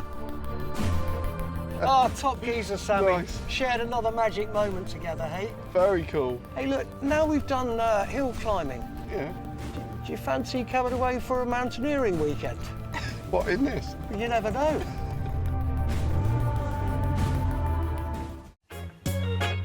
Sam's never been to the Isle of Man. Sammy? So he's doing his TT homework. While Henry's been hatching a plan. Busted. What are you doing? Having a little skive. It's really good, this. Have you seen the light or what? Yeah. This is the opportunity that I've waited for years. You getting into the TT. Why don't we go and find ourselves a TT bike, right? Classic, yeah? Do it up and take it to the Isle of Man. And I will give you the full TT experience. What do you reckon? I think you're winding me up. No, I'm not. I'm taking you to Northern Ireland. Come on. What? So the boys are back again in the province, where Henry knows there's a TT bike for sale. They're going to one of Northern Ireland's great sheds for bike nuts, at the home of father and son, Gordon and Gordon Bell. Boys again, Nice to how see you. are you? Yeah. God, lovely to see you, mate. Yeah. Hey, look, the sun is shining in Northern Ireland. That's right. It's shining on the righteous. Hey, so how are you boys? All right? Oh, great. Yeah, good. You're still doing the Land Rovers? Still doing the tractors? Yep. Now, look, right, I'll tell you what. I think I'm more excited about this shed than I have been for a very long time, mainly because of this TT bike. TT, or tourist trophy races, date back to the early 1900s. They're held on public roads all across the UK and are considered the most dangerous racing events of all. And it's the Irish and Isle of Man TT races that are the most feared and loved. And the bike they've come to look at has a strong Isle of Man heritage. What is the history with that bike? Well, it was raced in the Manx and late 80s and into the 90s. And is it all up together, or should we just... No, it's just sort of nearly ready to go. Just needs a wee restoration. Just a little TLC and that's ready to go, yeah. We can give it TLC, can't we, mate? We can manage that, yeah. The thing that I love about the TT, and it's mainly the camaraderie amongst the riders, and That's I think right, that's yeah, because yeah. they're that far away from, you know, That's right, yeah. something that's not very nice. Yeah, You know? They live on the edge. Living on the edge, and that's what it's all about. The TT is Henry's passion, but the two Gordons have been collecting for years, and there's plenty more to discover in this shed. We can have a good old rummage, Sammy, honestly. Come on then, let's go. That's Boys, it. we'll see you in a bit, all right? Mate, check out the Super 4. That is fantastic. Can I just give it a hug if I can't own it? You know what? I get it with this one. Proper rare, man, a Super 4 like that. Actually, no, we mustn't get distracted. TT, mate, come on. Come on, overexcited. The shed is full of mint condition vintage tractors and classic bikes. Gold Star, is it? Yeah, it looks like it. That is funky, proper looking thing. Oh, look at that. Wow. Man. That's nice.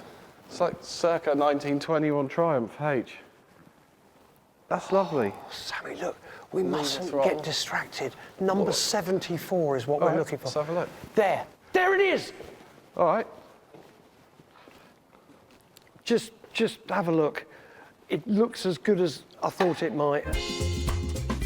What we've got is a 350 Ducati single-cylinder race bike, which, as Gordon and Gordon have said, has plenty of TT race history.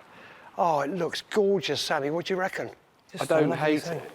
Well, you see, that's good. Yeah. I mean, because, right, I know you're not massive on Italian machinery. And it's quite modern, but I like engineering, and I'm looking at the way it's been put together, and it's clean and tidy and purposeful, and I think it might be a real thing.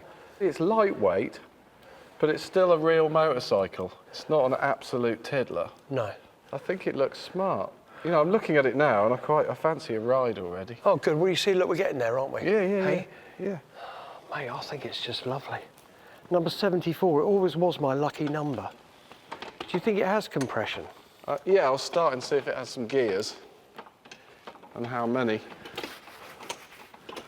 It's got a steering damper on it. 5 gears. Yeah. It turns over, it's got compression. Listen to that. Yeah, I'll open the throttle so it can breathe a little. The compression will show how it's tuned. It's got lots of compression. Has it? Yeah.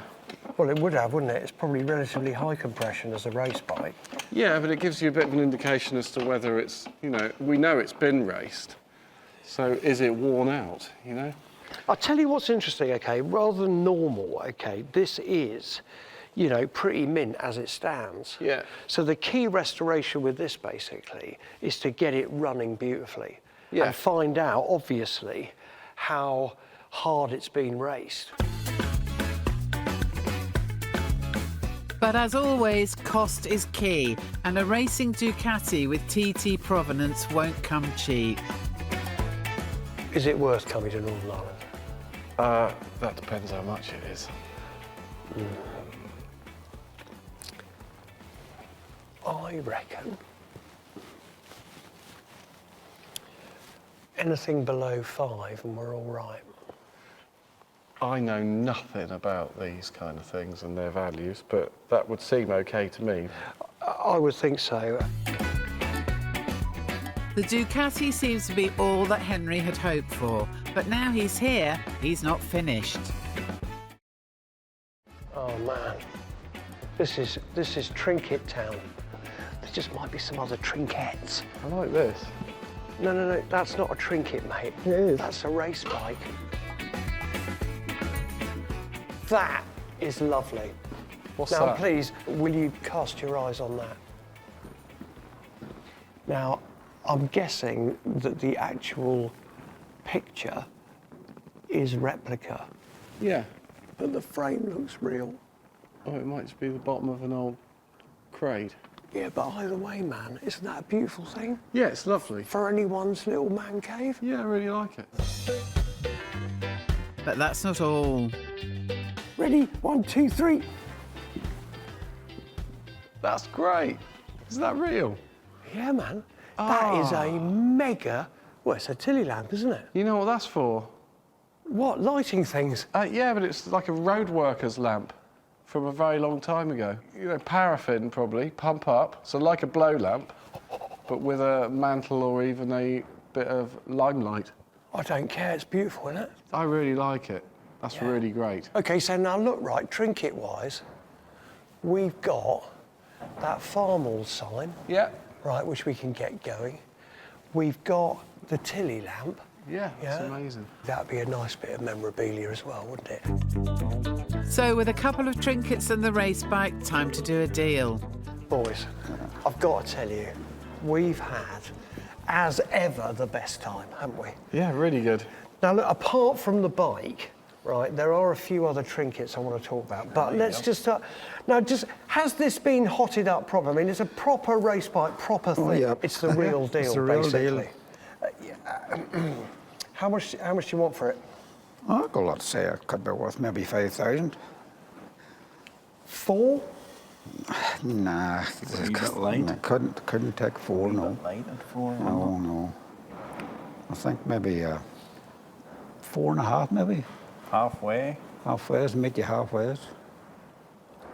Thanks, all right. There you are. I'm not going to go any further because I think it's worth 4.5. Yeah. And I think it would be wrong, boys. Yeah. Now look, before we all get excited on a fair and a good deal for all of us, can I just talk about a couple of trinkets?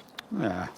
There's a huge Tilly lamp up there, just by the cupboard. I think I know the one you mean, yeah. Would you want to flog that? Oh, it should be worth £100, I think, yeah. So 100 quid potentially for the Tilly. There's a Farmall sign up there, which I don't think's original. Aye. I think it lights up, that. It's an illuminated one, aye. Would you be interested in flogging that? Maybe if the price was right, I think so. What would be the price for them with the Tilly lamp and the bike? What about 5 for all that? Yeah. Expensive Tilly lamp. What about 4,650? What about 4,750? What about 4,700? I think that'll do, yep. Come on now. That's fair. That's fair. Yeah, great. Hey, look, I can't thank you enough, and I promise you, this bike is going back to the Isle of Man. Yes. Get a lap on her anyway. It'll know its way around anyway, that's for sure. Coming up, Henry and Sam try to spark their new Ducati race bike back to life. Yeah, Scott's massive spark. Massive. But can they keep their Isle of Man TT dream afloat? On ski? Okay. Okay, here we go.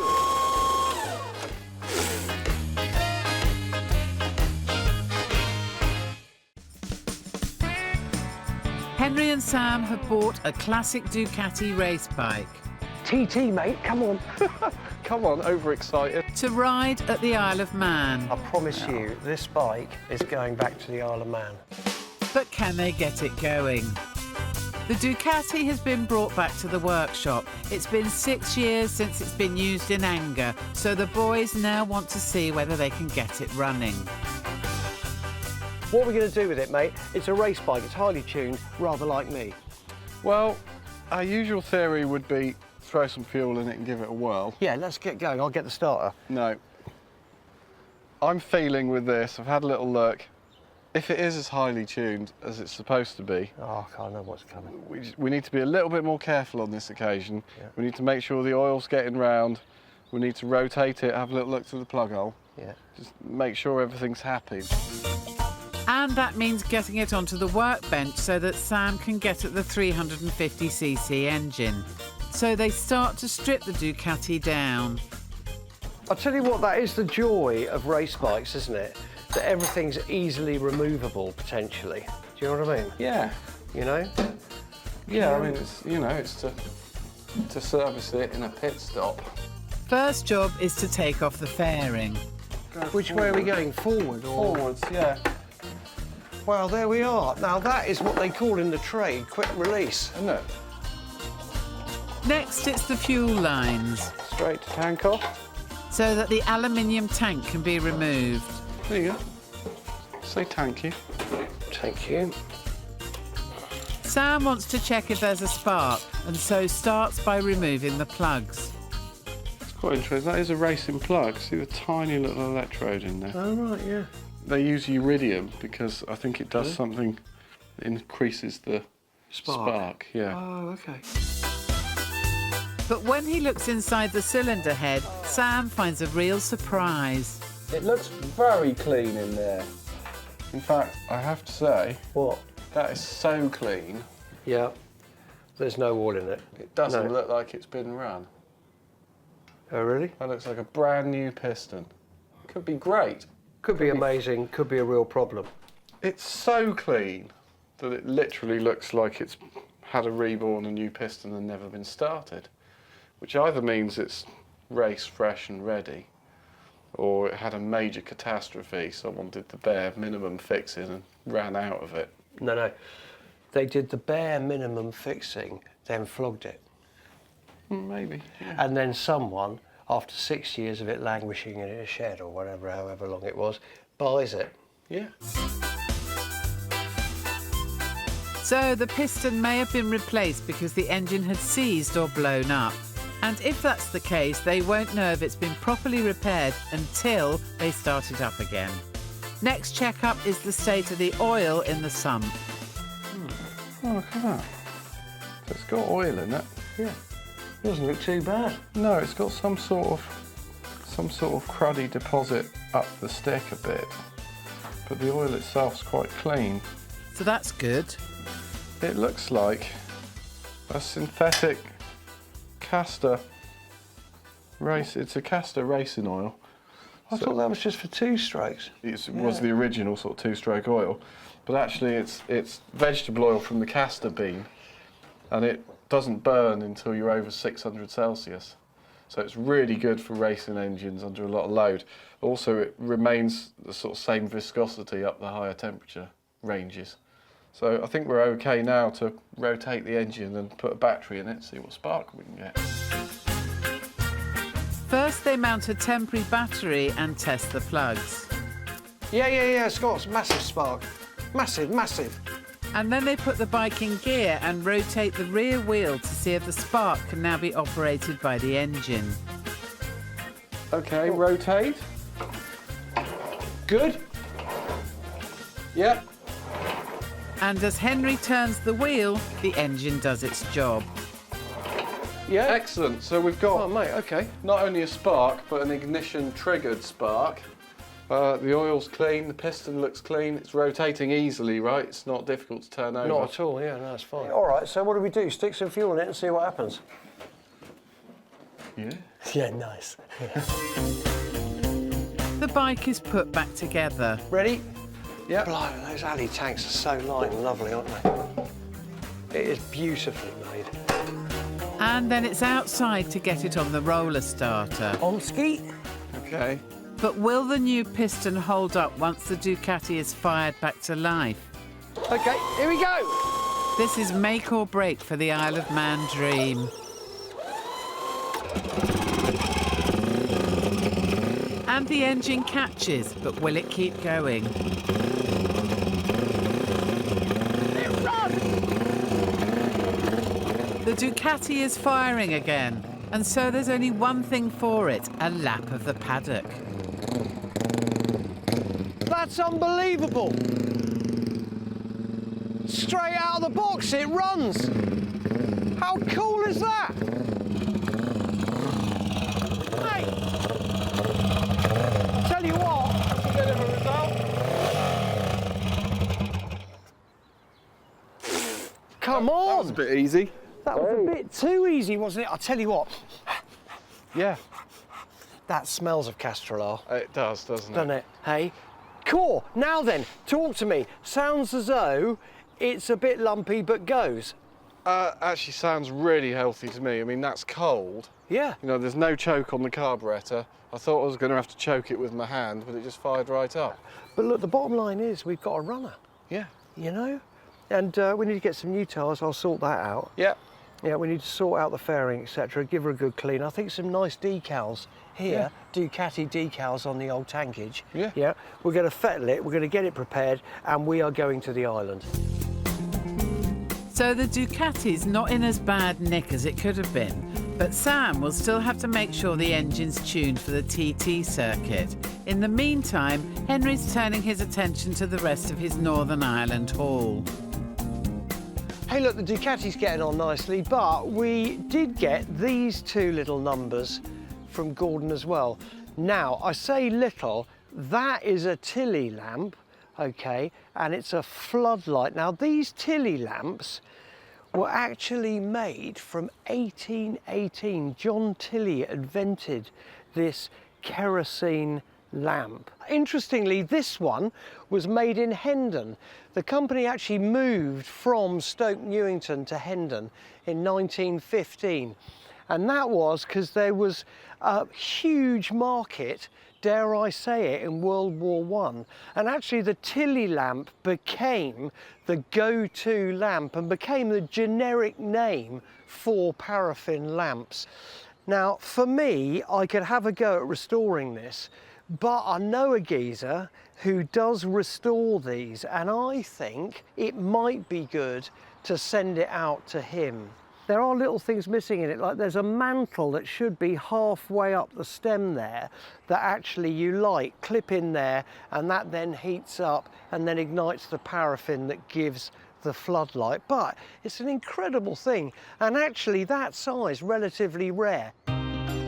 So, decision made. The Tilly lamp needs specialist expertise to get it working again. So right now then, we've also got ourselves a little decorative sign. Now, none of this is original, please.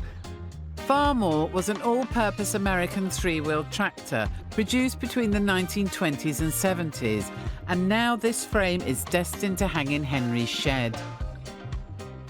I mean, all in all, it's pretty horrible, but the sum of its parts are rather decorative. Especially if you're tractors like me. I mean, that's the perfect requisite, isn't it? Eh? Look at that. Lovely. Right, let's get the front off. There's nothing antique or vintage about this piece. In fact... That's one of the cheapest, nastiest things I think I've ever opened up. But undeterred, Henry ploughs on. He removes the bulb and the electrics and gets to work on the frame. I'm just going to just wax this, just make it nice. He's decided not to sand it first, but instead to leave it rustic. So really all I'm doing here is just giving something a bit of love, do you know what I mean? Rather than actually trying to add value to it or anything like that.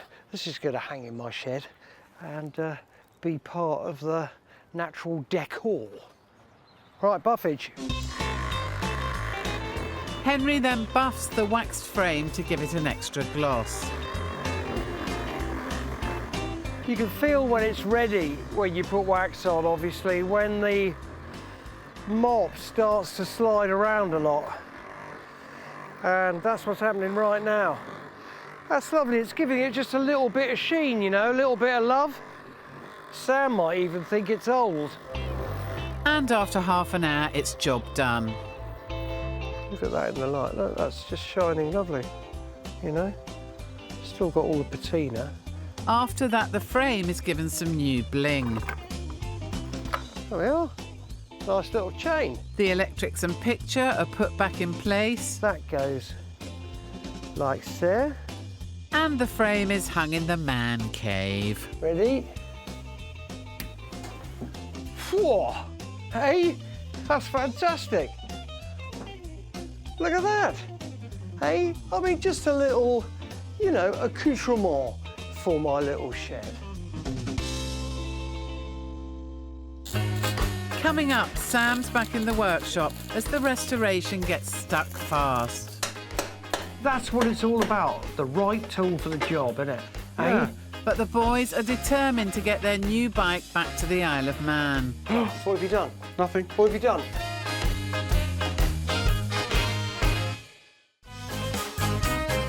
Henry and Sam bought a Ducati race bike from their trip to Belfast. 4,650. What about 4,750? They're getting ready to take it on the legendary Isle of Man TT circuit. That's unbelievable! Henry's also restored the Farmall frame he brought back from Northern Ireland. Right, buffage. But now Henry wants to make sure that his Ducati is the real deal. Now, Cosmic Ray has arrived. He's in the shed having a little ferret around the old TT bike. I've got him a cup of tea. Hopefully he'll have some news. Ray is one of the leading Ducati specialists in the country. Ray? Oh, right. I hope you don't take sugar. Oh, you're right there. Now, tell me, mate, right, this is a wide case, is it? That's a wide case. 350? Yeah. Yeah?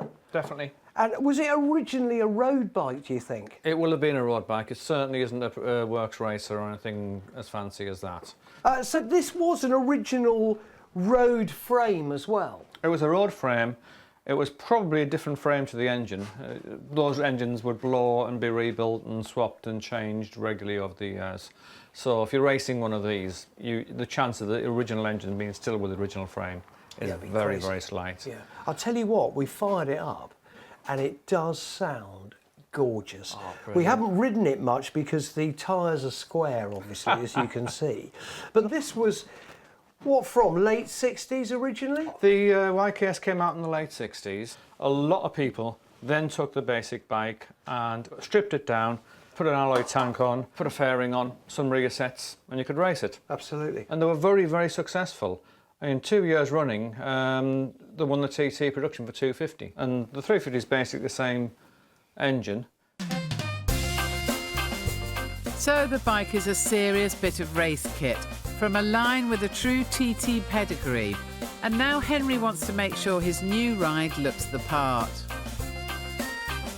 I don't know whether to actually restore this or leave it as it is. I mean, everything in my body says just sympathetically restore this fairing. As a racer, these are not especially valuable at the moment, and there's no, unless it was a particular bike that won a certain race with a certain rider, you would just do as you wish with one of these. Make it look like how you want, what you feel. So keeping the history of it being used, well, it would be good.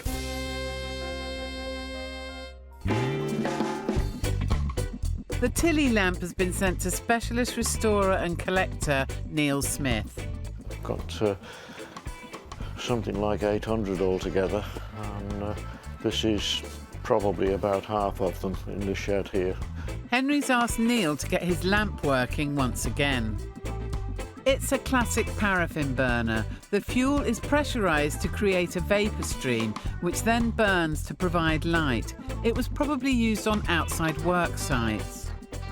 The early versions of this, from 1938, had a brass plate on the front. This one doesn't have that. We don't know when they stopped using that brass plate, but I would guess that it was due to wartime shortages. Neil starts by stripping the hand pump that is used to pressurise the paraffin in the tank. It's a painstaking process of replacing washers and cleaning up. Ah, that's nice. Before reassembling the decades-old mechanism. With a bit of luck, this might actually function.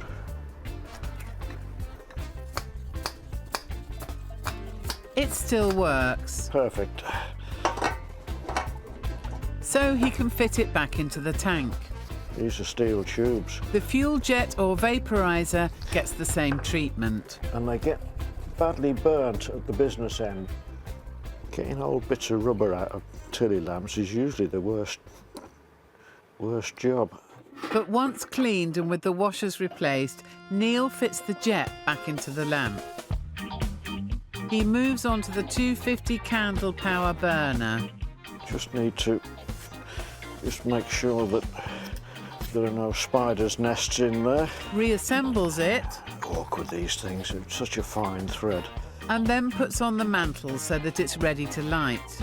And it should take up a nice shape like that. So it comes out and up. With the burner back in place, he pumps some pressure into the tank. And it's the moment of truth. Tilly lamps were always supplied with this preheating torch. And in theory, you only need one. And that should burn the mantle off and heat up the steel tube, the vaporizer. And with a bit of luck, the whole thing will actually function. A few more pumps to keep the pressure up, and the Tilly relic is fully functional once again. Aha. That's better. That's functioning quite nicely. That's quite a nice burner. A little bit fiddly here and there, but typical Tilly. Just a little bit of time and effort and a few new washers here and there, and it lives. Henry's delighted with Neil's work, and now back at the workshop, it's time to get the race bike into shape for the big day on the Isle of Man. Now the Endeavour's getting a little bit closer.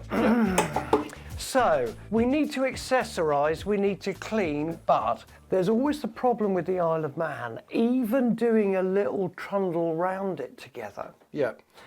That we need to mix performance and reliability. Now, she did run nicely, and we know that these engines are shimmed up massive and are technically very, very tight. I think this is freshly rebuilt going on how clean the piston is. So my only concern is a bit of light running in, although if it's rebuilt nicely as a race bike, it should be on tolerance already, so not need any. If it runs, let's leave it. The fluids are there, it's good. So with the engine looking like it's going to be ready for its Isle of Man homecoming, Henry and Sam can start to work on some of the more cosmetic fixes. So what's the plan, Sam? Well, we need to make a really nice holder for the battery box. We've got this beautiful rubber case. Second thing is to remove the fairing, and we're thinking of removing the exhaust, aren't we? Yeah, I think it's good to have a look inside and make sure it's clean, and at the same time we can just give it a little bit of a refurbish on the outside. So it's a major clean-up ahead, including new tyres and the final touch, some period Ducati decals that Henry wants for the petrol tank. But the first job is to get the fairing off. Hang on. Fighting something Yeah, here. we're fighting those... Okay. Right, put that over here for the mo. Bit easier to see everything, isn't it? Yeah. Can we get rid of these straight away? Yeah, I think so. I've got a knife. And so the first spruce up is a simple one. Oh, look at that, to reveal beautiful springs. Getting rid of the gaiters, no need to hide the front springs. Here, hold that. Blimey, your fingers work better than that knife. Next job is to build a battery mount, and stylishly. So Sam decides to make a holder from a sheet of aluminium. First cutting and trimming the metal to size, then flattening out the strips that will hold the battery behind the engine. Oh, I say. Yeah. Oh, a little screwsy poo through there. Yeah, it's got one more little bolt to put in. Oh, quite nice. Posh as, mate. Do you know, it is just such a great sense of achievement, isn't it, when you make something out of just flat alley sheet? I really like it. It's my favourite part of the workshop times, fabricating stuff. But before the battery is fitted, there's more to do. Next, re-gripping the handles. Go on. Great, we've done it, we've done it. And then removing the exhaust. But there's a problem. This ain't going well. That is the only 23mm socket. Yeah. But we can't get a ratchet on it. OK, so, I mean, the ultimate solution is a long-reach 23mm socket. Which and I a ain't windy got. gun. No. So because we haven't got that here and we haven't got time to hang about, I can modify that and weld a bar to it and we use it as a spanner. Oh, OK, man. Kind of Neanderthal-type tool. Yeah, well, that would be bespoke Ducati exhaust removing tool then. So Sam gets welding, and in no time the bespoke tool is ready. That has got to work. It's a nice fit. Nothing There's won't succumb to that. plenty of leverage. Goodness, it's tight. It's tight, isn't it? There you go. Oh, there we go, bingo. You see, that's what it's all about. The right tool for the job, isn't it? Yeah, Eh? I mean, you know, the cost of a socket, but Yeah, they're much it's done. easier than making a new one of these when we round it off and have to cut it off with the angle grinder. And once the exhaust is off, Henry can give it a good clean. Just getting the excess rust and stuff that's got on it from years and years of being in the shed. There's no real bad rust on it at all. And then a respray. This sort of darkens it, makes it more black. At the same time, giving it a bit of sheen. And when it's dried, the exhaust is put back onto the Ducati and tightened with Sam's new wrench. Nice. With the battery now secured by Sam's other swift bit of fabrication, it's time to polish up the tank and for its finishing flourish. That is very, very What? interesting typeface, isn't it? Yeah, I love it. It's period. It is, isn't it? Mate, I think that's pretty straight. With the first decal looking good, Sam moves to the other side. Don't come back now. But it's not gone well. What have you done? Nothing. What have you done? Gone wrong.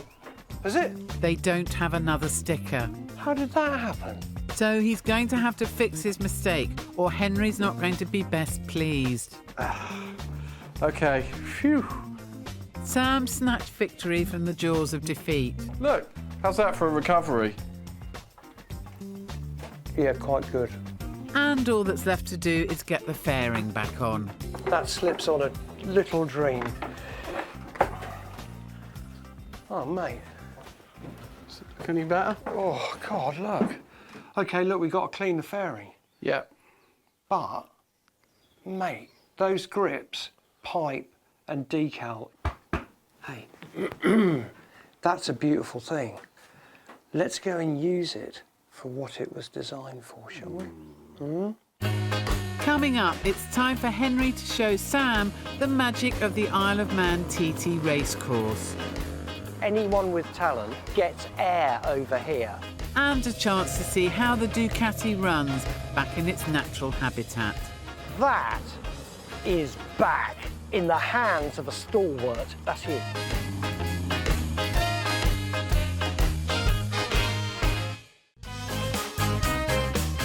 Henry and Sam have bought a 1980s Isle of Man TT race bike. There it is! All right.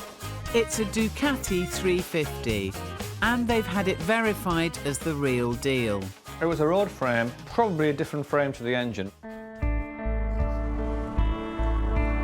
Now they're taking it back to the island for an emotional lap on the legendary TT circuit. I have to tell you, I'm in hugging mode at the moment, so I'm just going to try and prevent myself from doing it. How do you feel standing here in the pit lane with our baby coming home? Tell me. I really didn't think this would happen. Neither did I, mate. Absolutely. We actually went to the Isle of Man when you said we were going to the Isle of Man? Oh, don't be like that. Don't blame it on me. I thought just spiritually and actually completing the restoration it wouldn't happen, not because of me lying all the time. Sam has motorbike history in his blood as a designer and engineer, but this is his first time at the Isle of Man. And getting the Ducati back into shape has been a passion project for both him and Henry. The bike looks glorious. Now then, I've got a little surprise for you as well that obviously you can see if we go over here. Yeah. Because we couldn't do two up on that. No. So one of us is going to ride this little Ducati, which is same period. Yeah. 1970. Glorious. But it's a 250 single from the glorious people at the Isle of Man Museum who's lent it to us, and a mate called Martin. That's fantastic, isn't it? It looks very purposeful. So they'll both be on Ducatis as they traverse the island. But who's going to get the one they've restored? Now, obviously, the big question is, who's going to ride what, right?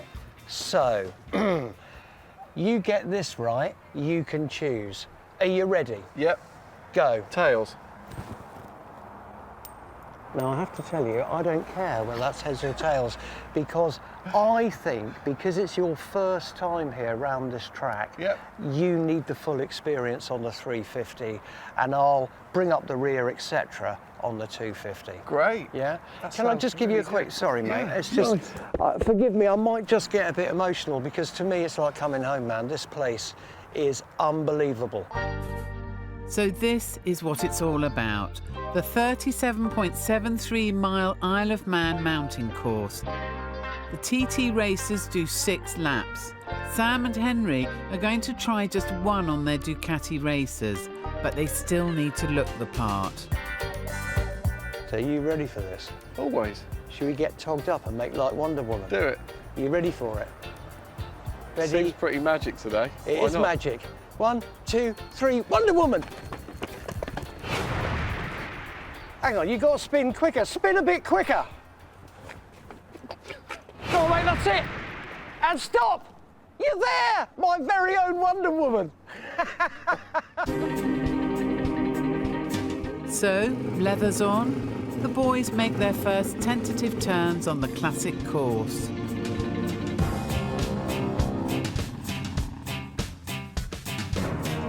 The very first TT race was held in 1907 on gravel roads and transferred to the mountain course in 1911. Since then, it's built its reputation as the most dangerous bike course in the world. Over 250 riders have died racing on the island. And these days, bikes fly through the closed island roads and villages at speeds topping 200 miles an hour. The course starts in the Isle of Man capital, Douglas, and immediately plunges down into Bray Hill, which TT riders would be taking at 150 miles per hour. They'd pass through Crosby Village at closer to 190. Sam's job on the restored Ducati is to nurse the bike round at a more sedate top speed of 50. Henry and Sam's first stop is the famed Ballough Bridge, 15 miles into the course. At race speeds, the bridge is famous for riders getting airborne. But with Henry and Sam, not so much. To me, this is one of the most iconic parts of the Isle of Man circuit. Now, you come down here, and basically anyone with talent, which is everyone but me, gets air over here. Now, if you get it wrong, though, people have been known to go into the Raven pub, not meaning to. Hence the mattress. Exactly, yeah. And also, there used to be, oh, it's still there, the only speed camera on the Isle of Man that I think is defunct. But how's it been so far for Sam? Well, come on then, 15 miles into your first circumnavigation of the TT circuit, what do you think? Pretty, isn't it? Now, does it do something to you or not? Yeah, fantastic. So this thing has quite possibly come over that bridge a little quicker than I brought it over there. Yeah, but that is back in the hands of a stalwart. That's you. Having had his first taste of the course, Henry decides to give Sam a bit more food for thought. Now look, right, how fast are we going? 50? Yeah. Keeping to the speed limit if necessary? Yeah. The roads are open. But let me just give you something to ponder, right? Peter Hickman last year, right, broke the lap record on a BMW RR. Any clues of what that lap record over 37.73 miles could be? He did it in 135.4 miles an hour. And that's his average speed? Yeah, and he won. Now, the senior TT is 6 laps. Yep. At 37 miles at a time. Yeah. Obviously, there's a refuel. Yeah. But he did that whole race just over 130 miles an hour. That's absolutely crazy. I mean, it is insane, isn't it? Yeah. You know? I mean, coming through here, it's a 30 limit. It's a town, isn't it? Yeah. What's he coming through here at? Well, it's got to be over 100 at the lowest. Ballough Bridge is one of the most famous landmarks on the race circuit, and the perfect place to meet one of the Isle of Man's best-known sons, Barry Wood, a previous winner of the Manx Grand Prix, the amateur version of the TT held on the same course. Henry. Hey, lovely to see you. Now, Hey, my friend. I've got to introduce you. Take a seat, mate. Now, look, this is Sammy. Now, it's Sam, how you doing? Sam's first tour of the island. Barry was born and bred here and raced from 1988 to 2007, picking up 2 Manx Grand Prix titles in his career. No surprise I would have a motorbike at 16 on my birthday. It was no surprise I would start racing, and it was absolutely no surprise that I would start to race roads and race in the Manx Grand Prix and the TT. Racing became a way of life, and the spirit of TT racing never left him.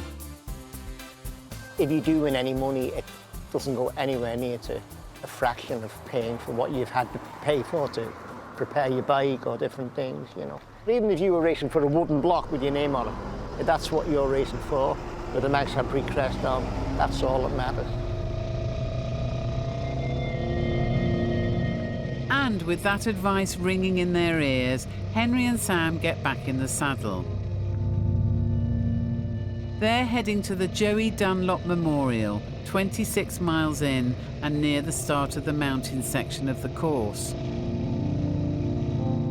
Dunlop, from Northern Ireland, won an incredible 26 TT titles and was killed in 2000 while racing in Estonia. The course is littered with memorials to racers who have paid the ultimate price. It's the Isle of Man in all its tragedy and its beauty. Mate, how was that? That's amazing. It is, isn't it? It is something I like that.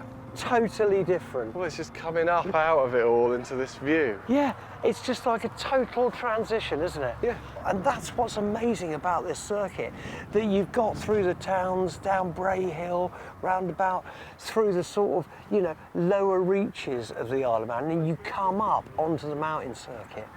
It is just unbelievable. I'll tell you what, even today and every day, there's no speed limit here. In this sport, you're never far from tragedy. And Henry and Sam are meeting Dunlop's former teammate, Richard Milky Quayle, a man who knows better than most. When I see people racing, right, I just don't know how their brain computes so quickly. Well, I mean, ultimately, the TT course, it's the best racetrack in the world. Fastest, the most dangerous, the most exhilarating racetrack you can ever want to ride on. So to actually have the privilege to do it is an amazing feeling. Milky survived one of the most shocking crashes of all time at a section called Spur on a superbike back in 2003.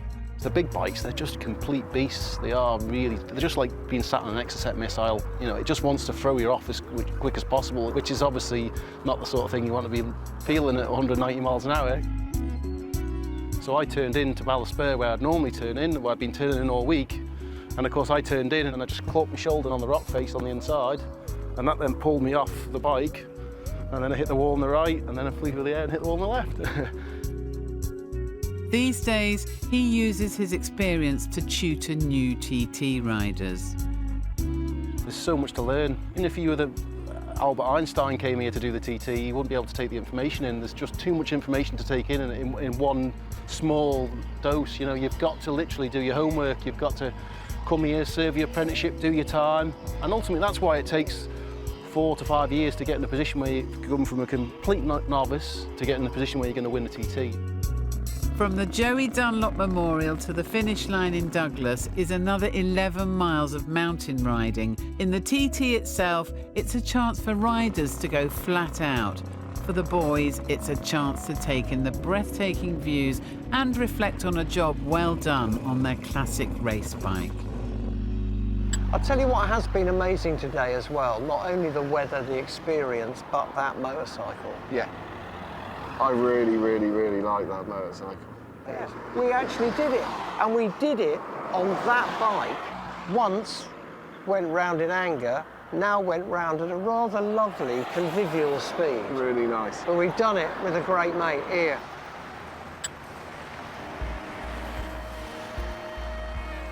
Still haven't seen a Manx cat. There are plenty of them.